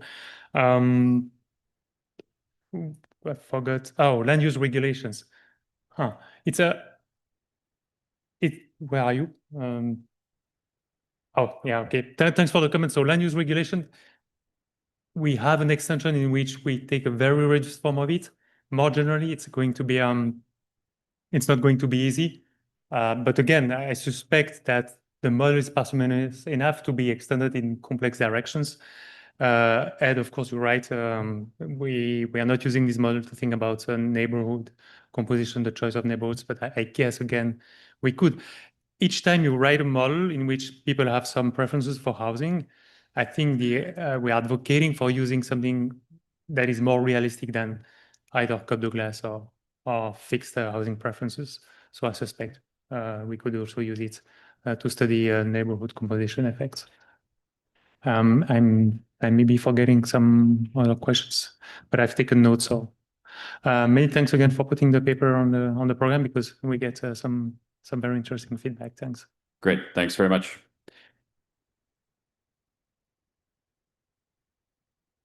We're on break and back at 2 o'clock.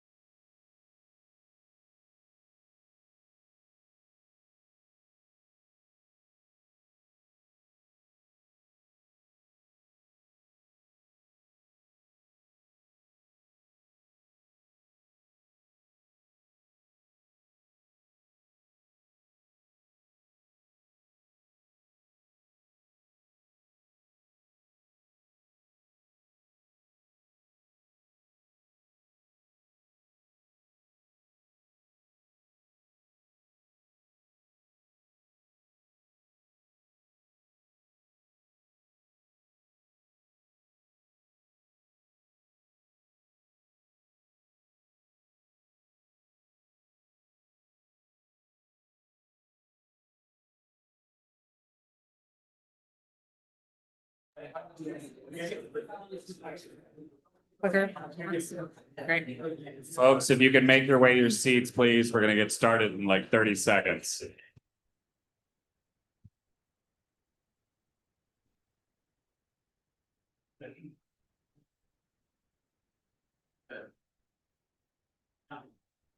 Let me know when to start. Okay. I don't know if it's always, it's kind of new. This one I attribute to Brad. This is his idea, but it was a good idea. All right, thanks for coming back, everybody. Next up, we have Shoshana Wasserman from Stanford talking about road pricing. You got 25 minutes. Take it away. Thanks. Very excited to tell you guys about this paper. It's with the co-authors on this page, 2 of whom are here, and you should look for their faces. Now you know what they look like. I'll just jump into it. So ever since New York City started its congestion pricing policy last year, there's been a lot of talk within the US and across the world about doing similar kinds of policies in other places. But the more I talk to people about this, the more it seems like the number of intuitions for whether, how, and why exactly congestion pricing works seems to vary much more widely than one might expect. So what we do in this paper is we try to take on this question with a model that's focused on the source of congestion itself, the road network and the people who drive on it. So our model posits that the answer depends on 4 types of primitives: the distribution of drivers and their preferences for taking their trips at different times of day, given prices and traffic conditions, where those drivers are located throughout the road network, the efficiency of the roads that carry them, and the availability of alternatives like public transit, and the revenue itself that's collected from the congestion pricing tolls, which might be the value which might be lower than what's actually collected if, let's say, enforcement is costly, or it might be higher if the money is used to fund high-value public goods like public transit. But it's ultimately an empirical question. And to make it concrete, we apply our model to an empirical setting. We use data from a large usage-based pricing experiment in Israel that I'll tell you about in just a second, to estimate the primitives of supply and demand that I just told you about. And we use these primitives to simulate counterfactual equilibria with different policies that can help us think about the value of different pricing schemes and how they might compare to alternatives. So I'll just jump into it and tell you about the experiment. So this was a very large experiment, I think, by most standards. It was operated and financed by the equivalent of the National Highway Administration in Israel. The way it works is basically as follows. About 10,000 people were recruited throughout 2020. Yes, 2020, we can talk about that later. More or less stratified by their locations proportionally to commuting patterns. The vast majority of them live in the Tel Aviv metropolitan area, which is where we'll focus some of the later stuff in the talk on. And once somebody was recruited to the study, the way it worked is that they had a GPS device in their car that would basically track everywhere they went. And so we would see anytime they used their car. For 6 months, we would watch where they went, but we wouldn't talk to them at all. After 6 months, after the first 6 months, they would get an annual budget of roughly $1,300 activated, and they would start paying out of this budget for every trip that they took, depending on when and where they drove. So the payments were based on this price schedule. So there's a 3x3 per kilometer fee schedule, where there are 3 buckets of times. So peak hours, corresponding to roughly rush hours, off-peak, which you can think of as the middle of the day, leisure, which is nighttime, and 3 geographic zones: metro, which are basically the 4 big cities; metro fringe, which you can think of as the broader commuting zone where the vast majority of people live if they're not in the metro; and periphery, which is everything else. As you can see, metro peak is where most of the money was. Metro fringe had a little bit, and so did off-peak metro, and everything else was 0. Okay, and this was very much real money at the end of the year, or more or less. The drivers would basically get paid out the remainder of their budget. And so if they drove less, they would get more money. This was transferred into their bank account, as legit as can be. Okay, so just to give you a bird's eye view of how this looked, this is what the recruitment into our sample looked like. So every row here is a driver, and every point on the x-axis is a week during the experiment. There's roughly 100 of them. And the color denotes what status that driver is in. So when they're in red, it means they haven't started the experiment yet. When they're in yellow, it means they have the GPS device in and we're watching them, but they're not paying. When they're in blue, it means they're active. And so they have a budget, they can see where they're driving, they can see the history of payments and do trip planning. and most importantly, they're actually paying for trips. So I'm not going to show you much direct evidence from the experiment. I'm going to focus more on the model, but just to give you a sense of where the variation is going to come from, I'm going to show you an event study on the number of cross-city trips. Think cross-city you can think of as like Belmont to Boston, not like LA to San Francisco.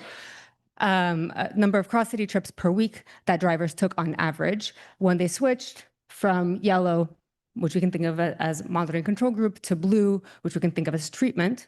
And here the control group is basically, because of the staggered recruitment, the control group is going to, for a person switching from yellow to blue, is basically going to be all the people above them in the graph who are still in yellow and still being watched without incentives.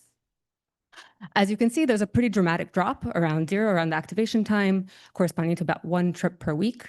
That's roughly equivalent to about a 20% decrease relative to the pretreatment median. So clearly, people took fewer trips after pricing started. There's many, many cuts that we did of this that we can show you, thinking about different ways of looking at whether the responses were on the intensive margin, extensive margin, different kinds of trips. That's for the paper. If you're curious or ask me, I promise you I have the graph somewhere. Okay. So jumping to the model, the core of the model is trips that we're going to define as origin destination pairs and a relevant time period. So here's an example of one such trip. This is a trip that starts in Jerusalem and goes to Tel Aviv. You can see the shading in the map here tells you what geographic zones they're in. So red means that they're the metro, they're the really expensive ones. Yellow is the metro fringe. And so based on these colors, you can tell that depending on what time of day exactly this trip would take, it would cost a different amount of money and presumably also incur different amounts of traffic congestion. There are many of these trips throughout the road network. So here's another example of a trip that starts in a city slightly west of Jerusalem called Beit Shemesh, and also going somewhere else in Tel Aviv. The way I want you to think about this is that these are different drivers taking potentially similar trips at different times. They're exposed to pricing in slightly different ways. And importantly, although they're taking different trips, their routes are going to overlap to some degree. So in this example, for instance, these two trips are going to overlap for a large chunk of their driving, mostly along the highway.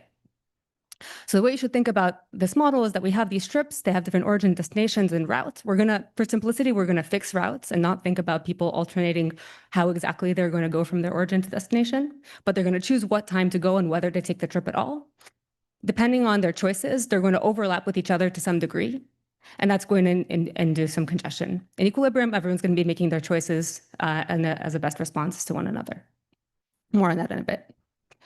But before I get there, to operationalize this logic, we need to take one step from what I showed you to something that we can use in a model. In particular, we need to define what the set of relevant trips are. Now, this is easier said than done. In some sense, we see all the trips people take, but we don't see the trips that they don't take. And it's going to be important in order to estimate preferences, in order to have some way to infer when they're making the decision to take a trip or not. And this is going to be hard if we try to take into account all trips, because it's going to be pretty tricky for me to figure out why Brad took a trip to the grocery store on Sunday morning at 9 a.m. or on Tuesday afternoon at 4 p.m. It's going to be basically impossible for me to infer that as a function of traffic conditions and prices, so I'm just not going to try. Instead, we're going to do something a little bit simpler, and we're going to focus on what we call regular trips. You can think about this heuristically as a trip that happens often enough around the same time that we can kind of infer that if you didn't take it, you would have at least considered. So if I see Brad going from his home to his office every Monday at 9 a.m., I'm going to assume that generally speaking, Mondays around 9, he thinks about going to the office. And if he doesn't, I'm going to make an inference based off of that. Okay, so we're going to take all of these regular trips for everybody in our data throughout the entire panel.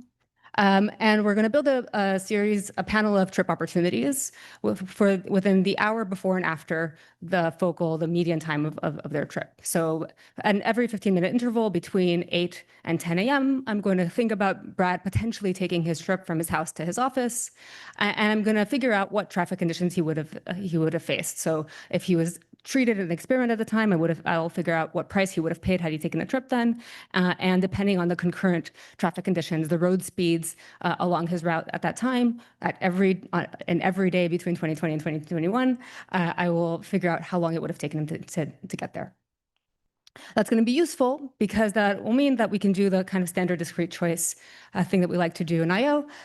We're going to model the demand for model utility, the utility of taking a trip at any one of these time intervals on every day in the panel through a mixed logit model that takes into account some baseline desirability of taking the trip at a particular time, the price that he would have paid, the duration, and just to account for the variation in outside options that people might have, the ratio of the best public transit alternative that he would have had available to him to his average driving time.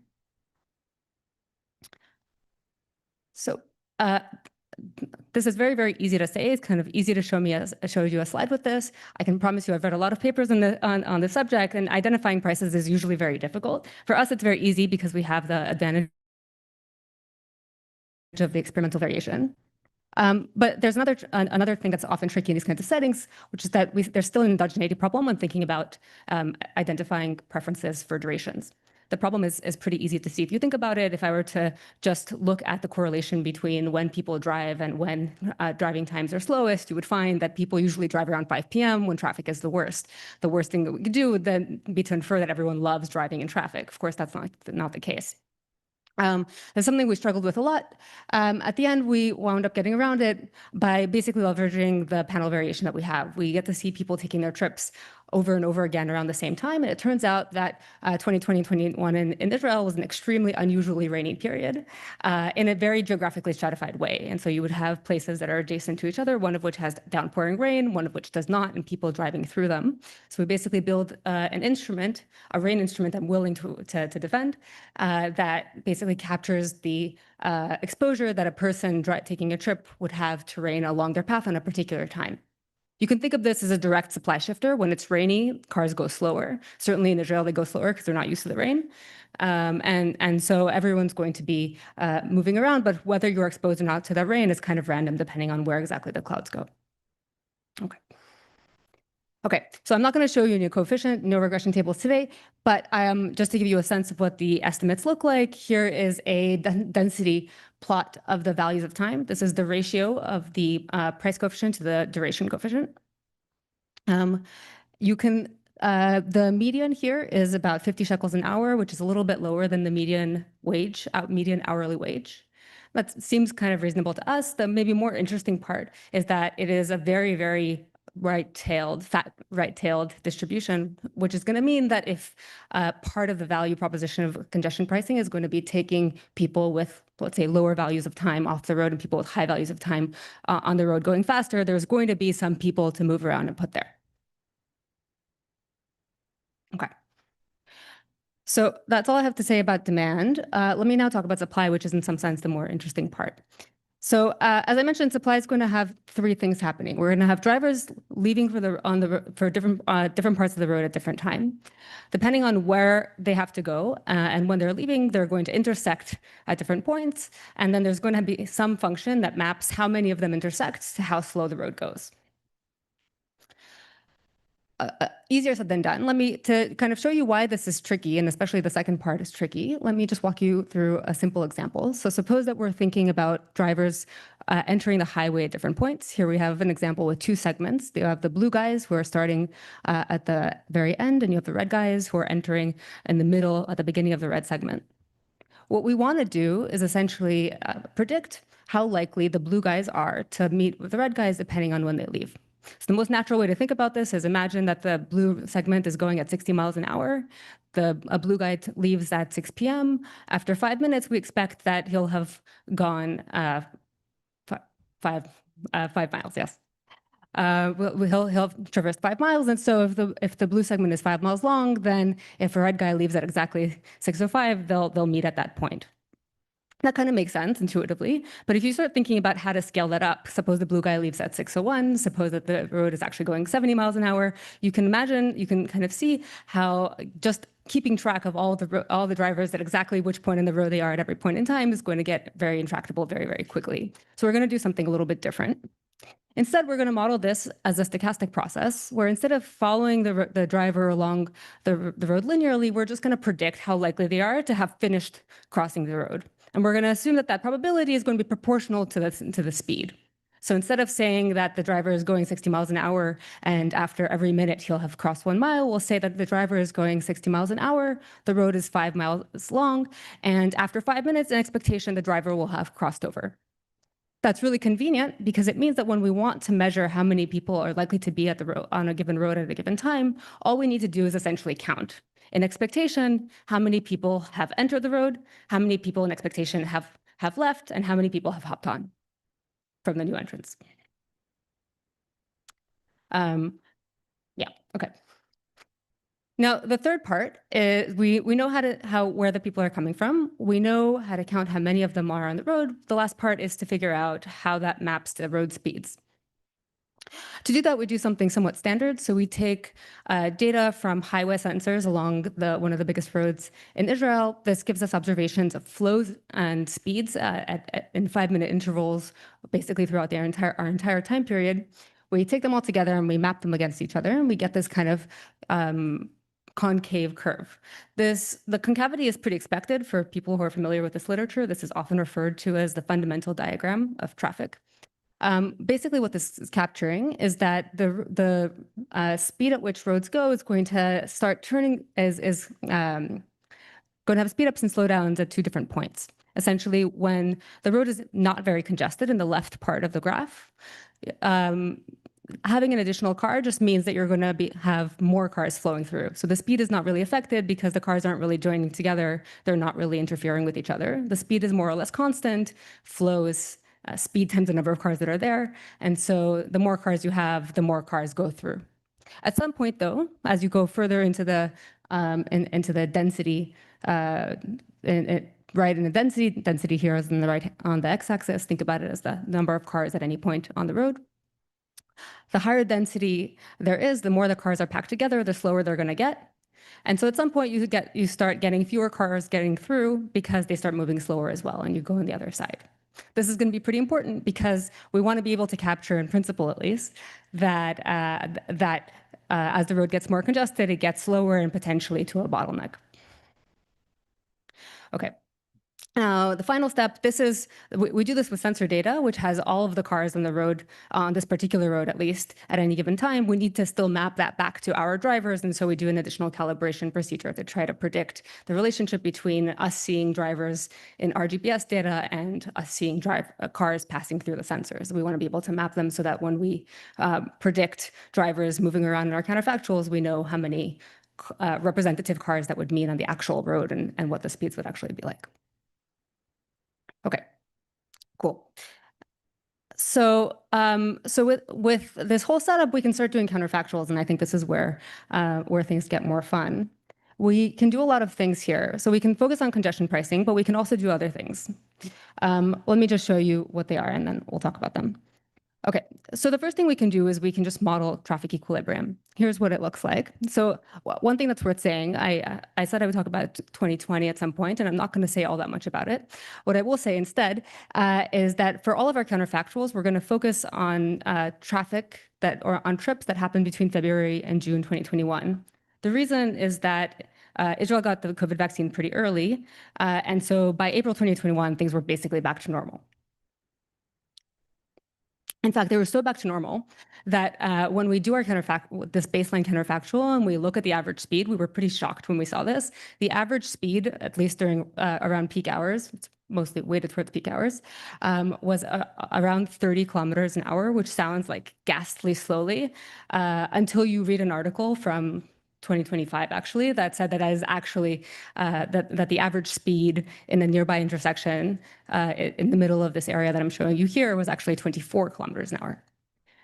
So I'm telling you this for 2 reasons. One is I think these are pretty reasonable traffic conditions, reasonable in the sense that they're representative of today, not in the sense that I would like to drive in 30 kilometers an hour.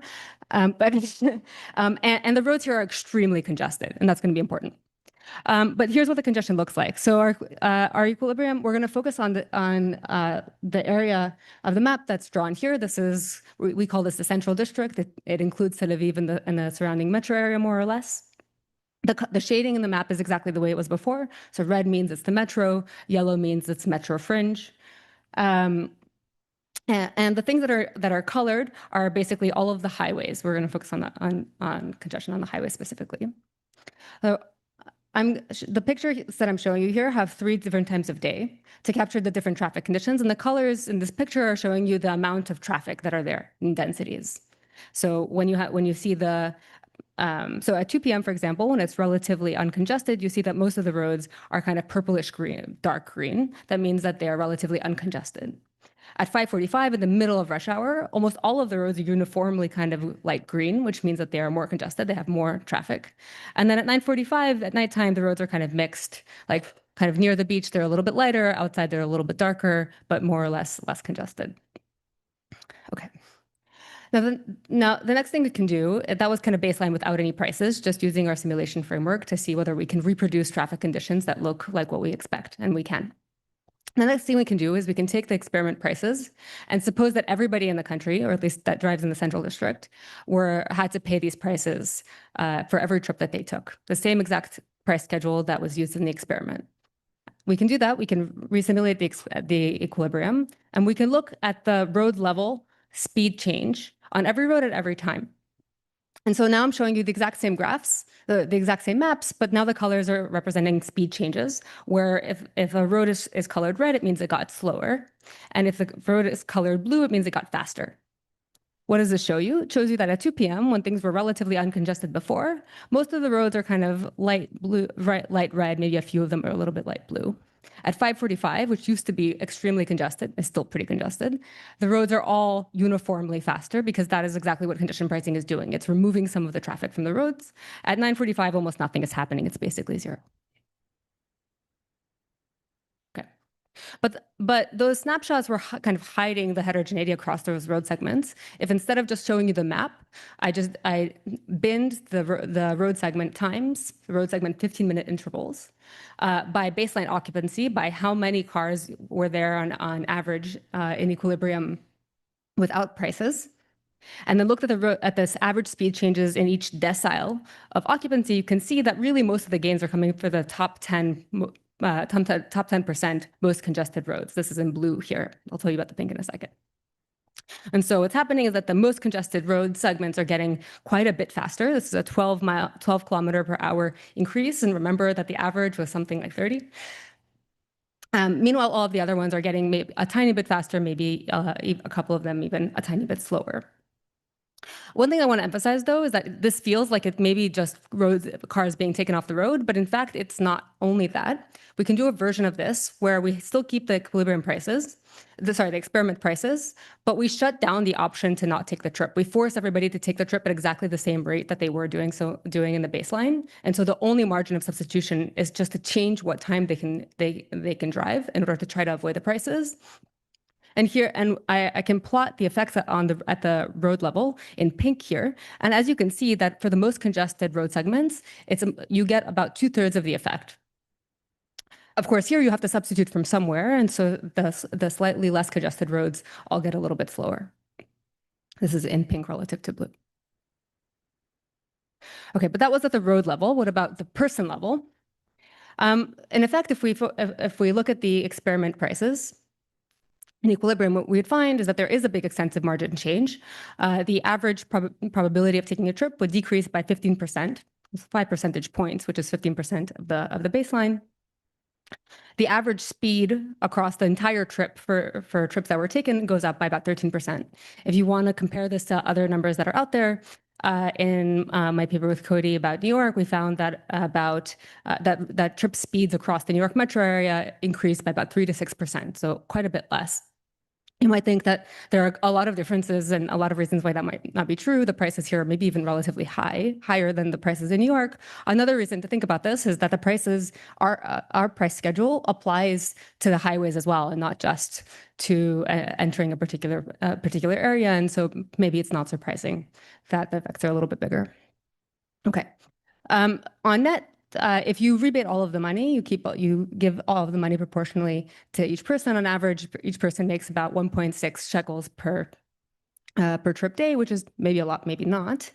But one way to put this in context is to compare it to a very different counterfactual. So suppose instead of doing any pricing, we instead added a lane to every single highway in the central district. You can imagine this is a very expensive thing, and I'm not going to at all account for the costs of construction or buying land. If we were to do that, we would increase the amount that people take trips, of course, and increase trip speeds. But the trip speeds would increase a little bit less because of the induced demand. And on net, you would do better, but not that much better. In fact, what we find is that you would get about 94% of the value in terms of welfare from adding a highway through congestion pricing. We can do other things. I'm running out of time, so I can't show you all of the pictures I prepared, but just to kind of give you an amuse-bouche. One of the things we can do is we can compare this to the upcoming metro network that's being built right now in Tel Aviv. This would have a relatively small effect. In large part because I don't have time to focus on these numbers, in large part because it would affect a relatively small portion of the trips that are actually going along the network. Many of these trips are coming from farther outside farther outside and not touching every part of the network, a part of the train that's being planned. And so we would find that congestion pricing would do quite a bit better. Does that mean congestion pricing is better on net, or that we should do congestion pricing and not do transit? For sure not. There's a lot more that I can say. I'm going to stop and let Gabriel take the mic. But let me just conclude by saying I think the contribution of this paper in many ways is to offer a way to think about congestion pricing in the context of all these different transit interventions that we might think together. There's nothing to stop us from doing these things together and comparing them or trying to do mixing and matching as we wish. I'd be very curious to know if you have intuitions about what would be interesting to see. Thanks.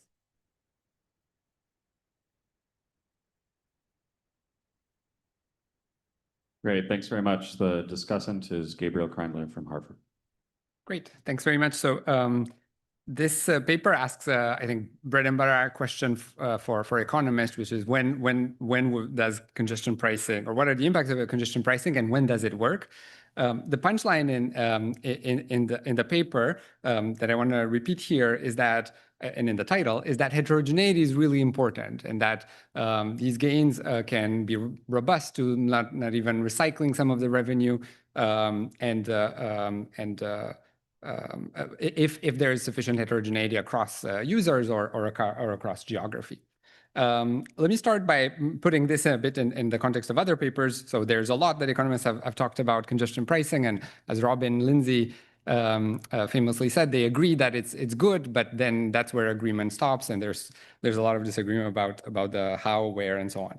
And even given that, there's a little bit of I guess, a work saying that maybe cautions against congestion pricing, or is less more ambivalent. Prudhomme and Boccarejo, for example, look at the London congestion charge and say, look, just the implementation costs are so large, they almost are the same as the revenue, so all of that gets lost, and they end up saying it didn't necessarily improve social welfare. There were rebuttals of this, saying they're using wrong assumptions. Some other, so Denis Di Pascal and co-authors also look at implementation costs being very large across a number of settings. Perry and Bento say, again, if you don't recycle revenues or you don't recycle them the right way, recycling them the right way might be great, but if you don't, and there are distortions elsewhere in the economy, this might not be as good as you thought.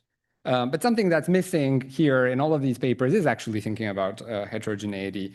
And this is where there's some work and where this paper also does a lot of work. So there's a class of papers that are stylized models, intuitions, and really building the core of these arguments. And more recently, the Jonathan Hall's work and Cody Cook and Parley looking at highways with priced lanes and where heterogeneity in values of time can buy a lot, right? Those don't really have a lot of geographical, variation because they focus on highways. So where this paper comes in is kind of touching all of these boxes. So thinking about how much revenue imperfect revenue recycling or implementation costs eats into the gains from congestion pricing, thinking very carefully about both those dimensions of heterogeneity, both in the network and in preferences. Now, it's probably obvious to most of you why heterogeneity in preferences is useful. It wasn't immediate for me, so indulge me while I explain this in the simplest possible model that I can think of. So we're going to think about moving to some level of positive pricing, and we're going to think that all of the revenue is burned. And heterogeneity is going to be in preferences here, and they're going to be two groups. One of them are high value of time folks who are completely inelastic, so they're going to drive no matter what, and so they are hurt because by how much time they have to spend on the road. All right. So for them, the change in welfare from going to pricing is how much they value time saved because of pricing, and hence fewer cars, but they have to pay the cost, and we're assuming that's burned. The other group is low value of time, and they're fully marginal, fully elastic. Their utilities pin down to an outside option. So they adjust when there's pricing. Fewer of them drive, but for welfare, it's a wash. So they don't contribute at all. And for them also, these prices are gone. So if you look at this expression, this change in welfare can be, first of all, positive despite burning revenue, and can be actually arbitrarily large if you have this group of people who really, really like time. The paper actually has a stylized, elegant model for heterogeneity in geography and in exposure to different areas of highways that I think is much more helpful. So both the conclusions in the paper, Shosh mentioned it as a 1.6 Israeli shekels benefit from the experiment, and in the paper there are a lot other counterfactuals, including optimal pricing. And in particular, this result that you can burn all the revenue and still have gains rely on the fact that welfare is money metric. This matters. This could be okay if this is what the government actually wants. Could be okay if the government has managed to optimize everything else in the economy such that a shekel has the same value across people. But this has a bit of tension with the fact that we're thinking about situations where the revenue might not be recycled. So why, if it's wasted, then why can't the government do something good with it here? I don't think that's a huge problem. First, because the paper already talks about the implementation cost interpretation. So I do think a little bit maybe leading with that more is more robust. And I would love to see more with other social welfare functions that put more explicit focus on SES or geography. Now, on the execution of the paper and the empirics, the main thing I want to say is that the paper is absolutely meticulous, and with the model and computation being extremely careful and going above and beyond. So I'll just leave it at that for that. I have two comments that about the empirical exercises. So first is that the program that the authors study is one where participants decide to join. And so this is mostly a comment that's in some sense tangential to the paper, but also has a bit of relevance. One is just that this is a very interesting program. It raises these questions of, is it really additional? Does it actually do anything to congestion in Israel, given that people opted in? So they might have opted in because they knew that they were going to drive very little in the future, so they'll make money that way. Or they might have opted in because they knew they were flexible and they thought, yeah, sure, I'll change my driving once I start getting paid for it. So the paper shows convincingly, I think, that people do change their driving once they start getting paid to do so. So they are flexible. The key question for the exercises in the paper, which are about generalizing this to all drivers in Israel, is how representative is their flexibility. I don't have concrete suggestions. I think the paper does, everything that they can to deal with this issue. The other one is one that Shoshana has already talked about, which is they have very clean variation on price, but a lot hinges on the dispersion and the valuation of time. And that is typically just a very hard problem in this literature, is my reading. And one of the reasons is that this is unlike prices, which can be more easily manipulated individually. Travel time is a market level kind of attribute. And so I think designs that look at highway lane choice when one of the lanes is priced come closest to being to having really clean variation. But other than that, it's very rare to do something. So the paper's solution is to use these extreme rain instruments. And I think this may absolutely be the best option here. but there's still questions that remain about the exclusion restriction, right? So the ones I had is that, rain is going to affect transit and the utility of walking and even the utility of driving beyond travel time. Maybe it's, maybe it's more dangerous. I think there's a bit more here, maybe a bit more detailed analysis that they can show. I got the flavor from what Shoshana was saying that, using rainfall in the middle of the highway trip at least is going to alleviate some of these questions, some of these issues. My last point, or my last comment rather, is about the size of the gains from congestion pricing. I think that comparing the gains or the impact of congestion pricing and of the experiment with highways and with the subway intervention is really smart, it's really cool. I've never seen such a side-by-side. I'm sure it exists and I've just missed it, or perhaps it exists, but I thought this was a really nice way to benchmark it. But I was struck by the fact that both seem kind of small. So the optimal congestion pricing from the paper gives something that I think is around $15 or $13, $15 per person per month. And that to me numerically seems small. And I have, so first, I guess I would like to know what's the cost of congestion in general, compared to pure free flow where there's no congestion at all. Which we know we cannot necessarily reach. And also, I'm a bit confused because, like, in terms of time, the same counterfactuals seem like there are a lot of time savings. So that must be offset somewhat by the disutility of not driving for some people. And very general and kind of just want to put out there, one conclusion, if you do buy that this is small, is that maybe there's too much worrying about the inefficiency in congestion, which doesn't seem quite right.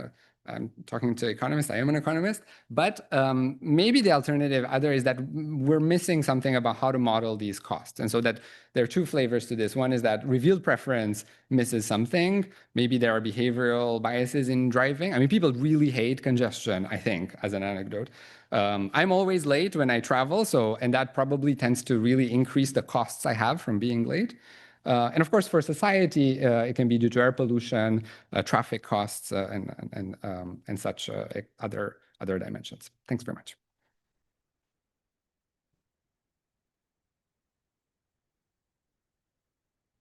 Thank you, Gabriel. All right, we got time for questions. Gilles? Okay, really cool stuff. I really like it. Three things. The first one, I would like to see some decomposition of the effects. Keeping traffic constant, you price, you tend to drive less, then traffic improves, so you want to drive more. So I would like to see a little bit of calculations here. Pushing a point that Gabriel has raised, one of the issues besides the cost of implementing those, the things, so one of the problems is that in order to generate reasonably small welfare gains, we need huge transfers. So I would like to see also with those things, and also please translate with those shekels into dollars so that I know what they are. Also, maybe more fundamental, you're looking at whatever habitual trips. And so now our definition of those trips is commuting, but we know it is only a very small share. So I think you're really working at the intensive margin. I would like to know a little bit more about the extensive margin, but I think all your clever ideas will not really apply. So I would like this to be discussed and stuff. I mean, but still, it's excellent. Thank you. So very impressive paper. Of course, like there's like 3 papers in there. One parameter that's missing from the model is aversion to being late and not knowing when you'll arrive. So unreliability, empirically, it's about as important as predictable travel delay. I mean, maybe it's isomorphic to other things in the model, but quantitatively it might matter. And if you choose to model it, like one thing we find with Jill and Adam is it's proportional to congestion. Unreliability is proportional to congestion. It's not surprising. So you could quantitatively put it in the model that way. So it is a beautiful presentation. I wanted to ask, so I think the political wind against this congestion pricing is often about its impact on low-income people. Do you have something you can say on what you've done? Thank you for letting me show you more graphs. one last comment, then I'll let you respond. It's great that the ministry is willing to run experiments. I think there's a really strong contrast with how New York City chose to go about rolling out congestion pricing. So that's nice institutional capacity. I guess, given the outputs of your paper, what do policymakers need in order to assess whether they want to run more experiments or whether they want to try to scale up the experiment? Sort of, it seems very promising in terms of what you've delivered in terms of outputs. Cool. Can I answer? Yeah, you got about 5 minutes. Okay, Gilles, let's talk afterwards. I have some graphs to show you. Uncertainty. Yeah, it's something, it's on our to-do list still to check whether we can identify it. I think the only difficulty is that adding, you can imagine adding a variance term, for example. Our model can certainly handle it. I don't know if we can identify preference for it, but we should try. Political economy. So here is the distribution of consumer surplus by decile of home socioeconomic status. We don't know the real economics. We don't know people's income, but we can see where they live. And so if you look at it, this is if you rebate evenly. If you rebate, this was one of Gilles' questions, I think, or somebody's questions. If you rebate to generate a Pareto improvement, so you make sure that nobody is worse off, it actually looks very similar. So you can kind of see that the distribution is relatively even. If you compare this to the distribution by value of time, even with Pareto weighting, you see that there's something very different happening. Basically, what congestion pricing does. So here, the experiment is in red. So just focus on that. Don't worry about the other ones. Experiment prices is in red. You see that basically what it's doing is it's giving a lot of surplus to the people who have the highest value of time, the top decile of value of time, and giving everybody else just enough. But that actually doesn't correlate that well with socioeconomic status. If you compare this with socioeconomic status, you see that it's quite that it's much more evenly distributed. One thing that's kind of interesting that I wish I had time to show. Well, I guess I do have time. Is that this is really the fact that everybody is kind of made well off in the end is really driven by the fact that you can give money back to people. So if you just did the raw consumer surplus and you took away the money and threw it away, you would actually get this. And it looks much more stark for if you did it by value of time. If you did it by value of time, you would see that the people with the highest value of time are getting a lot and everybody else is getting screwed because it's not perfectly correlated. With socioeconomic status, you see this weirder thing. But what this is telling you is that these congestion pricing policies, the kind of prices that we think are pretty good in the experiment, and the fact that I didn't emphasize this, but the green line here, the red is the experiment prices, the green is if we optimize the prices, taking into account the revenues, they look almost the same. The way that they work is essentially by optimizing for these high value of time people and then redistributing all of the money. That's kind of what this is telling you. That doesn't mean that this is the only way you can do congestion pricing. And in our paper, we show that you can actually, if you wanted to optimize with respect to raw consumer surplus, you would still want some prices, but it would look very, very different and deliver much less. And Jonathan, your question was, should we ask cities to do more experiments? I would love them to. I think it would be great to have more evidence, in large part because I think what works in a place like New York or a place like Tel Aviv is quite different than maybe a place like LA or Chicago, where I think the traffic dynamics, where traffic concentrates and how people go is different. That said, I think if you do the math on just how much the payments to drivers were for this experiment, you will see that that number is probably around $10 million. And so I think that's kind of the difficulty. And you should think of a shekel as roughly 25 cents.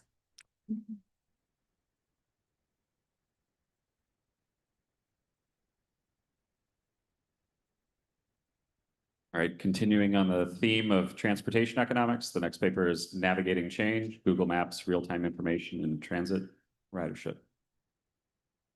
You have 25 minutes, Rand. All right.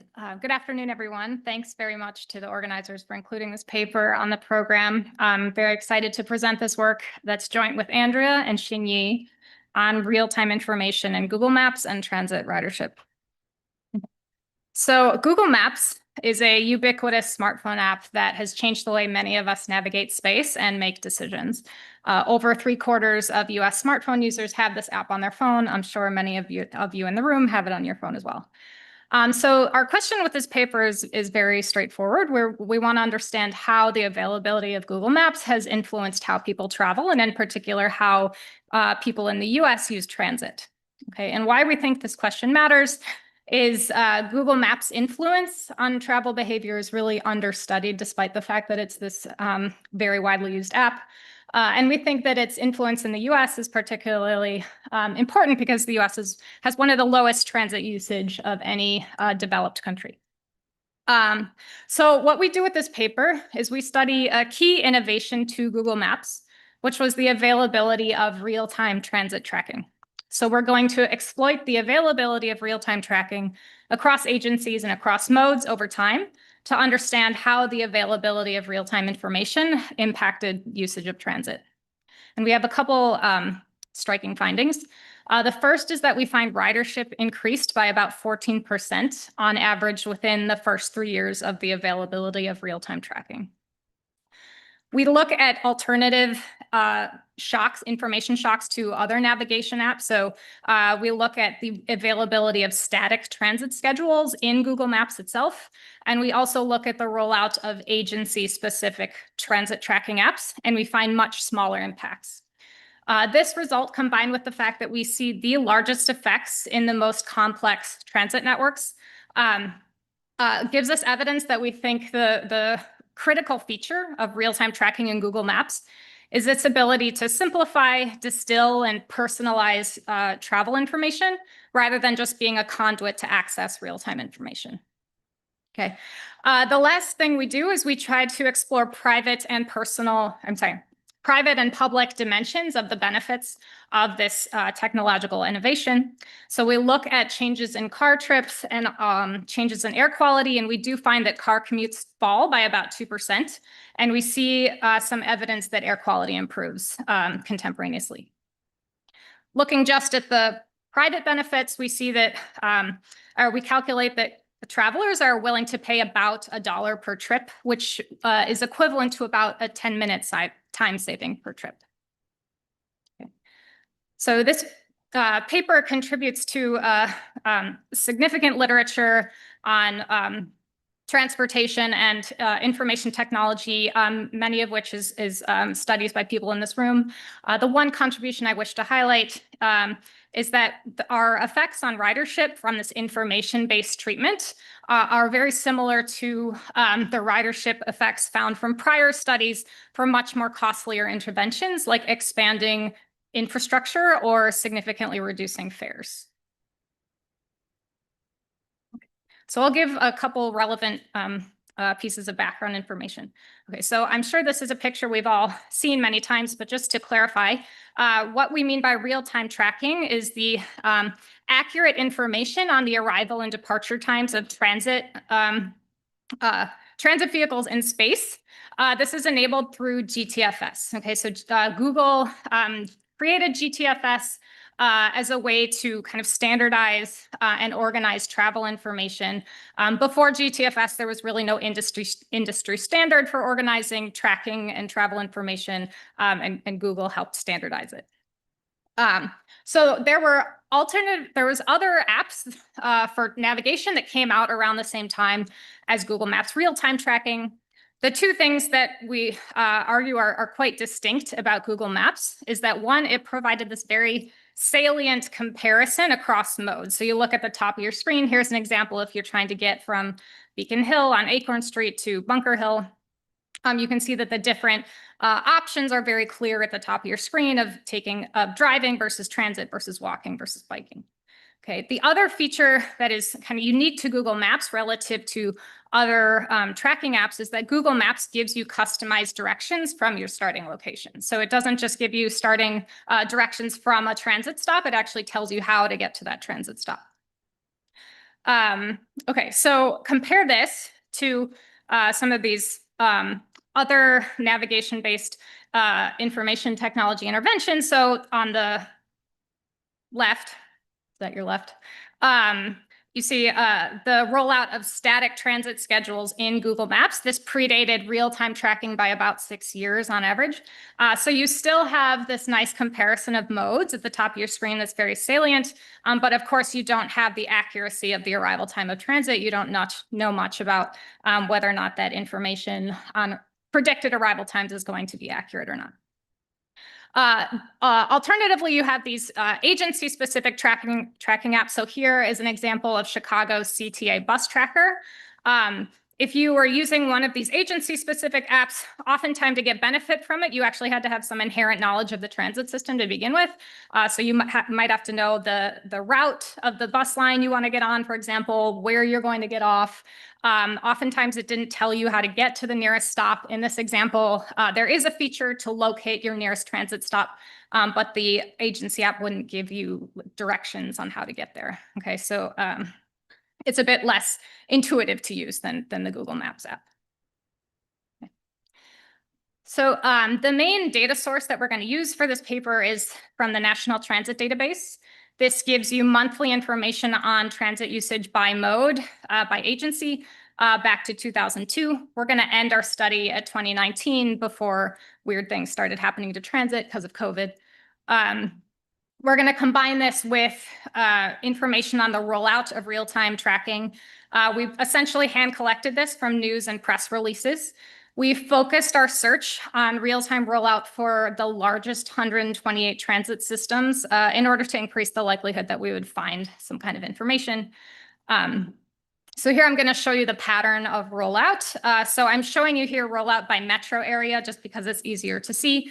But just to keep in mind, our treatment, our unit of analysis is in agency mode. So here, if any agency or mode had real-time tracking prior to 2019, it's highlighted in a color here.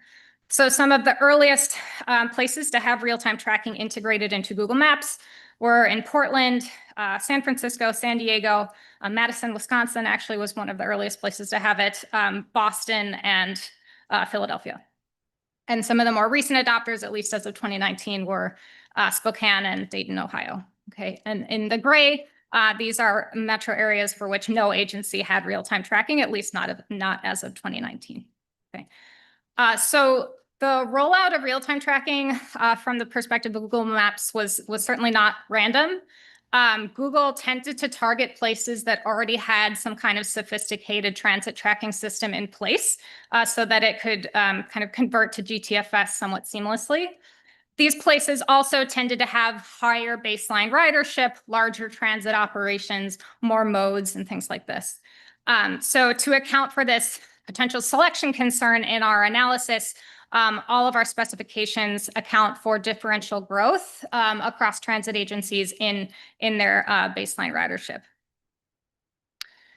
Okay, so quickly, some of the other data sets we're going to use, we're going to measure how people are commuting, so what mode choice they use to commute using responses to the American Community Survey. We're also going to use the ACS to get aggregate city-level demographics and characteristics. We're also going to use air quality. We're going to measure transit system complexity using a measure of the vertex degree that we source from GTFS feeds. And we're also going to use fares from the American Public Transportation Association. So our empirical approach is a staggered difference in differences design. Again, the unit of analysis is an agency by mode by month. The main outcome of interest is ridership per capita. Though the structure of our estimation equation is very similar when we're looking at mode choice or air quality.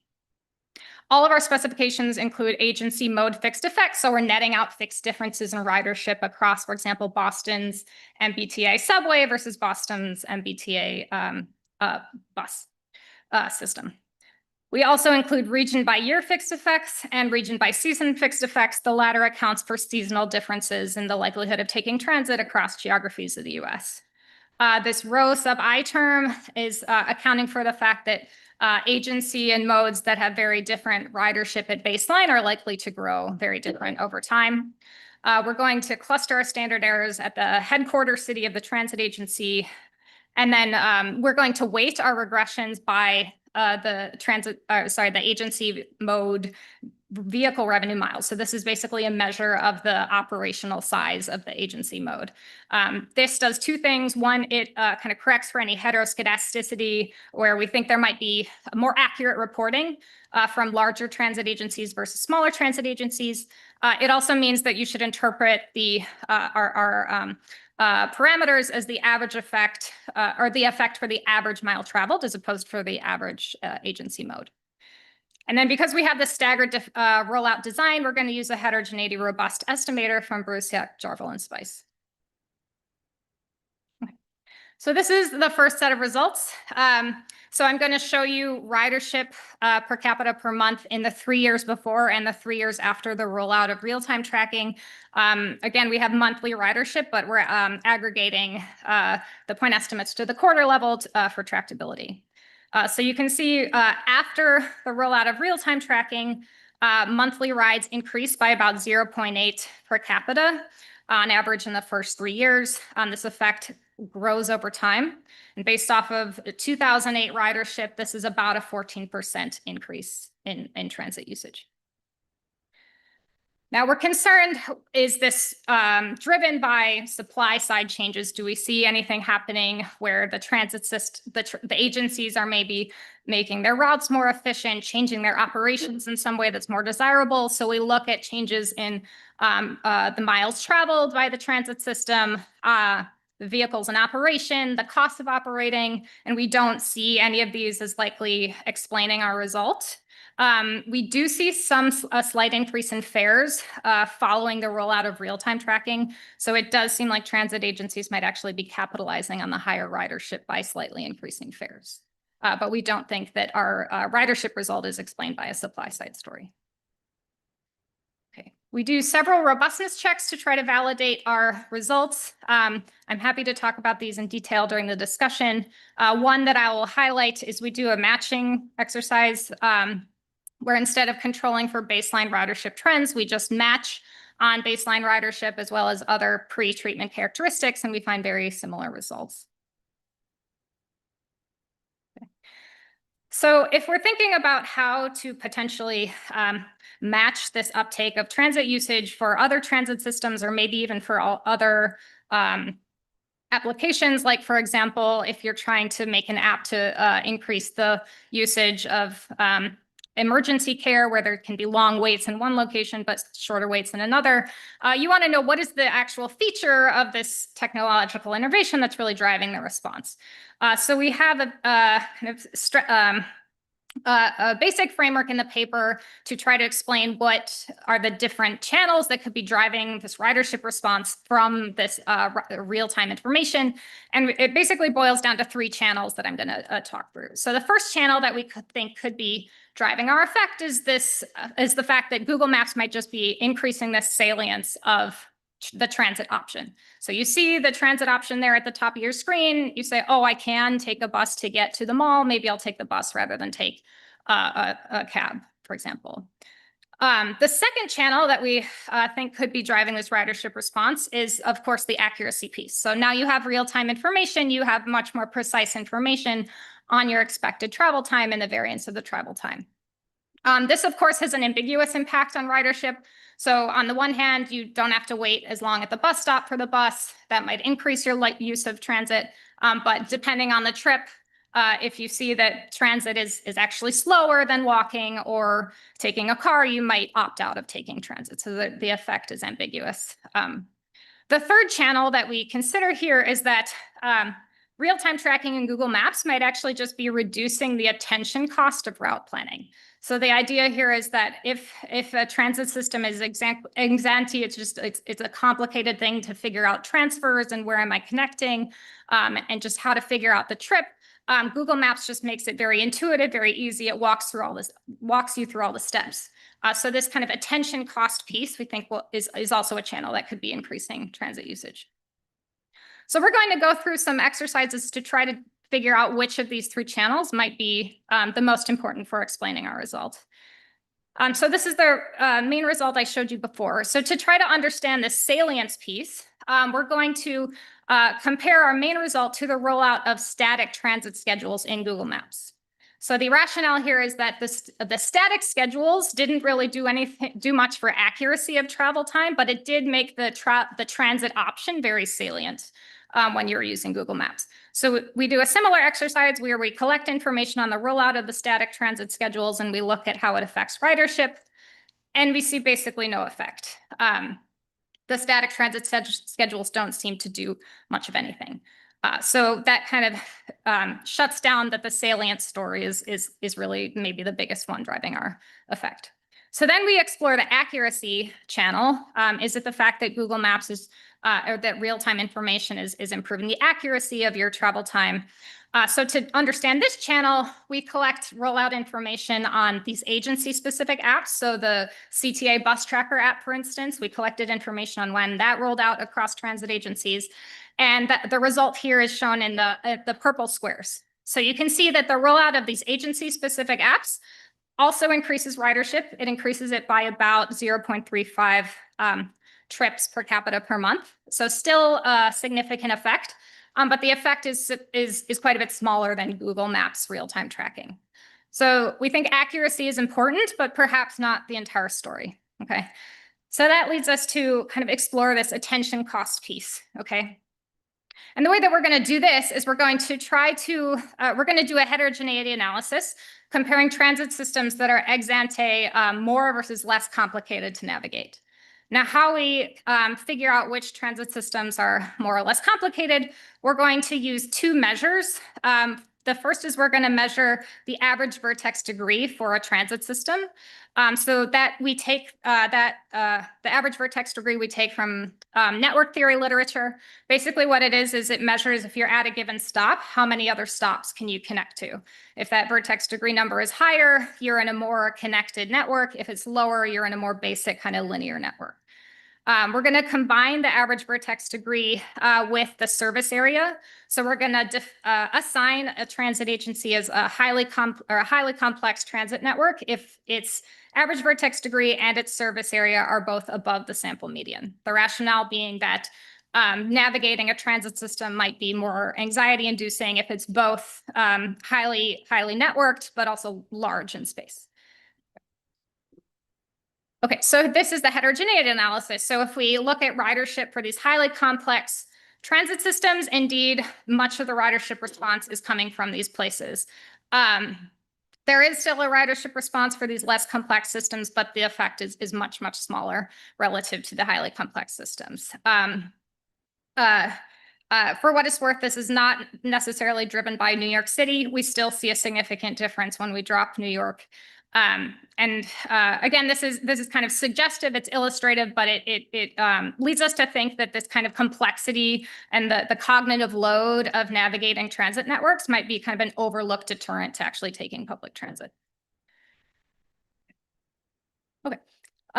Next, we're going to explore kind of the external benefits of this feature. Admittedly, myself and Andrea are environmental economists, so we're always kind of thinking about these things. So we look at how has this, given that there's this increase in ridership, is any of that from people actually getting out of their cars, and can you measure that through air quality? Okay, so to test for mode switching, we're going to use data from the American Community Survey. So people respond to the ACS saying what their primary mode is of commuting to work. So we're going to use observations from the household level. We're going to estimate these equations using traditionally squares for computational tractability, but results look very similar when we aggregate mode shares to the city level and use the BJS estimator. Okay. So here's the transit results. So we're looking 5 years before and 5 years after the rollout of real-time tracking. And you can see that about a year after, starting about year 2 after the rollout of real-time tracking for a city, the likelihood of commuting by transit increases by about 1.18 percentage points. So this, we think, is kind of a validation exercise of our prior findings, because we're seeing a very similar pattern in a completely different data set. So people are taking more transit. Does that mean they're driving less? It seems that yes. So this is the where the outcome is commuting by car. We see that by about year 1, people are less likely to report commuting by car, and the effect is a decline of about 1.4 percentage points. So a strikingly similar magnitude to the increase in transit usage. Because these magnitudes are very similar, we think this is kind of support that people are indeed mode switching. There is some substitution going on. So next, we're going to explore if you can see this reduction in car usage and air quality at all. We're going to look at changes in carbon monoxide. We focus on carbon monoxide because carbon monoxide is a very good indicator for changes in vehicle traffic. We're going to, again, do our regressions at the city level, but we're looking at monthly level changes again. And this is the result we find. So there does look to be some decrease in carbon monoxide. It's delayed. It starts around Q3, but there is this gradual decline. The magnitude of this effect is about 7.7%. Is this plausible? We think so. If we were to assume that all of the uptick in transit usage was from people getting out of their cars, then you'd expect this effect to be more like 10%. So we're getting something at least smaller than that. If all of the cars that were getting off the road were those right in the center of the city, then you might expect some nonlinear improvements in air quality from removing these really highly congested trips. So finally, I'm going to show you, we're going to estimate how much travelers are willing to pay for this feature in Google Maps. We're going to use Barry's 1994 random utility framework. So the market shares for trips by mode across cities provides a sufficient statistic for the utility that travelers get from that particular mode. The structure of our estimation equation is quite similar to our main estimation equation I showed you before. The one difference here is that we've added a parameter for fares. And so this is the result we have. We find a willingness to pay for access to real-time information in Google Maps of between $1 and $1.60 per trip. This is an average willingness to pay. We're not doing any heterogeneity here, just looking at the average for kind of any user of Google Maps. If we compare this magnitude, or if we compare this willingness to pay to prior literature on the value of time, this implies a time saving of something in the ballpark of 10 minutes per trip. So a fairly substantial time saving. Okay. So just to wrap up, this paper provides what we think is the first large-scale quasi-experimental study of real-time tracking and of Google Maps. We're showing that an information-based improvement has benefits without doing anything to the physical network of the transit system. So we see both a positive willingness to pay and improvements in air quality from just kind of an information-based shock. Our findings are similar, as I said, to prior work on much costlier interventions like expanding a transit system, adding a subway line, or significantly reducing fares. So we think that that's quite policy relevant. And then finally, we think that our analysis of the channels that are really driving the results speak to the fact that the kind of complexity and cognitive load of navigating transit systems might be an overlooked deterrent to people using transit. So thanks very much for your time, and I look forward to your comments.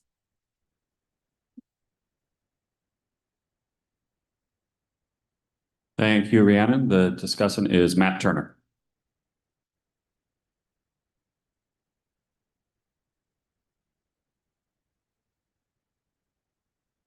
So thanks for staying late on Friday, and to Rhiannon for a nice presentation. So this is the money slide right here. So the x-axis is quarters. So the unit of observation is a transit district quarter, really transit district by mode quarter. The 0 is the quarter in which the particular transit district adopted real-time Google scheduling stuff, the thing we use all the time, or if you use transit, the thing you probably use. And this is Borusiak, Jaravel, and Spy's event study plot.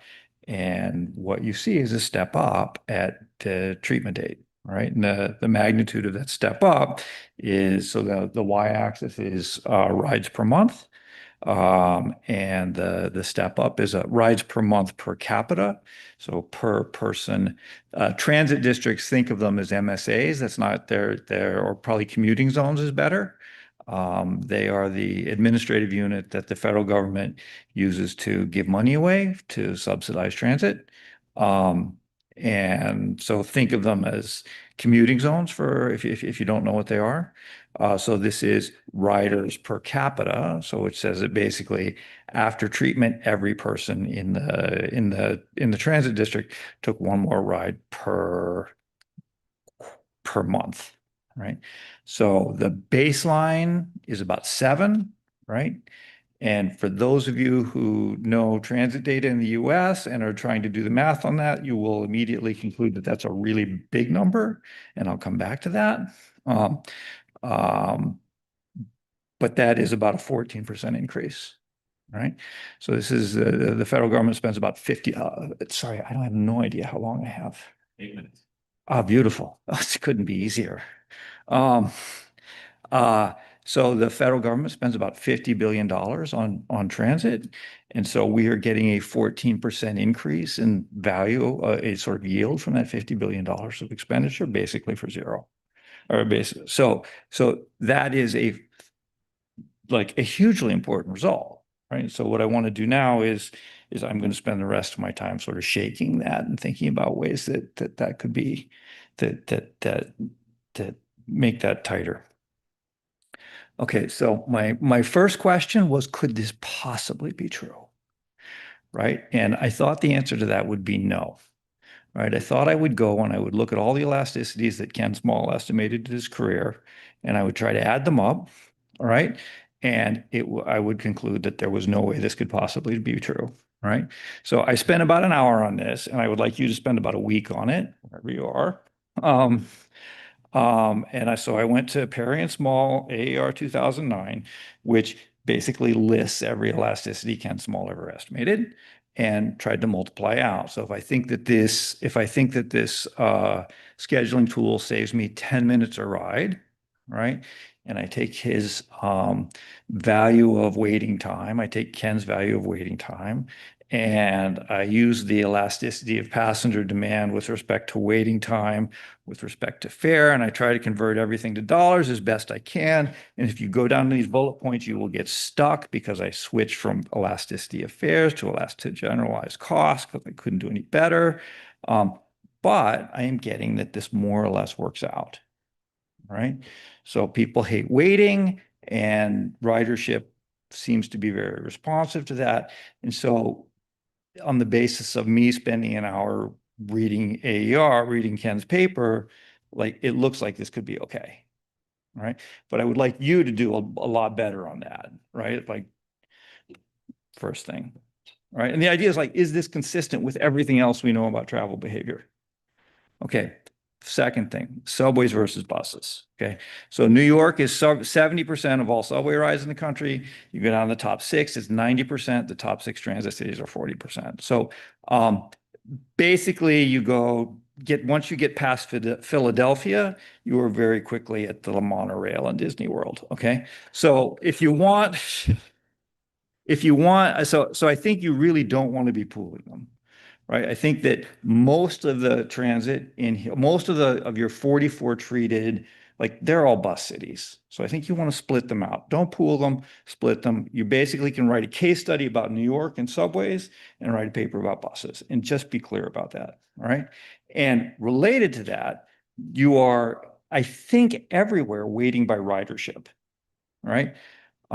Which means that New York subways are way overrated in here, right? And the fact that all of the big transit systems were early adopters, right, I think just makes that worse. So I think you really want to just separate them out, be really clear if you're talking about buses or subways, because I think, even though you took it out, right, I still think this is a paper about New York, maybe Philadelphia, Chicago, Boston, San Francisco, and so on, right? So be really clear whether this is a paper about buses or subways. Right.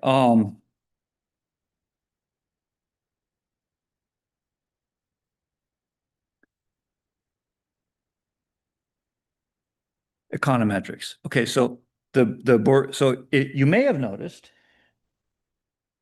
you may have noticed that there is no reference bin at -1 in this figure, right? Like we're used to seeing with the Callaway-Santana estimators. It's because this is the Borusek-Jaravel and Spice estimator. And the pre-period fixed effects are all estimated relative to the pre-period mean in a separate regression from the treatment effects that you see after, and that's okay. All right. And the way that works, all right, it's an imputation estimator, which is we are going to take our best guess at the unobserved, counterfactual, untreated value of the treated units.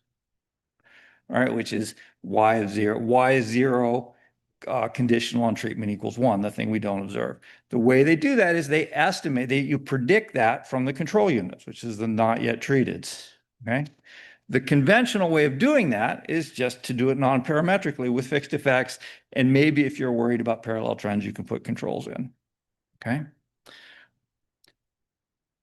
Now, so that has this sort of, you have to accept this model-based identification, and you have to believe the model, right? And so the baseline is this non-parametric fixed effect thing, right? Here's what the paper does. So in the baseline is here, which is just fixed effects. So this is the imputation function that the paper used. I is city, I is transit district, and T is month. You will notice that I have month and transit district on the left, all right? And on the right, there are no T's, all right? And so this is really non-standard, all right? Which means that as opposed to the baseline thing, there is the opportunity for specification error. So not only do I have to believe that this is a persuasive model of the counterfactual, there's also the opportunities for specification error, which is not present in the standard thing. Right. So if you want to do this, I think it's probably okay, but you have to explain why and convince me of it. Right. So that's the first thing is like you're doing the BJS estimator, and that's fine. Right. And the pre-trends look okay. So I think what you're doing is probably fine, but you're doing it in a funny way, and explain why or do it the standard way. Right. And a minute and a half. So I'll skip the rest of the econometric stuff. I'll tell you later. Tell me what this is worth. Like you led off with that. You said this is worth a lot. Show me, right? Like when you are reading the everything Ken Small wrote, and like what is this worth in terms of expansions? What's the dollar value of this thing? I would like to be able to do a cost benefit analysis for Albuquerque or some little place that runs a bus network that is losing money, right? That's really it. So the money figure shows an absolutely huge treatment effect. Like that looks enormous. I think it's fine. The econometrics is a little non-standard. I would like to see that cleaned up. You did enough stuff. I think it's going to be okay, but I would like to be sure. And the weighting is funny, and I don't know, like that makes it really hard for me to understand the results. And I think it's a paper about little bus districts and a case study about New York. And that would be the way I'd like to see you present it. That's it. Thank you.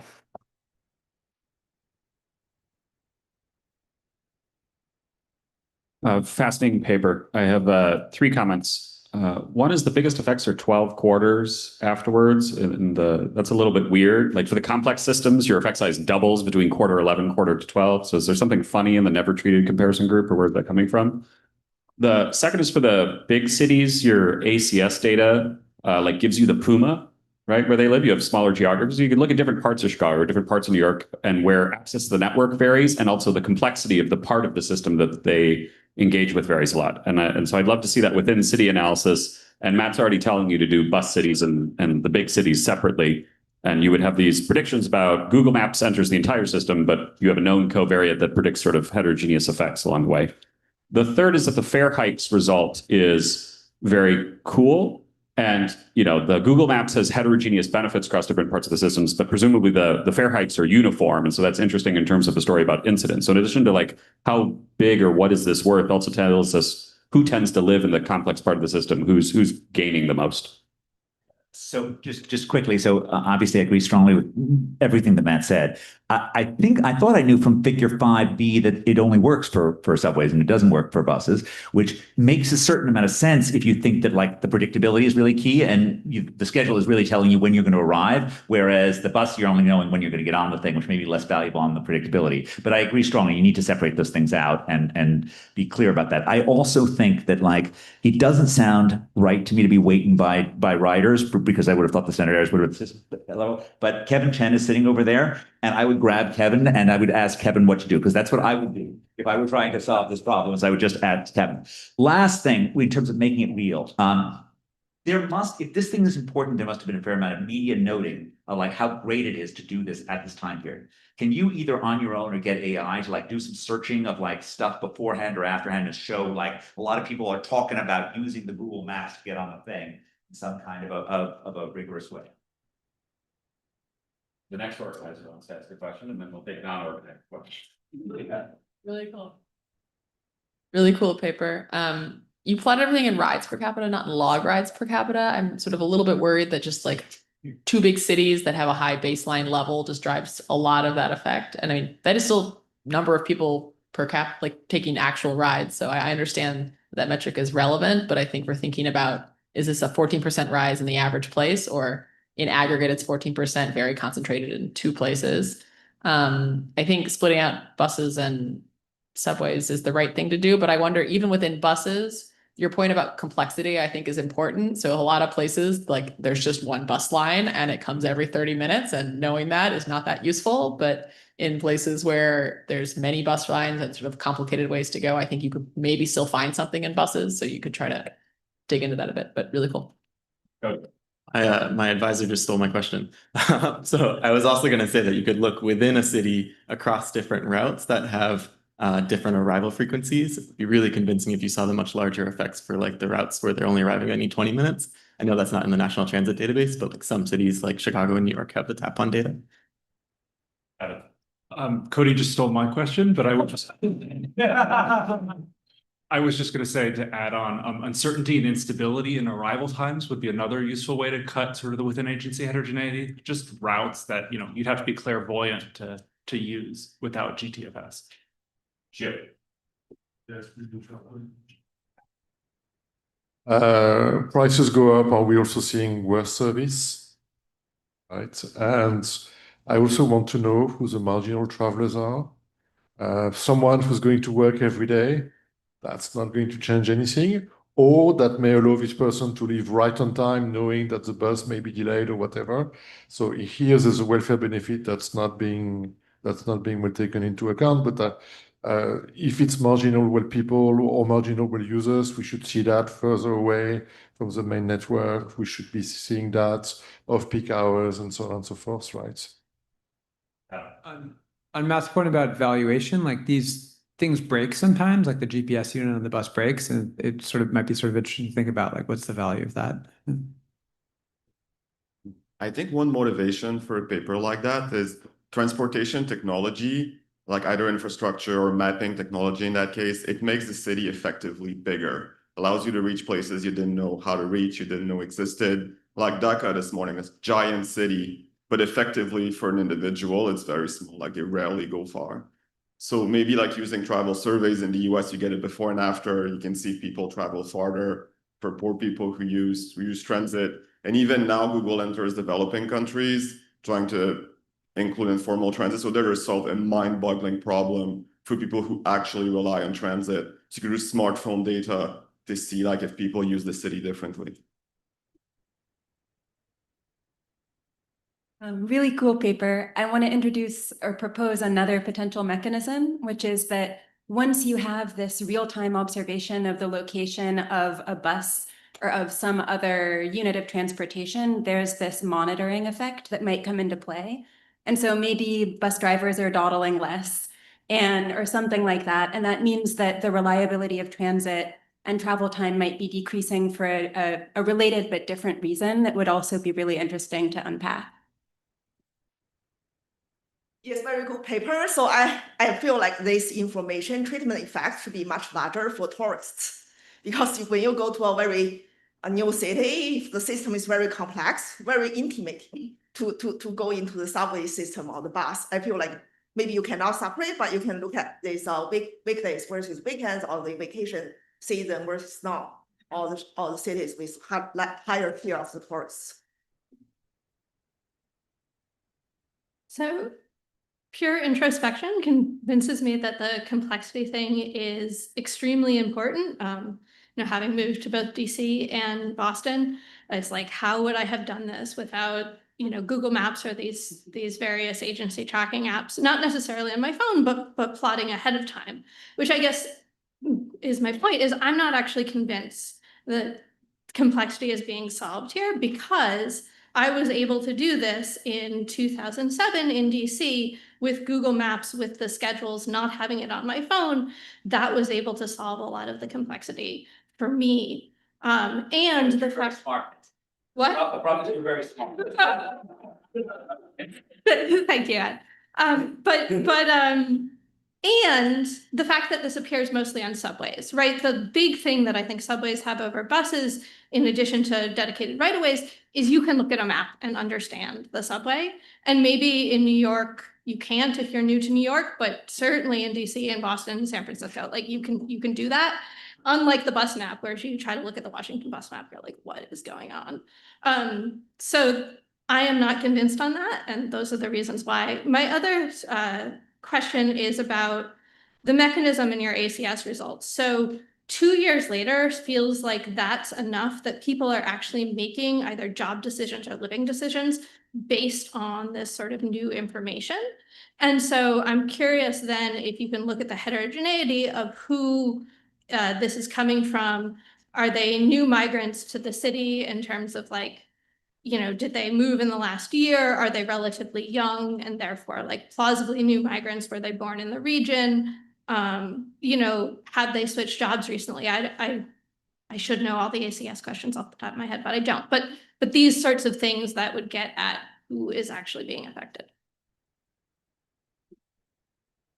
Thank you. Very cool paper. One thing that I didn't get much of and I wanted to learn more about in the presentation is it seems like Google just out of the blue provided this and it's awesome and it's for free. But what do cities need to have in place? Like what kind of infrastructure? How much does it cost? And because it's kind of a puzzle, why in 2019, 2/3 of the agencies in the US don't have this. So it sounds like there must be some cost attached to it. So I wanted to learn more about those. And second, because of everything is at the agency by mode level, and Google Maps, a lot of it is like I can take Long Island Railroad and then the subway. Could you be double counting? And so that might bias upwards some of your estimates. Thank you. Okay, you have 4 minutes, so take your favorite questions and answer those. Right. Thanks very much for all these great comments. So I guess I will, there's so many things, but the waiting and the subway thing and the bus comment.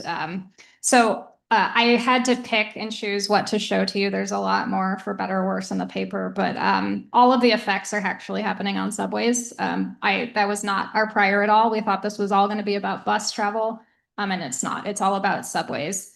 There's no effect for bus ridership. And that's actually from unweighted results. So the point of doing that mode specific heterogeneity was to look at what's really happening with the weights.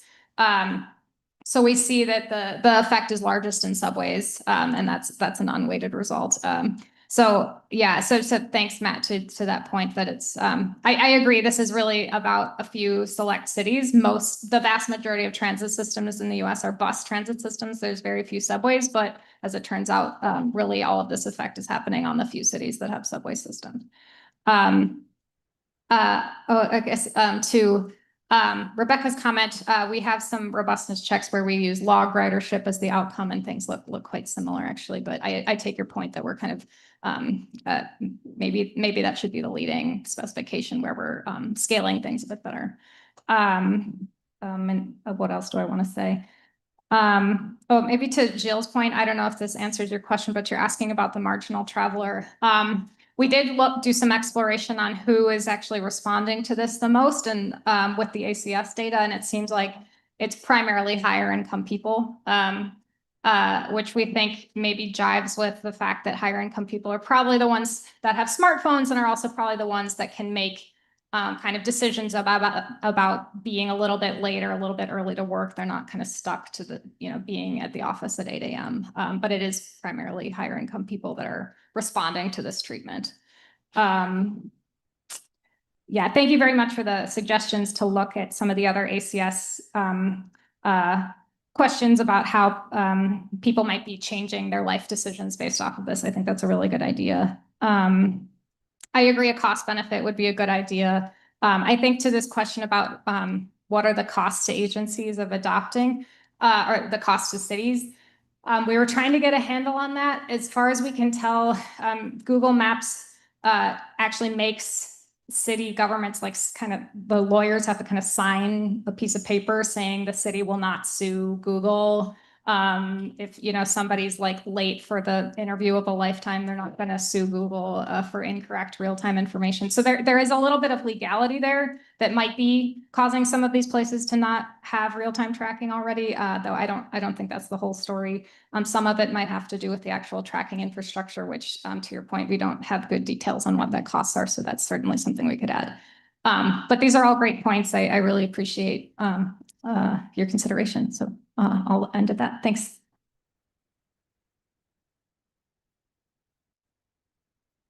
Short break. We're back at 3:45.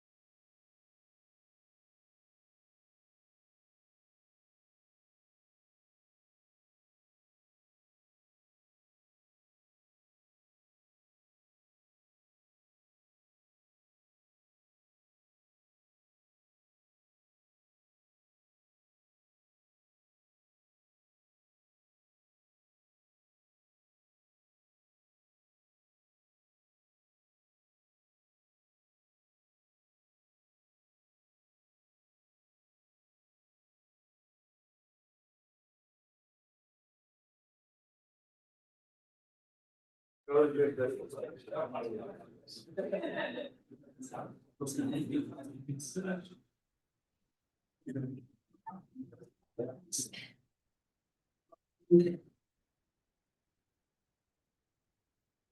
we're going to keep talking about transit and congestion pricing with Benaya Dreyfus. You have 20 minutes. All right. Thank you so much for putting this paper on the program. Starting point of this project about equilibrium, neglect, and political feasibility is the following statement, which maybe some of you can get behind. Economists and the general public don't always agree. So they don't agree, for example, on rent control. They don't agree on what building more houses does to pricing. So a recent study showing that the majority of respondents say that building more houses is not going to result in lower prices or rents. And then last, and this will be the major focus for today, congestion pricing. So let me read to you this interesting quote from Todd from Northborough, Massachusetts. So Todd says that most people commuting are doing so because their employers demand they be at work at specific times. Now, Todd, I'm going to show you this actually. Todd is basically the median voter. And what the paper is trying to do is asking, what's the matter with Todd? And can we make Todd happier, at least, about congestion pricing without changing his beliefs? So in a little more detail, a common theme in the examples is a systematic underappreciation of how others might respond to policy changes. I'm going to call that equilibrium neglect. And the focus is going to be congestion pricing, although the idea extend beyond congestion pricing. Research questions stated a little more explicitly, does equilibrium neglect constrain policy and how? And then what can we do about it? Can we construct policies that would improve welfare while getting the support of people like Todd who neglect their equilibrium effects? In a nutshell, what the paper is doing, I'm formalizing the problem, and then I'm using the formalism to identify and propose a solution. Sort of one-line version of the solution is we're going to make off-path contingent compensation. So we're going to pay people if congestion remains high despite having a toll. This puts them in a win-win situation where they either save time or they get compensated. That's basically the idea. Then empirically, I'll show you an opinion poll, which I administered. First of all, documenting the problem. So I'll show you that the majority of my respondents predict no time saving from congestion pricing, and that correlates with opposition to the policy. And then testing the solution, I'll show you that adding this contingent compensation mechanism increases net support for the policy by as much as 40 points. And then, in the very end, I'll show you the supply side, so what politicians think about it. So I'll show you that they can anticipate both the opposition to congestion pricing and, importantly, the potential increase in support when adding this contingent compensation element. So just to motivate the exercise beyond this one interesting quote, these are 7 different cities that ended up implementing congestion pricing. And on the y-axis, I'm plotting net support, so share of supporters minus share of opponents. As you can see, there is pretty much always strong opposition to congestion pricing before people get to experience it. But then we also consistently see that support jumps, sometimes in a matter of just 2 or 3 weeks before versus after the implementation, consistent with people being systematically wrong about its benefits, just like Todd presumably was, and then figuring out the benefits and at least some of them changing their mind. The problem is basically we want to get to where the orange dots are, but more often than not, we get stuck in the blue dots area. And this is sort of the challenge I'm trying to address. So let me really quickly walk you through the theory. Just to motivate the empirics, I'll just illustrate basically the punchlines of the model in a very, very simple model of road congestion. The idea is to show you what equilibrium neglect is and how can it block efficient reforms from being implemented, and then what can we do about it. The paper generalizes everything to a much more sort of generic and abstract policy setting. All right, so model, very, very simple. There's a unit continuum of commuters. Each of them is going to choose between driving and taking public transit. Commuters are going to vary only on one dimension, by how much they value time. The policy is going to be the size of the toll P and a lump sum flat transfer that everyone gets.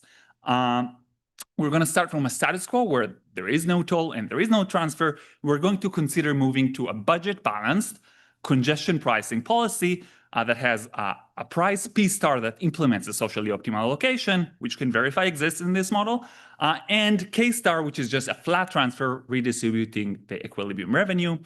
We're going to denote the change in equilibrium driving time by delta star. This is how many minutes, say, we gain by switching and introducing the toll. So what are the benefits, the actual benefits to an inframarginal driver from implementing congestion pricing? So benefits from policy T star are going to be given by the direct effect. And I'm defining in the paper in the abstract setting that the direct effect is what happens as we change the policy but hold everyone else's behavior fixed at the status quo. So this is just the net toll. So the toll net of the transfer, it's a budget balance scheme, so it's always negative. And then the equilibrium effect, which is how many minutes I save times how much I value those minutes. And so the more you value time, the more that you gain from the policy. Some of them lose, some of them gain. So here is graphically on the y-axis I'm plotting value of time. On the x-axis I'm plotting value of time. On the y-axis I'm plotting benefits. The more you value time, the more you benefit from it. Some of them lose, some of them gain. You can think about the marginals. So those who switched to public transit, for them, the more they value time, the more this switch was costly. And then last, we have people who were taking public transit, so they're just happy about a transfer that they're now getting. And then on the bottom here, I'm plotting support for the policy if people were expressing support based on actual benefits. And so generically, we're going to get a group in the middle that is harmed by the policy. And then if you value time enough, you gain from it. And sometimes the cost of switching is low enough to be offset by the transfer. Now, introducing equilibrium neglect into the model, we're just going to multiply the equilibrium effect, which is what happens as we allow everyone to best respond to one another. In this case, the change in travel time. We're just going to multiply it by eta. Eta is the equilibrium neglect parameter. It is typically going to be, we're going to assume that it's lower than 1. It can be micro-founded psychologically by any number of these models or a combination of them. I'm not going to say too much about which of these is the right explanation, probably a combination, probably heterogeneity. As long as you can write perceived benefit from the policy this way, everything goes through. All right, so graphically, when introducing equilibrium neglect, equilibrium benefits are attenuated. So in this example, I'm setting eta to 0.5. And as you can see, now no inframarginal driver perceives any benefit from the policy. And in particular, everyone to this to the right of this dotted line is a part of what I'm going to call the spurious opposition. People who benefit from the policy, but don't support it because they underappreciate its potential gains. And you can think about the difference between this level of support and the level of support on the top, sort of representing or trying to capture the difference between the ex ante and ex post level of support that we saw in the polls. So just the takeaway here, T star, first of all, generates real opposition to the policy. So some people are actually harmed by the policy, and this is something that's sort of always important to emphasize. It is not the case that everyone always wins from congestion pricing, but it also generates spurious opposition, so people who benefit from the policy but don't support it. And this happens because those who have the highest tax burden also have the highest equilibrium benefits. In general, it's going to depend, as we just saw actually, on the structure of heterogeneity. It's a problem when equilibrium benefits and tax burden sort of coincide. All right, so this sets up the problem. What can we do about it? So we need a policy that has the following three features. We want a policy that is politically feasible. We want a policy that implements the optimal allocation, and we want a policy that is budget balanced. So these are sort of our three goals. I'm going to tell you now we can achieve them. So here's how. I'm going to first give you the intuition. It's extremely simple, and it's supposed to be simple because it's supposed to be something that people get. So the idea is off-path contingent compensation. The problem we had was we had drivers who were worried that others won't stop driving, just like Todd. they were worried that others won't stop driving regardless of the toll because their employers demand they be at work at specific times. That generated potentially the spurious opposition. The solution says, what if we paid them if others actually didn't stop driving? Notice we're not giving up on the toll, so the toll is still the same, and so others actually will stop driving. So these compensations are not going to actually matter in equilibrium, and that's important. And so more formally, we're going to modify the policy so that now, instead of just a flat transfer, we're going to have K tilde, which is a function of the actual level of congestion. In particular, we're going to implement the toll P star, and then the compensation is going to have a fixed component and a component that is paid if time saving is not as high as we promised. And so what we're going to tell drivers is you're going to have to pay P star if you drive, and you'll get compensated K prime if congestion remains. Now, if this K star is high enough, then you're happy either way. Either you get compensated or you save time. That is how we achieve the political feasibility goal. You can think of it as adding an insurance or a warranty element to an existing policy. Now notice that K tilde is independent of your own behavior. So we're not messing up incentives. You can never affect whether or not you get compensated. And so the price everyone is facing is still P star. This has two implications. In the sort of insurance metaphor, it generates no moral hazard. And it has two implications. One, congestion is going to be the same as it would have been under the original policy. So we get outcome equivalence. That was goal number 2. And number 3, because we are actually going to make people save time, these compensations are not going to matter in equilibrium. So this is how we get the same deficit. Okay, this is how you formalize it. Let me just say one last thing before I get into the empirics. Off-path compensation, if you don't do it carefully, can generate a deficit of the equilibrium path, and that in itself can be problematic because maybe people, don't believe you, or maybe policymakers are not super happy to commit to large deficits of path. So in the paper, I show how you can construct these compensations in a way that does not break the budget even off the equilibrium path. And I show that you can do that if you can condition the compensation on people's past behavior. So in particular, if we target compensation at those who were driving in the status quo, then we can actually make sure that we never pay out more than what we collect. And so the way I'm actually implementing it in my survey, which I'll show you in a second, is I'm going to tell people all workers who commute to work in the downtown area, which is a very good proxy to whether or not you were driving in the status quo, would receive a compensation regardless of how they commute. So this is what I wanted to tell you about the theory. Let me move on to the empirics.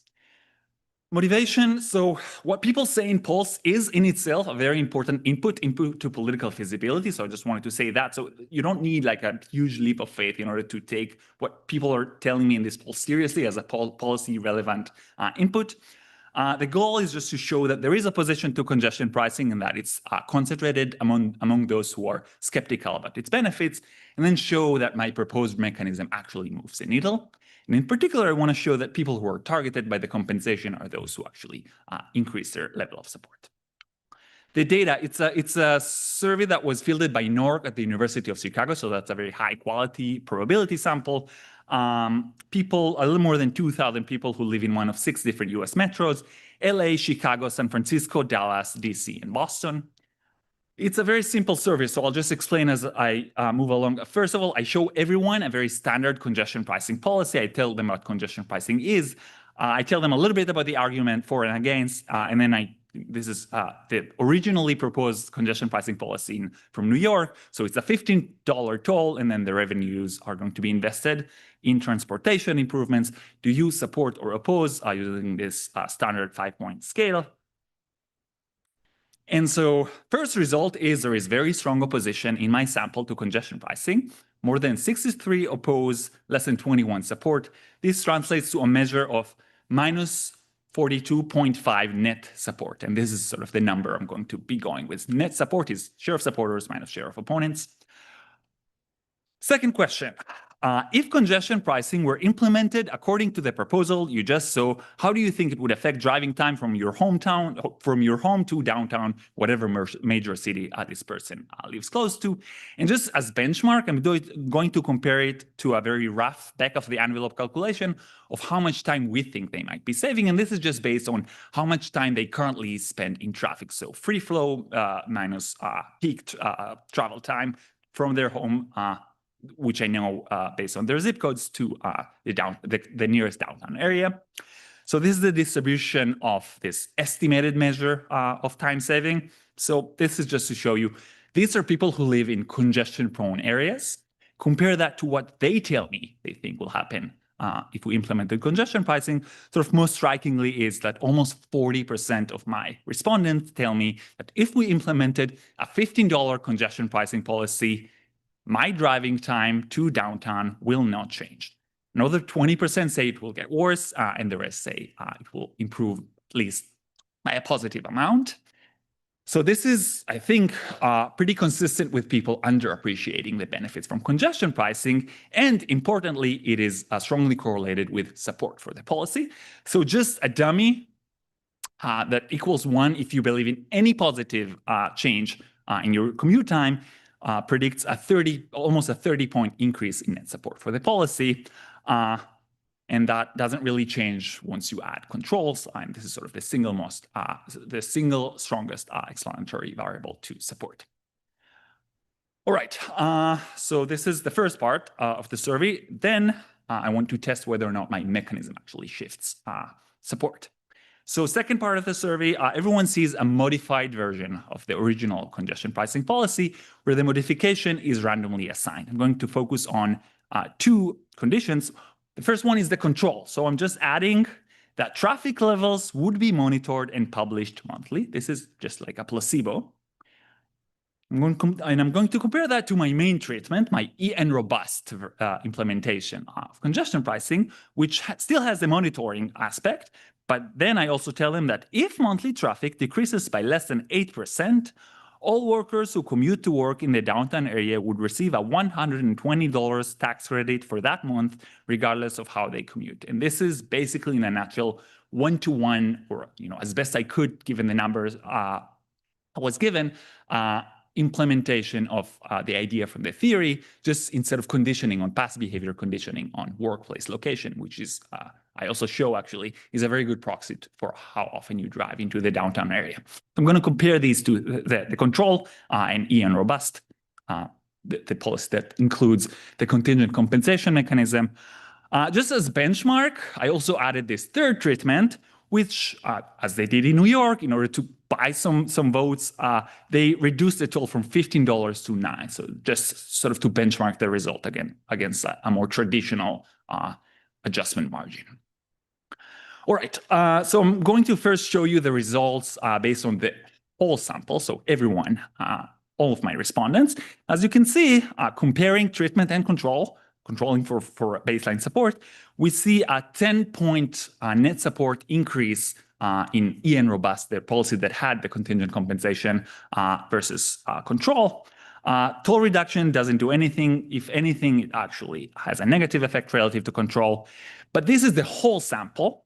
Focusing on those who work in the downtown area, which I know, and so those are the people who are actually targeted by the policy, see a much larger effect. So it's a 40-point increase in net support for the policy. So just the takeaway here is things work kind of as we expected. We do see a meaningful increase, and that increase is concentrated among those who are targeted by the policy. If you want a larger increase, you need to increase maybe the set of people who are targeted by the compensation. In the last minute or so, let me just show you what elected officials think about this modification. So I have state legislators, which I actually surveyed in person, and local officials, which I surveyed by emailing a bunch of them. And the goal is very simple. I want to see whether they support congestion pricing with the modification, without the modification, and whether or not they anticipate the public's opposition to the original policy and the potential increase in support to the modified policy. It's all going to be within subject because I'm underpowered. So here, the filled circles show their actual level of support. So I show them the policy, ask them, do you support or oppose? Their net support is pretty low, not as low as the general public, but pretty low.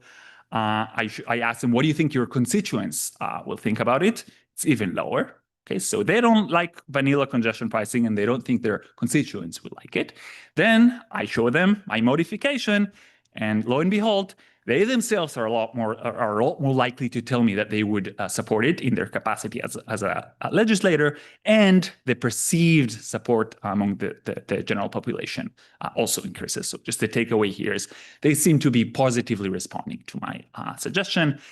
And so let me just summarize. I formalized equilibrium neglect and how it can constrain good policy, documented it in the form of skepticism to the effect of congestion pricing, suggested a solution based on off-path compensation, showed that it actually moves the needle, and elected officials actually seem to positively respond to it. Sort of the broader agenda is disagreement can also be a design challenge. And rather than only arguing with people about their beliefs, we can also think about designing policies around their beliefs. That's all I have. Thank you so much.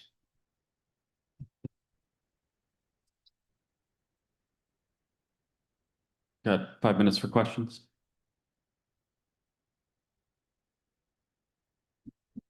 Thanks very much. Really interesting. Two comments. One is I'm wondering whether or not like introducing inequality in the payments to who gets money is something that could lower support. I could imagine some people being mad that other people are getting cash and they're not, thinking about kind of how that scales. The other thing is like the surveys are great, and I don't know how you could do better. I also wondered about demand effects in those surveys and whether or not, there's something about a test like, hey, people, I'm doing something better. You better like support this more. And just how we think about the generalizability. Thanks. Hi, I was curious about implementation. Do you know any policies that do things like this around the world? And what kind of mechanism would you think you'd return money? Hi, this is great paper. I like talk about congestion pricing a lot and like frequently cite your paper when so. But I had like two questions about it. So like one, the framing is just equilibrium effects feels a little narrow in some ways. Like any policy that has voters have imperfect information and are pessimistic, you might think like this will generalize to all those sorts of policies. The second is that like a lot of policies have negative equilibrium effects, like building a road, induced demand, rent control, all sorts of problems. So you should like expect like the inverse here. And I'm just like wondering like association titled why don't governments do what economists say they should do in transportation, where like every single one of these kind of lines up with like the I call them sort of the cursed I use the cursed equilibrium idea about them that is down low. I don't think it's just transportation that they don't always follow economists. Like the enduring love of there's an enduring love of rent control in New York City that suggests there's something else going on too. I think contingent charging of voters that vote for things that have bad equilibrium effects doesn't work quite as well maybe as contingent compensation. I really like this paper. I'm wondering how, like, I talk to state legislators who are talking about how do we influence the NIMBYs, or how do we make them realize that maybe data centers are not that bad. So is the approach here that we should run a survey and we should give different cutoffs for what the off-path impact should be when deciding what to announce as the compensation line? I'm just trying, some people out there can fund surveys like this at scale, and I'm just trying to think through the implementation. Is the correct interpretation that like the people that you're polling believe that they're going to get this payment and it's like a free promise to them, or like, and so why don't you just like make it super big, or like what constrains like the promise that you make? Anyone else? Okay, this is great. The idea of paying people to think like economists is a beautiful idea. Take 60 seconds to answer whichever questions you like. Okay, I do not know existing implementation of like a policy that has this insurance element, but if anyone here knows, I would be very curious to hear. What's special about equilibrium effects? Yes, you could do the same thing in other places where we disagree with the public. The one neat thing that you could do with equilibrium is the sort of messing up with the net revenue. So basically the fact that when we're wrong, we have more money to give out. I didn't spend too much time on this. It is actually pretty unique to equilibrium. If it was about the effect of, having smaller classes on grades, then, if our promises fail to deliver, we don't end up with more money. Demand effects, yes, and that's why I had the control. So whatever I showed you is not before versus after. When talking about the general public, it was control versus treatment, controlling for a bunch of stuff. So, the modification and the highlighted text was both in treatment and control. Do I have more time? Thank you so much.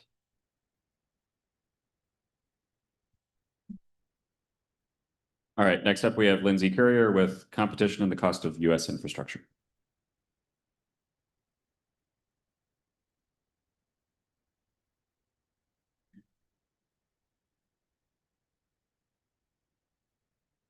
Okay. Thank you all so much for being here on Friday in the late afternoon. I'm excited to talk to you about my paper, Competition and the Cost of US Infrastructure.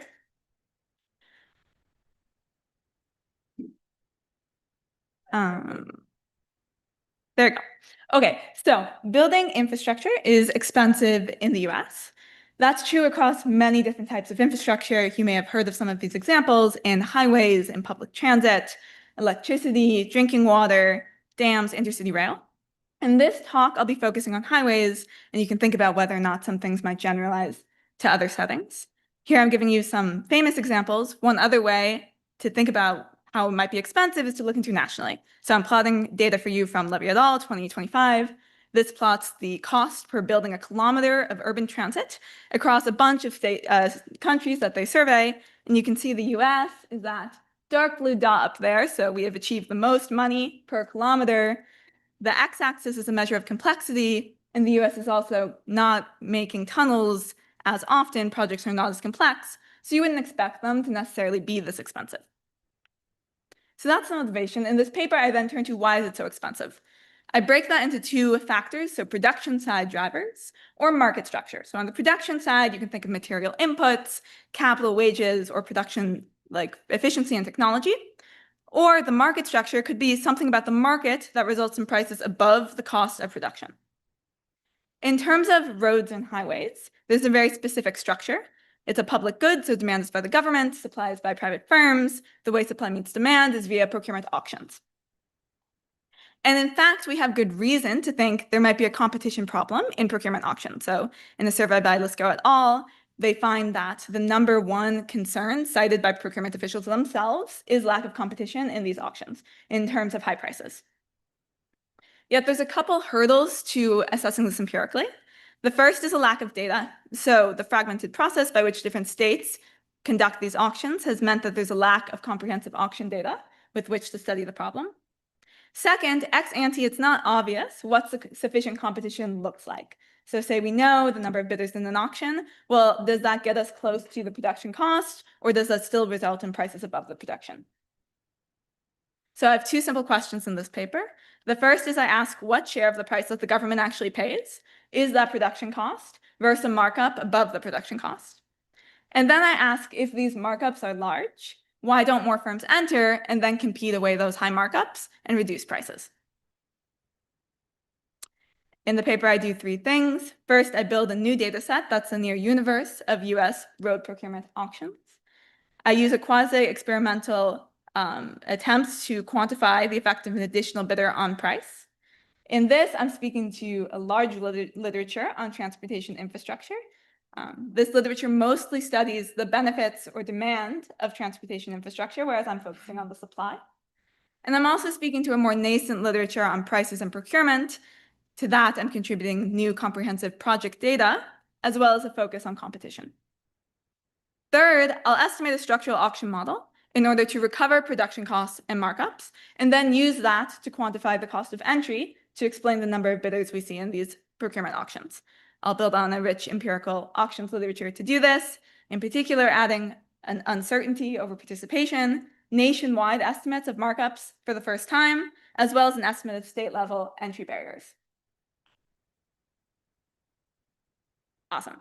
Okay, so to explain the setting to you, the way highways work in the US is there's funding that comes from the federal government and state governments. All that money goes to state departments of transportation. The departments of transportation design roads. Those designs go to a procurement auction. Private firms can compete in that auction. They can also compete in the private market for construction. Then the road gets built, then there's a final price.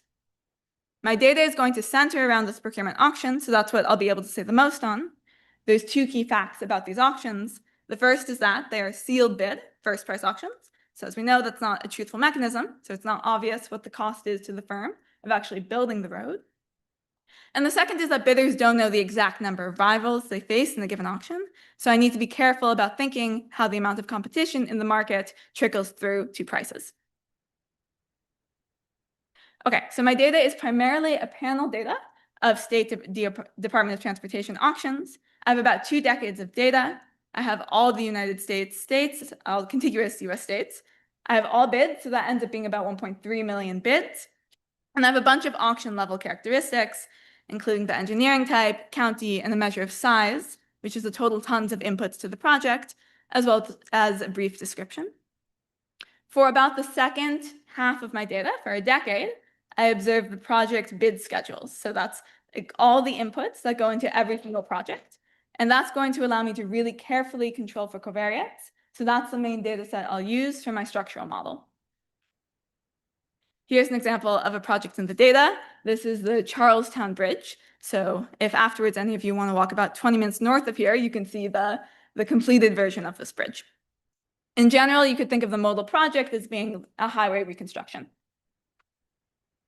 And finally, I have some firm level data from Dun & Bradstreet that I can match for the sample of heavy construction firms in my data. And from that, I can get information on firm location and firm age.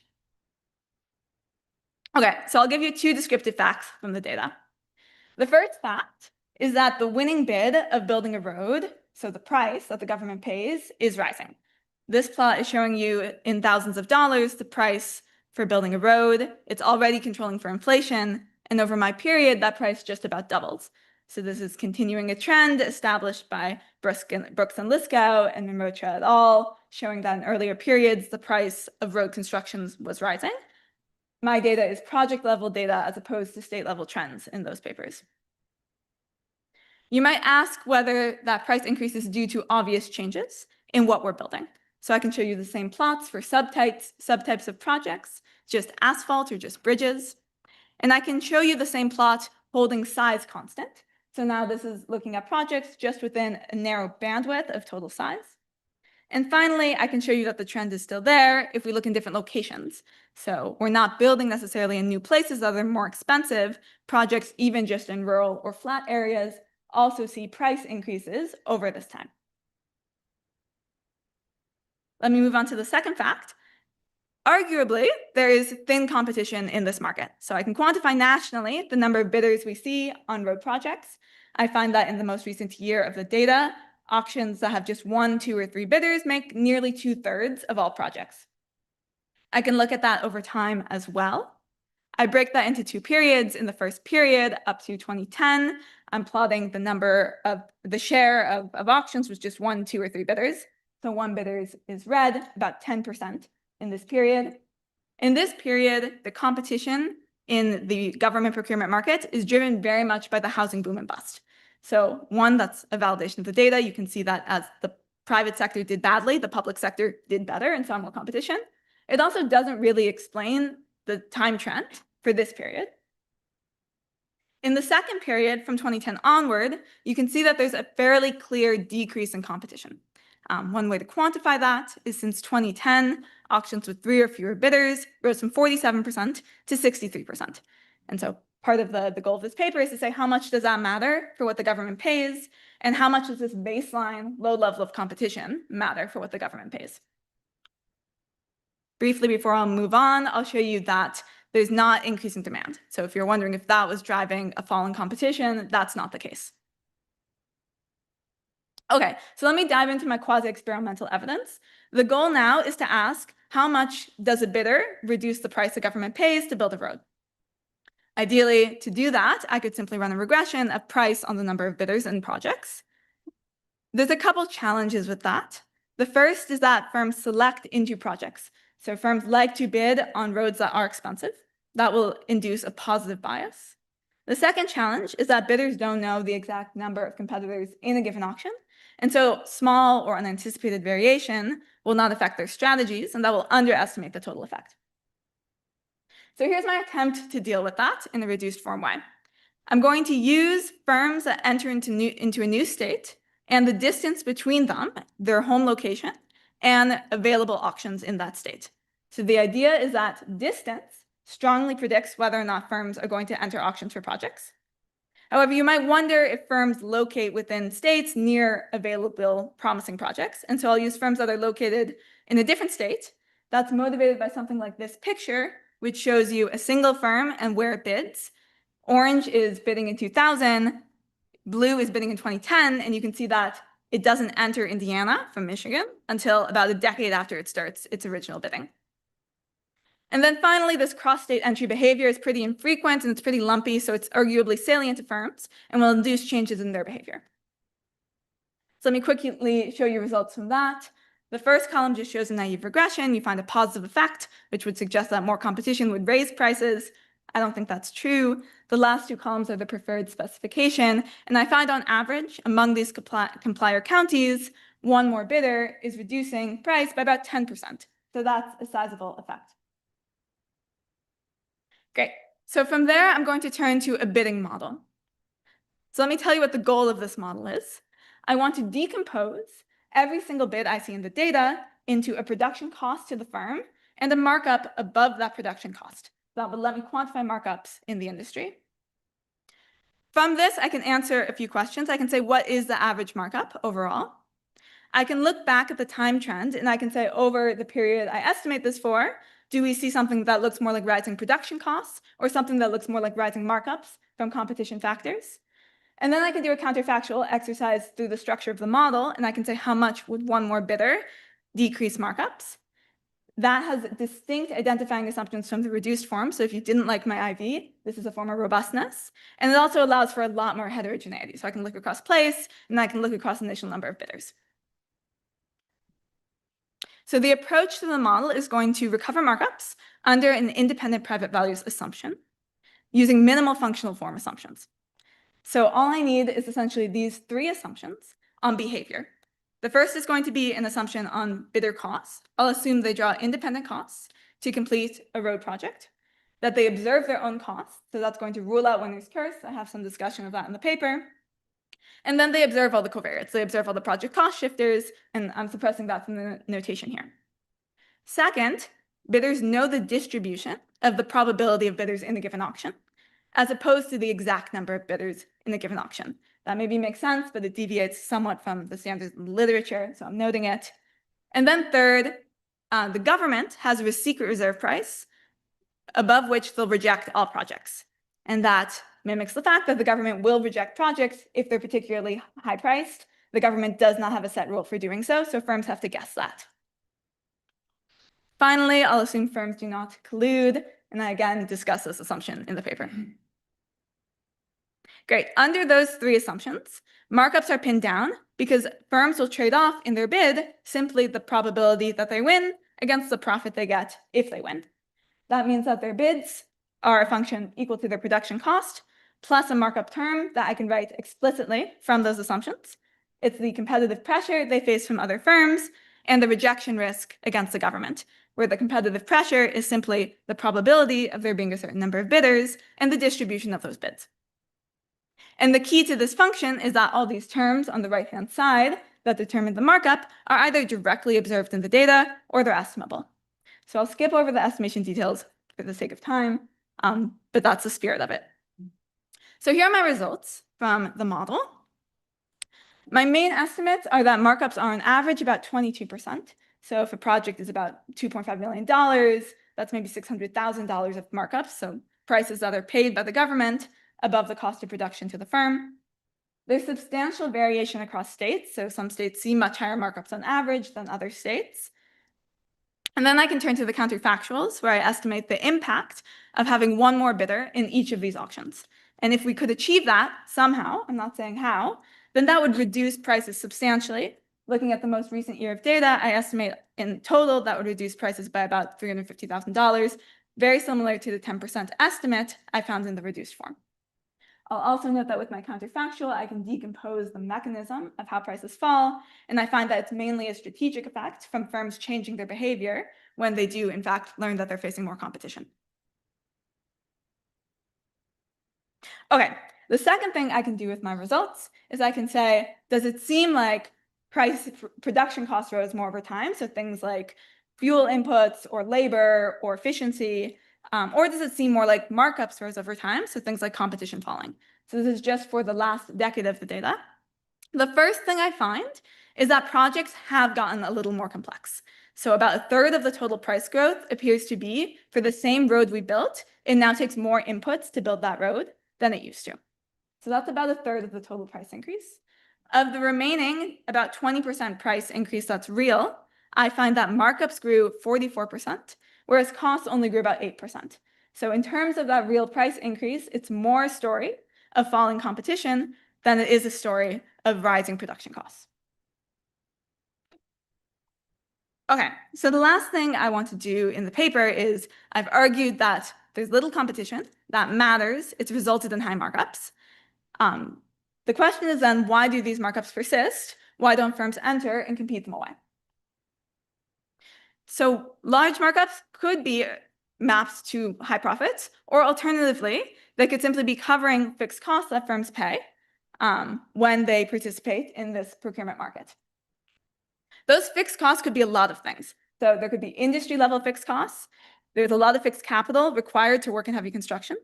They could be procurement market level fixed costs, so various requirements it takes for accessing the system to work with the government. Or they could be auction level fixed costs. This is the one that's been looked at the most in the auction literature, but the costs of preparing bids and submitting them in order to win the road project. So I'll very quickly rule out the first one to some degree by noting that firms are established a long time before they start working with the government. So the median age of a firm at the time of its first government bid is 17 years old. So to the extent they're thinking about investing in machinery or something like that, most of those costs are long sunk because they're already operating as construction firms. Now I'll turn to the second two. And I'll make the argument that these types of regulatory and procurement fixed costs that firms are making are state-specific entry costs. To do that, I'm going to look at this idea that fixed costs are likely large if we see participation increase a lot as scale increases. So going back to Bresnahan and Rees, 1991. So in this table, I run regressions of essentially participation, the number of bidders, on measures of scale. The first column is showing you project size. So as projects get bigger, we see more firms bid. So that's consistent with there being fixed costs to entering an auction. The next three columns are looking at market scale. I define market scale as, for a given project, how many other roads are being built within 100 miles of that project. And you can see that I also found a strong effect. So more bidders enter auctions when there's a higher market scale. But that effect ends at a state boundary. So if you're building a road close to the boundary of a state, and there's a lot of roads being built just across those state lines, there is no returns to scale. In essence, those costs are renewed when the firm crosses into a new state. So I think that evidence points to the fact that these are sort of state-level regulatory costs that firms are facing. Awesome. So given that evidence, I then go back and I try to estimate the entry costs of firms into auctions and into state procurement markets. What I've done so far is I've walked through the procurement auction in which firms draw costs and bid and estimated markups from that auction. I'll now nest those results into two entry decisions. The first decision is going to be to enter an auction. So a firm will enter an auction if in expectation, the margin they think they'll get from that will be higher than their entry costs. And then a state entry decision. So firms will enter a state procurement market if in expectation that entry cost is lower than the profit they think they'll get from that decision. And I've listed a series of results or findings about what might be costs at each of these stages. In particular, for the auction entry, I'll note the result from Lisko et al. On the fact that even writing an application for these auctions is 150 pages per auction. And on the state level, there's a series of certifications and financial audits and various programs that you need often legal assistance in order to complete. Perfect. Okay, so I'll very briefly tell you the results. I find that auction entry costs are quite sizable. So about 8% of the median winning bid goes directly to the auction entry costs.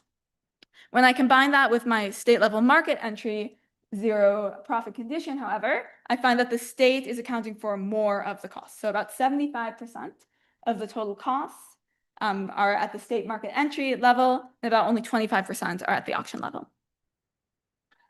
So with that, I will conclude. I find that US road auctions have rising prices and pretty pervasively thin competition. Rising prices of the past decade have been more driven by markups than they have been by production costs rising. Both quasi-experimental variation and a structural auction model suggest that more participants in auctions would substantially reduce the price the government pays. Patterns, as well as model estimates from an entry model, suggest that administrative entry costs at the auction and the state market level are quite large and explain the high markups in these auctions. And that means that policy levers that could reduce the price we pay to build roads could be directly reducing these costs, harmonizing procedures across different legal boundaries, or taking advantage of the economies of scale and increasing the size of projects. Thank you so much.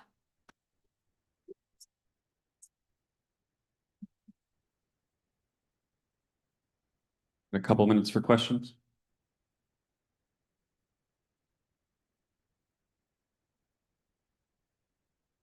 So is the US like uniquely complicated to like apply to the lotteries in the states? Like why, going back to your initial point, yeah.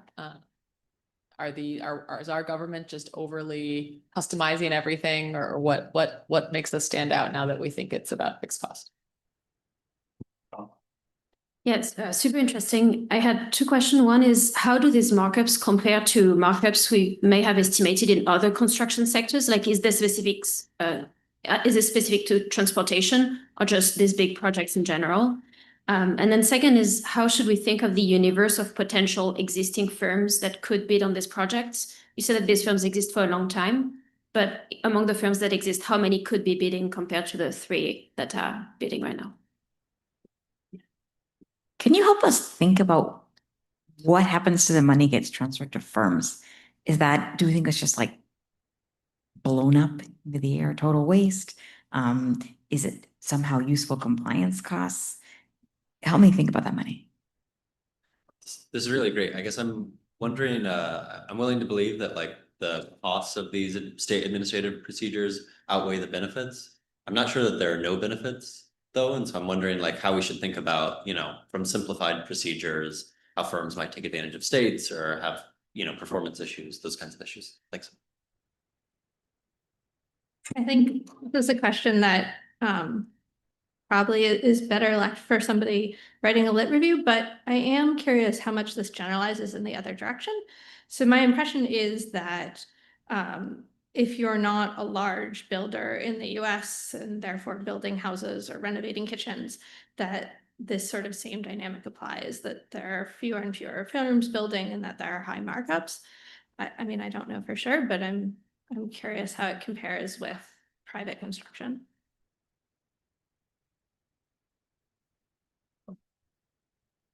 Heard a lot of comments. Go ahead, Kate. Yeah, just one more quick question.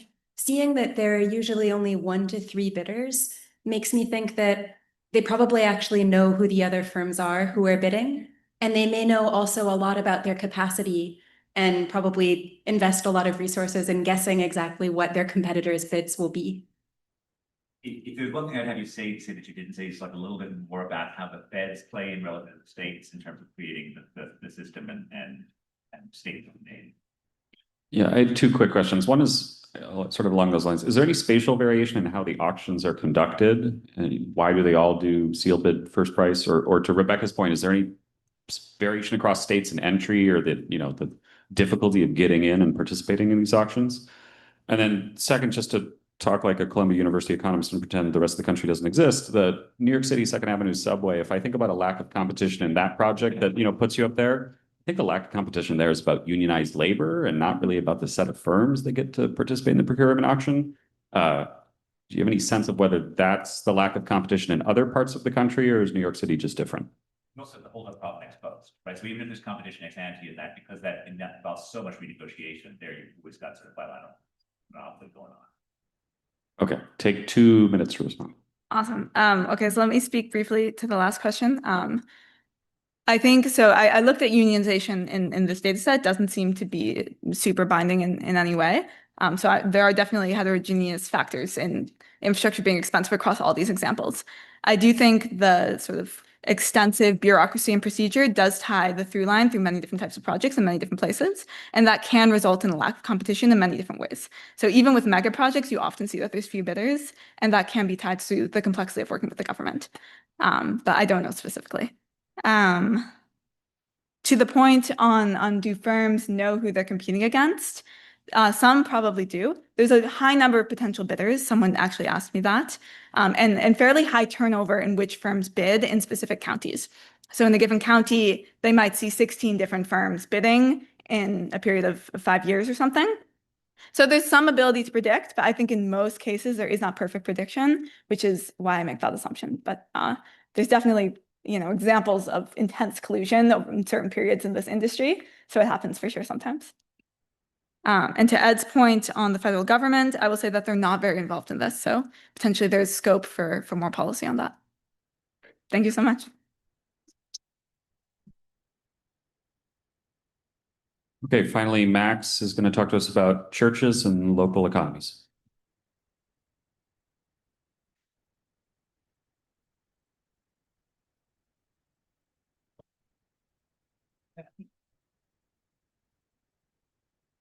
Great, thanks so much. This is joint work with Zane, who's sitting right there. Today, I'm going to be talking to you about what happens to local communities when religious institutions weaken. So just as some kind of like preliminary motivation, right? Religion has been kind of a major social institution in the US for a long time. But in recent years, it has been declining kind of substantially. So as recently as the late 1990s, more than 70% of Americans belong to a religious congregation, but as of last year, this number is down to about 45%. Now, despite this decline, it's still kind of a very integral part of the lives of many Americans. And, in addition to just being a place of worship, these are also kind of the socials of social centers of social life and community, and just kind of general civic identity for a lot of people. In our specific project, we're going to be looking at the Southern Baptist Convention, which is the nation's largest Protestant denomination. It has about 40,000 currently operating congregations in the US.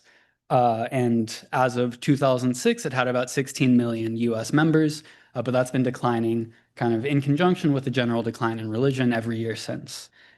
Two things that are going to be really important to us about this specific church that is going to be useful for some of the shocks that we end up exploiting is that one, these churches are very pastor-centered. And so the pastor kind of plays a very integral role in the general operations of the church. And two, these are like generally very autonomous congregations. And so why is that important to us?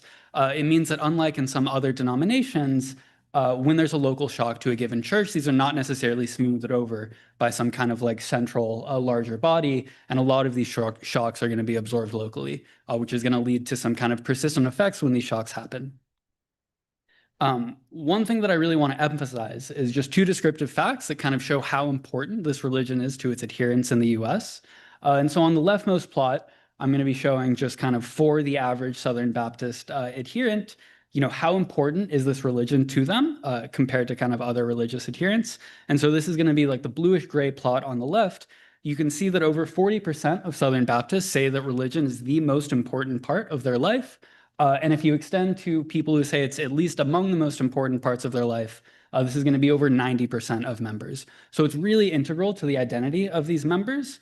And alongside that, the social networks of these people, their friendship groups, are going to be extremely segregated by their own religion. And so on the rightmost plot, I'm just showing the distribution of friends for the average Southern Baptist member. And you can see that 60% on average of their friends are going to be other evangelical Christians. So this is going to be like an extremely segregated, set of friends by religion, and it's going to be something that's very important to the people who follow it. Now, trying to kind of square this individual importance is kind of cross-sectional relationship that's going to show that if you just look at places throughout the United States where this church is more or less prevalent, you're going to see kind of substantial negative selection on a host of relevant economic characteristics. And so the dark blue dots are just going to show simple bivariate regressions of various kind of relevant economic characteristics on kind of the presence of Southern Baptist congregations. And you can see kind of across the board, these places are very negatively selected. So they're going to have higher unemployment, lower education, and much lower income. Because the Southern Baptist Convention is like very concentrated in the US South, they're also going to have different racial shares. Despite what the plot indicates, it is still a very white church. And so this is all just to kind of set up the idea that general cross-sectional comparisons are going to be really confounded by a host of kind of local area characteristics that are going to be make it very difficult to interpret anything real out of this cross-section. And so we're going to need to include some shocks to understand what the role of this religion really is and what happens when it decreases. So that brings us to the overall research questions we're going to be trying to answer today, which is going to be organized around, kind of one core idea, which is what is lost when local religious institutions weaken. And specifically, we're going to be studying a few specific questions. And so first is going to be thinking about congregational access. So how does congregational access affect local labor markets and social activity? Second, in addition to just kind of the access point, how does the credibility of the religious institution itself affect these same outcomes and also what we're going to call more norm-sensitive outcomes related to risky health behaviors and political behavior, which are kind of two outcomes that are commonly studied in this religious literature. And then finally, kind of moving past the reduced form into a more hedonic framework to understand how people actually value religious access, we're going to be taking a hedonic approach with a non-parametric instrumental variable strategy to recover what the willingness to pay for religious access actually is. Okay, so before moving forward, I just want to clarify a little bit what a religious shock actually is in this setting. As I was saying before, one of the key features of the Southern Baptist Convention is the fact that these are generally autonomous churches, such that kind of individual shocks to individual churches are not going to be smoothed over by some central hierarchy. And so first, we're going to be exploiting the deaths of pastors, which we're going to show lead to kind of local capacity shocks. And specifically, in a kind of first stage regression, we're going to show that when a pastor dies, this is going to lead to pretty persistent church closures in the relevant area where the pastor was working. Second, we're going to be using information from a 2019 Houston Chronicle expose that has the universe of US Southern Baptist pastors who were convicted for sexual abuse crimes.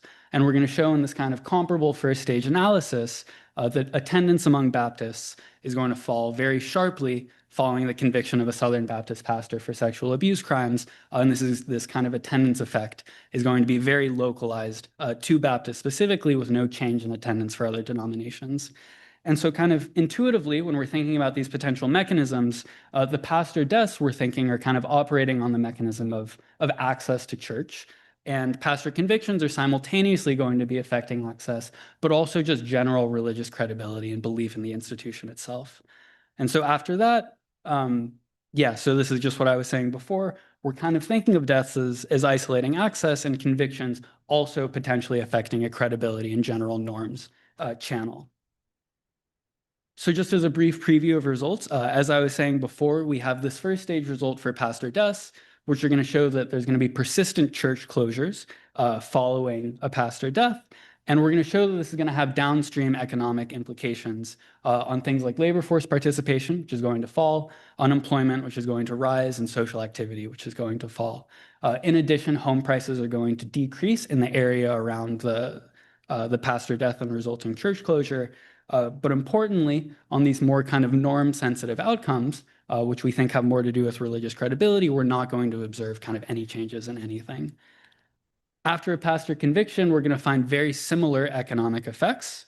But on these norm-sensitive outcomes related to religious credibility, we're going to see kind of substantive changes. So importantly, we're going to find Democratic vote share in both presidential and Senate elections is going to increase following pastor conviction. And we're also going to see kind of sizable changes in opioid mortality of about 1.3 deaths per 100,000 residents.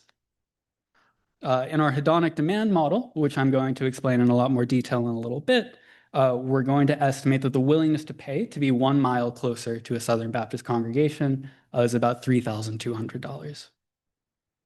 So just as an organizing framework, thinking about these two shocks and what we think they can teach us, I want to start with just kind of a brief overview of what we think some of the functions of a local church are. This is kind of written out in a much mathier way in the actual paper, but here I just want to focus on the intuition, and we can think about two core roles. So on the left-hand plot, there's going to be some kind of a network effect, right? So these are going to be very segregated, friendship groups, and these are going to be very central to civic identity. And so there's going to be like a congregational access network effect where you see people, you see your friends, you have repeated contact and social support, which we all think are plausibly related to things like employment and general social activity. On the right-hand side, there's this additional kind of norms and credibility effect where the church has certain kind of values or positions or moral authority that is going to indicate kind of behavioral actions someone might take, right? And this is where we get into more of the politics and health space. In the model, which is kind of like conceptually, we think about the church as kind of exogenously supplying some bliss point, and there's going to be some parameter that determines the cost of deviating from that in terms of your own behavioral action. But we can just think about this as something where church credibility kind of inspires certain ways of being. We can also think about this in a labor force attachment sense. Now, this goes back to like Max Weber and the spirit of capitalism and the Protestant ethic. Now, he was not writing about Southern Baptists specifically, but we still think about it as something that could be a plausible mechanism where something like labor force participation can be virtuous in and of itself. And so, as I was saying before, we're thinking about the pastor deaths as broadly reducing access to networks and the local amenity, and convictions is something that can kind of additionally affect this norms channel. Now, putting all of that together, in terms of what people value here, there's going to be some sort of access to worship and congregations and congregational life that people are going to value, and we're going to show that that's capitalized into home prices. Okay, so how do we actually do this? Just a brief note on the data. First, we're going to scan an OCR, the universe of Southern Baptist pastors from 1970 to 2008. And what we're going to do is take a baseline cohort from before our analysis sample and follow those pastors who are active then through Social Security death records. We're going to focus on the 1970 cohort because it's safely in the pre-period. And otherwise, if we were kind of using the universe of all pastors and looking at all of their deaths, certain trends in just kind of like general area level congregational growth or decline would mechanically make it more or less likely to observe a treatment effect. To observe a treatment period, which is something we want to avoid when we're actually in our analysis sample. And so this is how we're going to do the deaths analysis. And for the convictions, the data is much easier. The Houston Chronicle expose kind of compiled a specific list with like granular detailed information about who was convicted and where, and we're going to use that data directly. For both of these kind of shocks that we're exploiting, we're going to do kind of a pretty standard match controls design where we're going to look within state and just kind of non-parametrically match to the 5 closest non-treated counties, where we're going to be matching on pre-shock kind of religious composition, and specifically Southern Baptist composition, race, education, and population density, right? This is just kind of paying mind to the earlier result that general cross-sectional relationships are super confounded, and so we kind of need appropriate controls. And so as is kind of always the case here, the identifying assumption is that the trends would have continued in parallel absent these shocks. Okay, so moving on to some of the kind of first stage colloquially results, we first see that after a pastor dies, there seem to be church closures that last pretty persistently. And so here, this is going to be kind of the first observed pastor death in a given zip code. We see that after these pastors die, there's a slow decline in the number of operating churches in that area. We currently estimate this as being about 3 deaths for every 1 closure that we observe in our data. And when we restrict to active pastors specifically, we see much closer to essentially a 1-to-1 mapping in terms of these deaths to church closures. The similar kind of analysis for our first stage on convictions is in an attendance measure. And so we're going to show that after a pastor is convicted of a sexual abuse crime relative to the control counties, there's kind of a substantial decrease in weekly church attendance. So this is in standard deviation units, which is going to be about 0.4 standard deviations lower attendance. But if you just plot this in kind of like weekly levels, this is going to be about a 15 to 20 percentage point decline in weekly church attendance that persists through the end of the sample. Importantly here, as I said before, there's going to be no effect for non-Baptist denominations. And in addition to that, all of the effects, both kind of in this first stage and downstream, seem to be only affected by the conviction of a pastor itself, rather than other church staff who don't have kind of as central a place in the congregation. So moving on to some of the more downstream effects. These are going to be very small results because they're small shocks, but we think they're economically meaningful. After a pastor death, on the left-hand side, I'm going to be showing labor force participation. Here we're going to show that after a pastor death, labor force participation is going to decrease by about 0.3 percentage points. And on the right-hand side, we're going to see kind of a similar increase in unemployment of about 0.2 percentage points. And so we interpret this as being kind of consistent with this loss of congregation-mediated information flows and the loss of some of these potentially weak tie referrals in a granovetter sense. We see very similar things when we move from pastor deaths to pastor convictions for sexual abuse. On the right-hand side, we're showing unemployment as before, and on the left-hand side, we're showing labor force participation. Kind of interestingly here, we see very similar effects on unemployment, but we see much larger effects on labor force participation, which we think is potentially relevant or consistent with this norms-related participation channel that I was talking about earlier. So far, these are all of kind of the first stage and economic mechanisms or economic outcomes for which we see these two kind of different shocks agree. But we can move on to some other outcomes where there's kind of a clear divergence here. And so here I'm showing just overall opioid mortality before and after a pastor conviction, where we see an increase of about 1.3 deaths per 100,000 people with no change in kind of types of mortality that are unrelated to risky health behaviors like all-cause mortality or other leading causes of death. But when you overlay this with a similar sample looking at pastor deaths, you see no effect. So the red event study is going to be the pastor deaths. What I'm doing here is restricting the sample to the overlapping years that we use for our conviction sample. Why is this? We have quite kind of a long number of years in our pastor death sample. And if you were to use the whole thing, you might be kind of estimating these event study coefficients on times when just the opioid crisis was not really a big deal in the US. And so we want to show that this is not a timing issue, and whether or not you use the full sample, the restricted sample, or if you kind of reweight the distribution of death years to exactly match the distribution of conviction years, you continue to get the same null result. And so this is kind of one of the first divergences we see between these two outcomes. You see exactly the same thing when it comes to Democratic vote shares. And so here, pastor convictions seem to increase Democratic vote share as people seem to leave the church. And this is going to be about a 0.7 to 1 percentage point increase in Democratic vote share that seems to be driven by persuasion because we don't see any effects on turnout.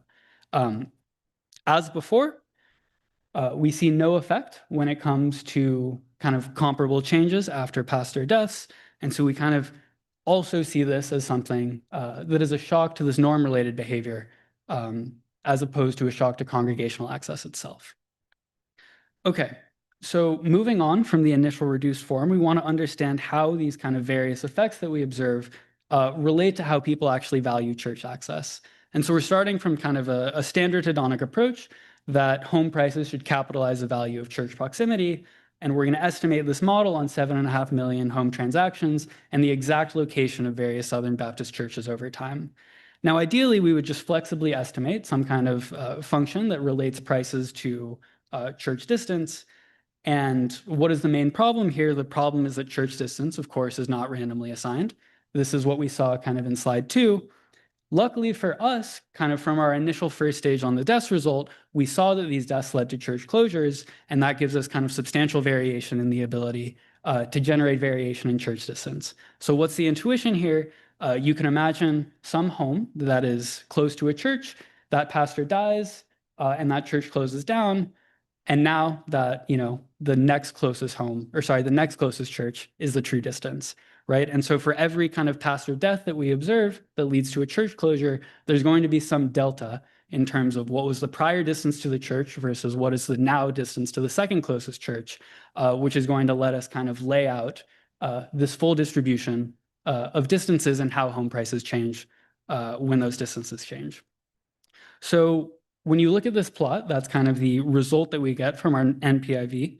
The blue line is showing the non-parametric OLS result, where you see generally just a more granular version of the earlier selection story that we were talking about. So it looks like homes that are very close to these churches are less valuable, but when you flip this to the IV, which is shown in green, you see the sign flips, and there does seem to be kind of like a persistent decrease in home value as you get farther and farther from a church. So how do we use this information? Well, intuitively, this price schedule, as we kind of see how prices change with distance, is giving us really good information about willingness to pay. Specifically, this slope is going to be showing us how people are trading off price and distance when they choose a home. So how do we formalize this?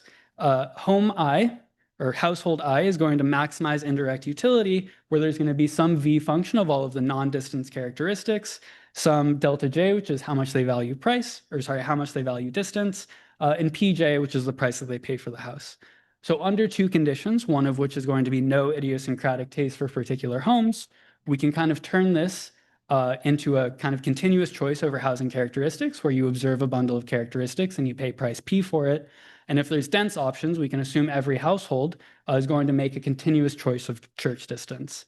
So with that, the first order condition is going to identify households' willingness to pay for proximity, and this falls out of the first order condition. Intuitively, every household we see allocating themselves somewhere on this earlier plot is going to reveal exactly why they chose to live that distance and not somewhere else. And so we overall estimate about $3,200 in willingness to pay to be 1 mile closer to a church. And so with that, I'll just quickly summarize. Here, we're going to provide new causal estimates of shocks to local religious institutions on labor markets, health, and housing. And this two-shock design is going to help us distinguish or get a hold on understanding the distinctions between congregational access from credibility, and we're going to give a revealed preference approach that shows kind of substantial willingness to pay for church proximity. Thank you. So my main comment is a mantra that I've often repeated with graduate students, which is do less better.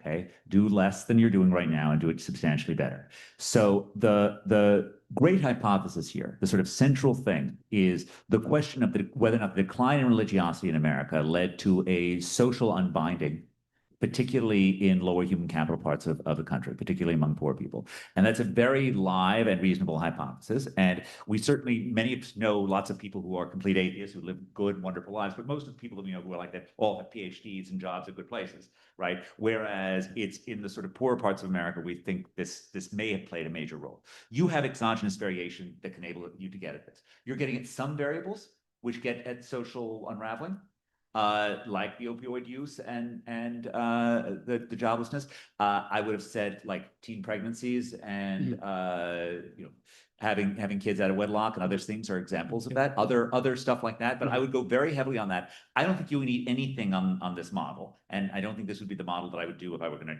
to do this. But all you need is sort of to clearly state that hypothesis and say, look, I have exogenous variation in this, and I think like this has the capacity to be something really great. Like if you manage to sort of do something meaningful on that question. And that means you don't start with like facts with, oh, look, a lot of people care about religion. You start with like, look at like, there's a bunch of like religiosity is tanking and there's a bunch of social things that are going in the opposite direction. Yeah. 5 questions, 5 minutes. Leah. I'm quick. I would go even bigger than Ed, not just religiosity, but sort of a decline in civic life and a decline in ways for people to be able to connect with others outside of work. And I think also, have you looked at gender? Have you looked at gender specific outcomes? Yeah, we have looked at gender. Oh, sorry. Should I answer later? Right. Yes. Yeah, we have. Because I think that because men have fewer social opportunities outside of outside of things like this, and this seems like a particularly hard hit for men relative to women. Yeah, all of the effects are concentrated in men in the kind of heterogeneous Maybe media. with that. What? Yeah, exactly. They need it more. I think you should lead with that because women have substitutes and not only are these things how we see in decline, but the particularly decline for men, right? And in this group that you're studying. So I would lead with the even bigger picture of a decline in civic life. And you can relate this church stuff to other things where male civic institutions have also seen decline, like gardening clubs, for example. Happy to see we seem to be back to real estate prices. I don't know if this is on. Yeah, you're good. Yeah, okay. So I would encourage you to look at moves, right? So who's moving out, like inventory, data, Excel data, who's moving out, characteristics of people moving out. Do they move to places with churches? And then who's moving in? So I think the volume and composition of moves could be informative. Right. I'm curious a lot about the age of the congregations of pastors that are dying. Like this is a big issue for churches nationwide, is that they're getting extremely old. And it seems like if the pastor is active and dies, it's probably a pretty old congregation. So it'd be interesting to see if you can get some heterogeneity there. So I used to work for a Catholic university, and the church had a way of putting problematic priests out of sight. Would that be a concern for your convicted exogenous variation? Okay, so take 30 seconds to respond to the most important stuff. Okay, the civic life thing, I totally agree.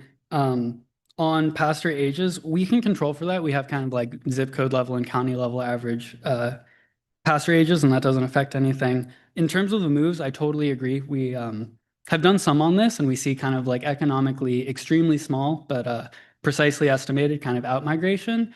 But with kind of how small those effects are, you know, even if we do kind of worst case Mansky bounds for the composition of people who are leaving versus entering, it can't really affect the results. But I do think there's more that we should do there.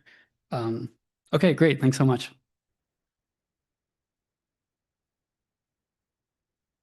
Thank you all for coming and thank you all for staying to the bitter end.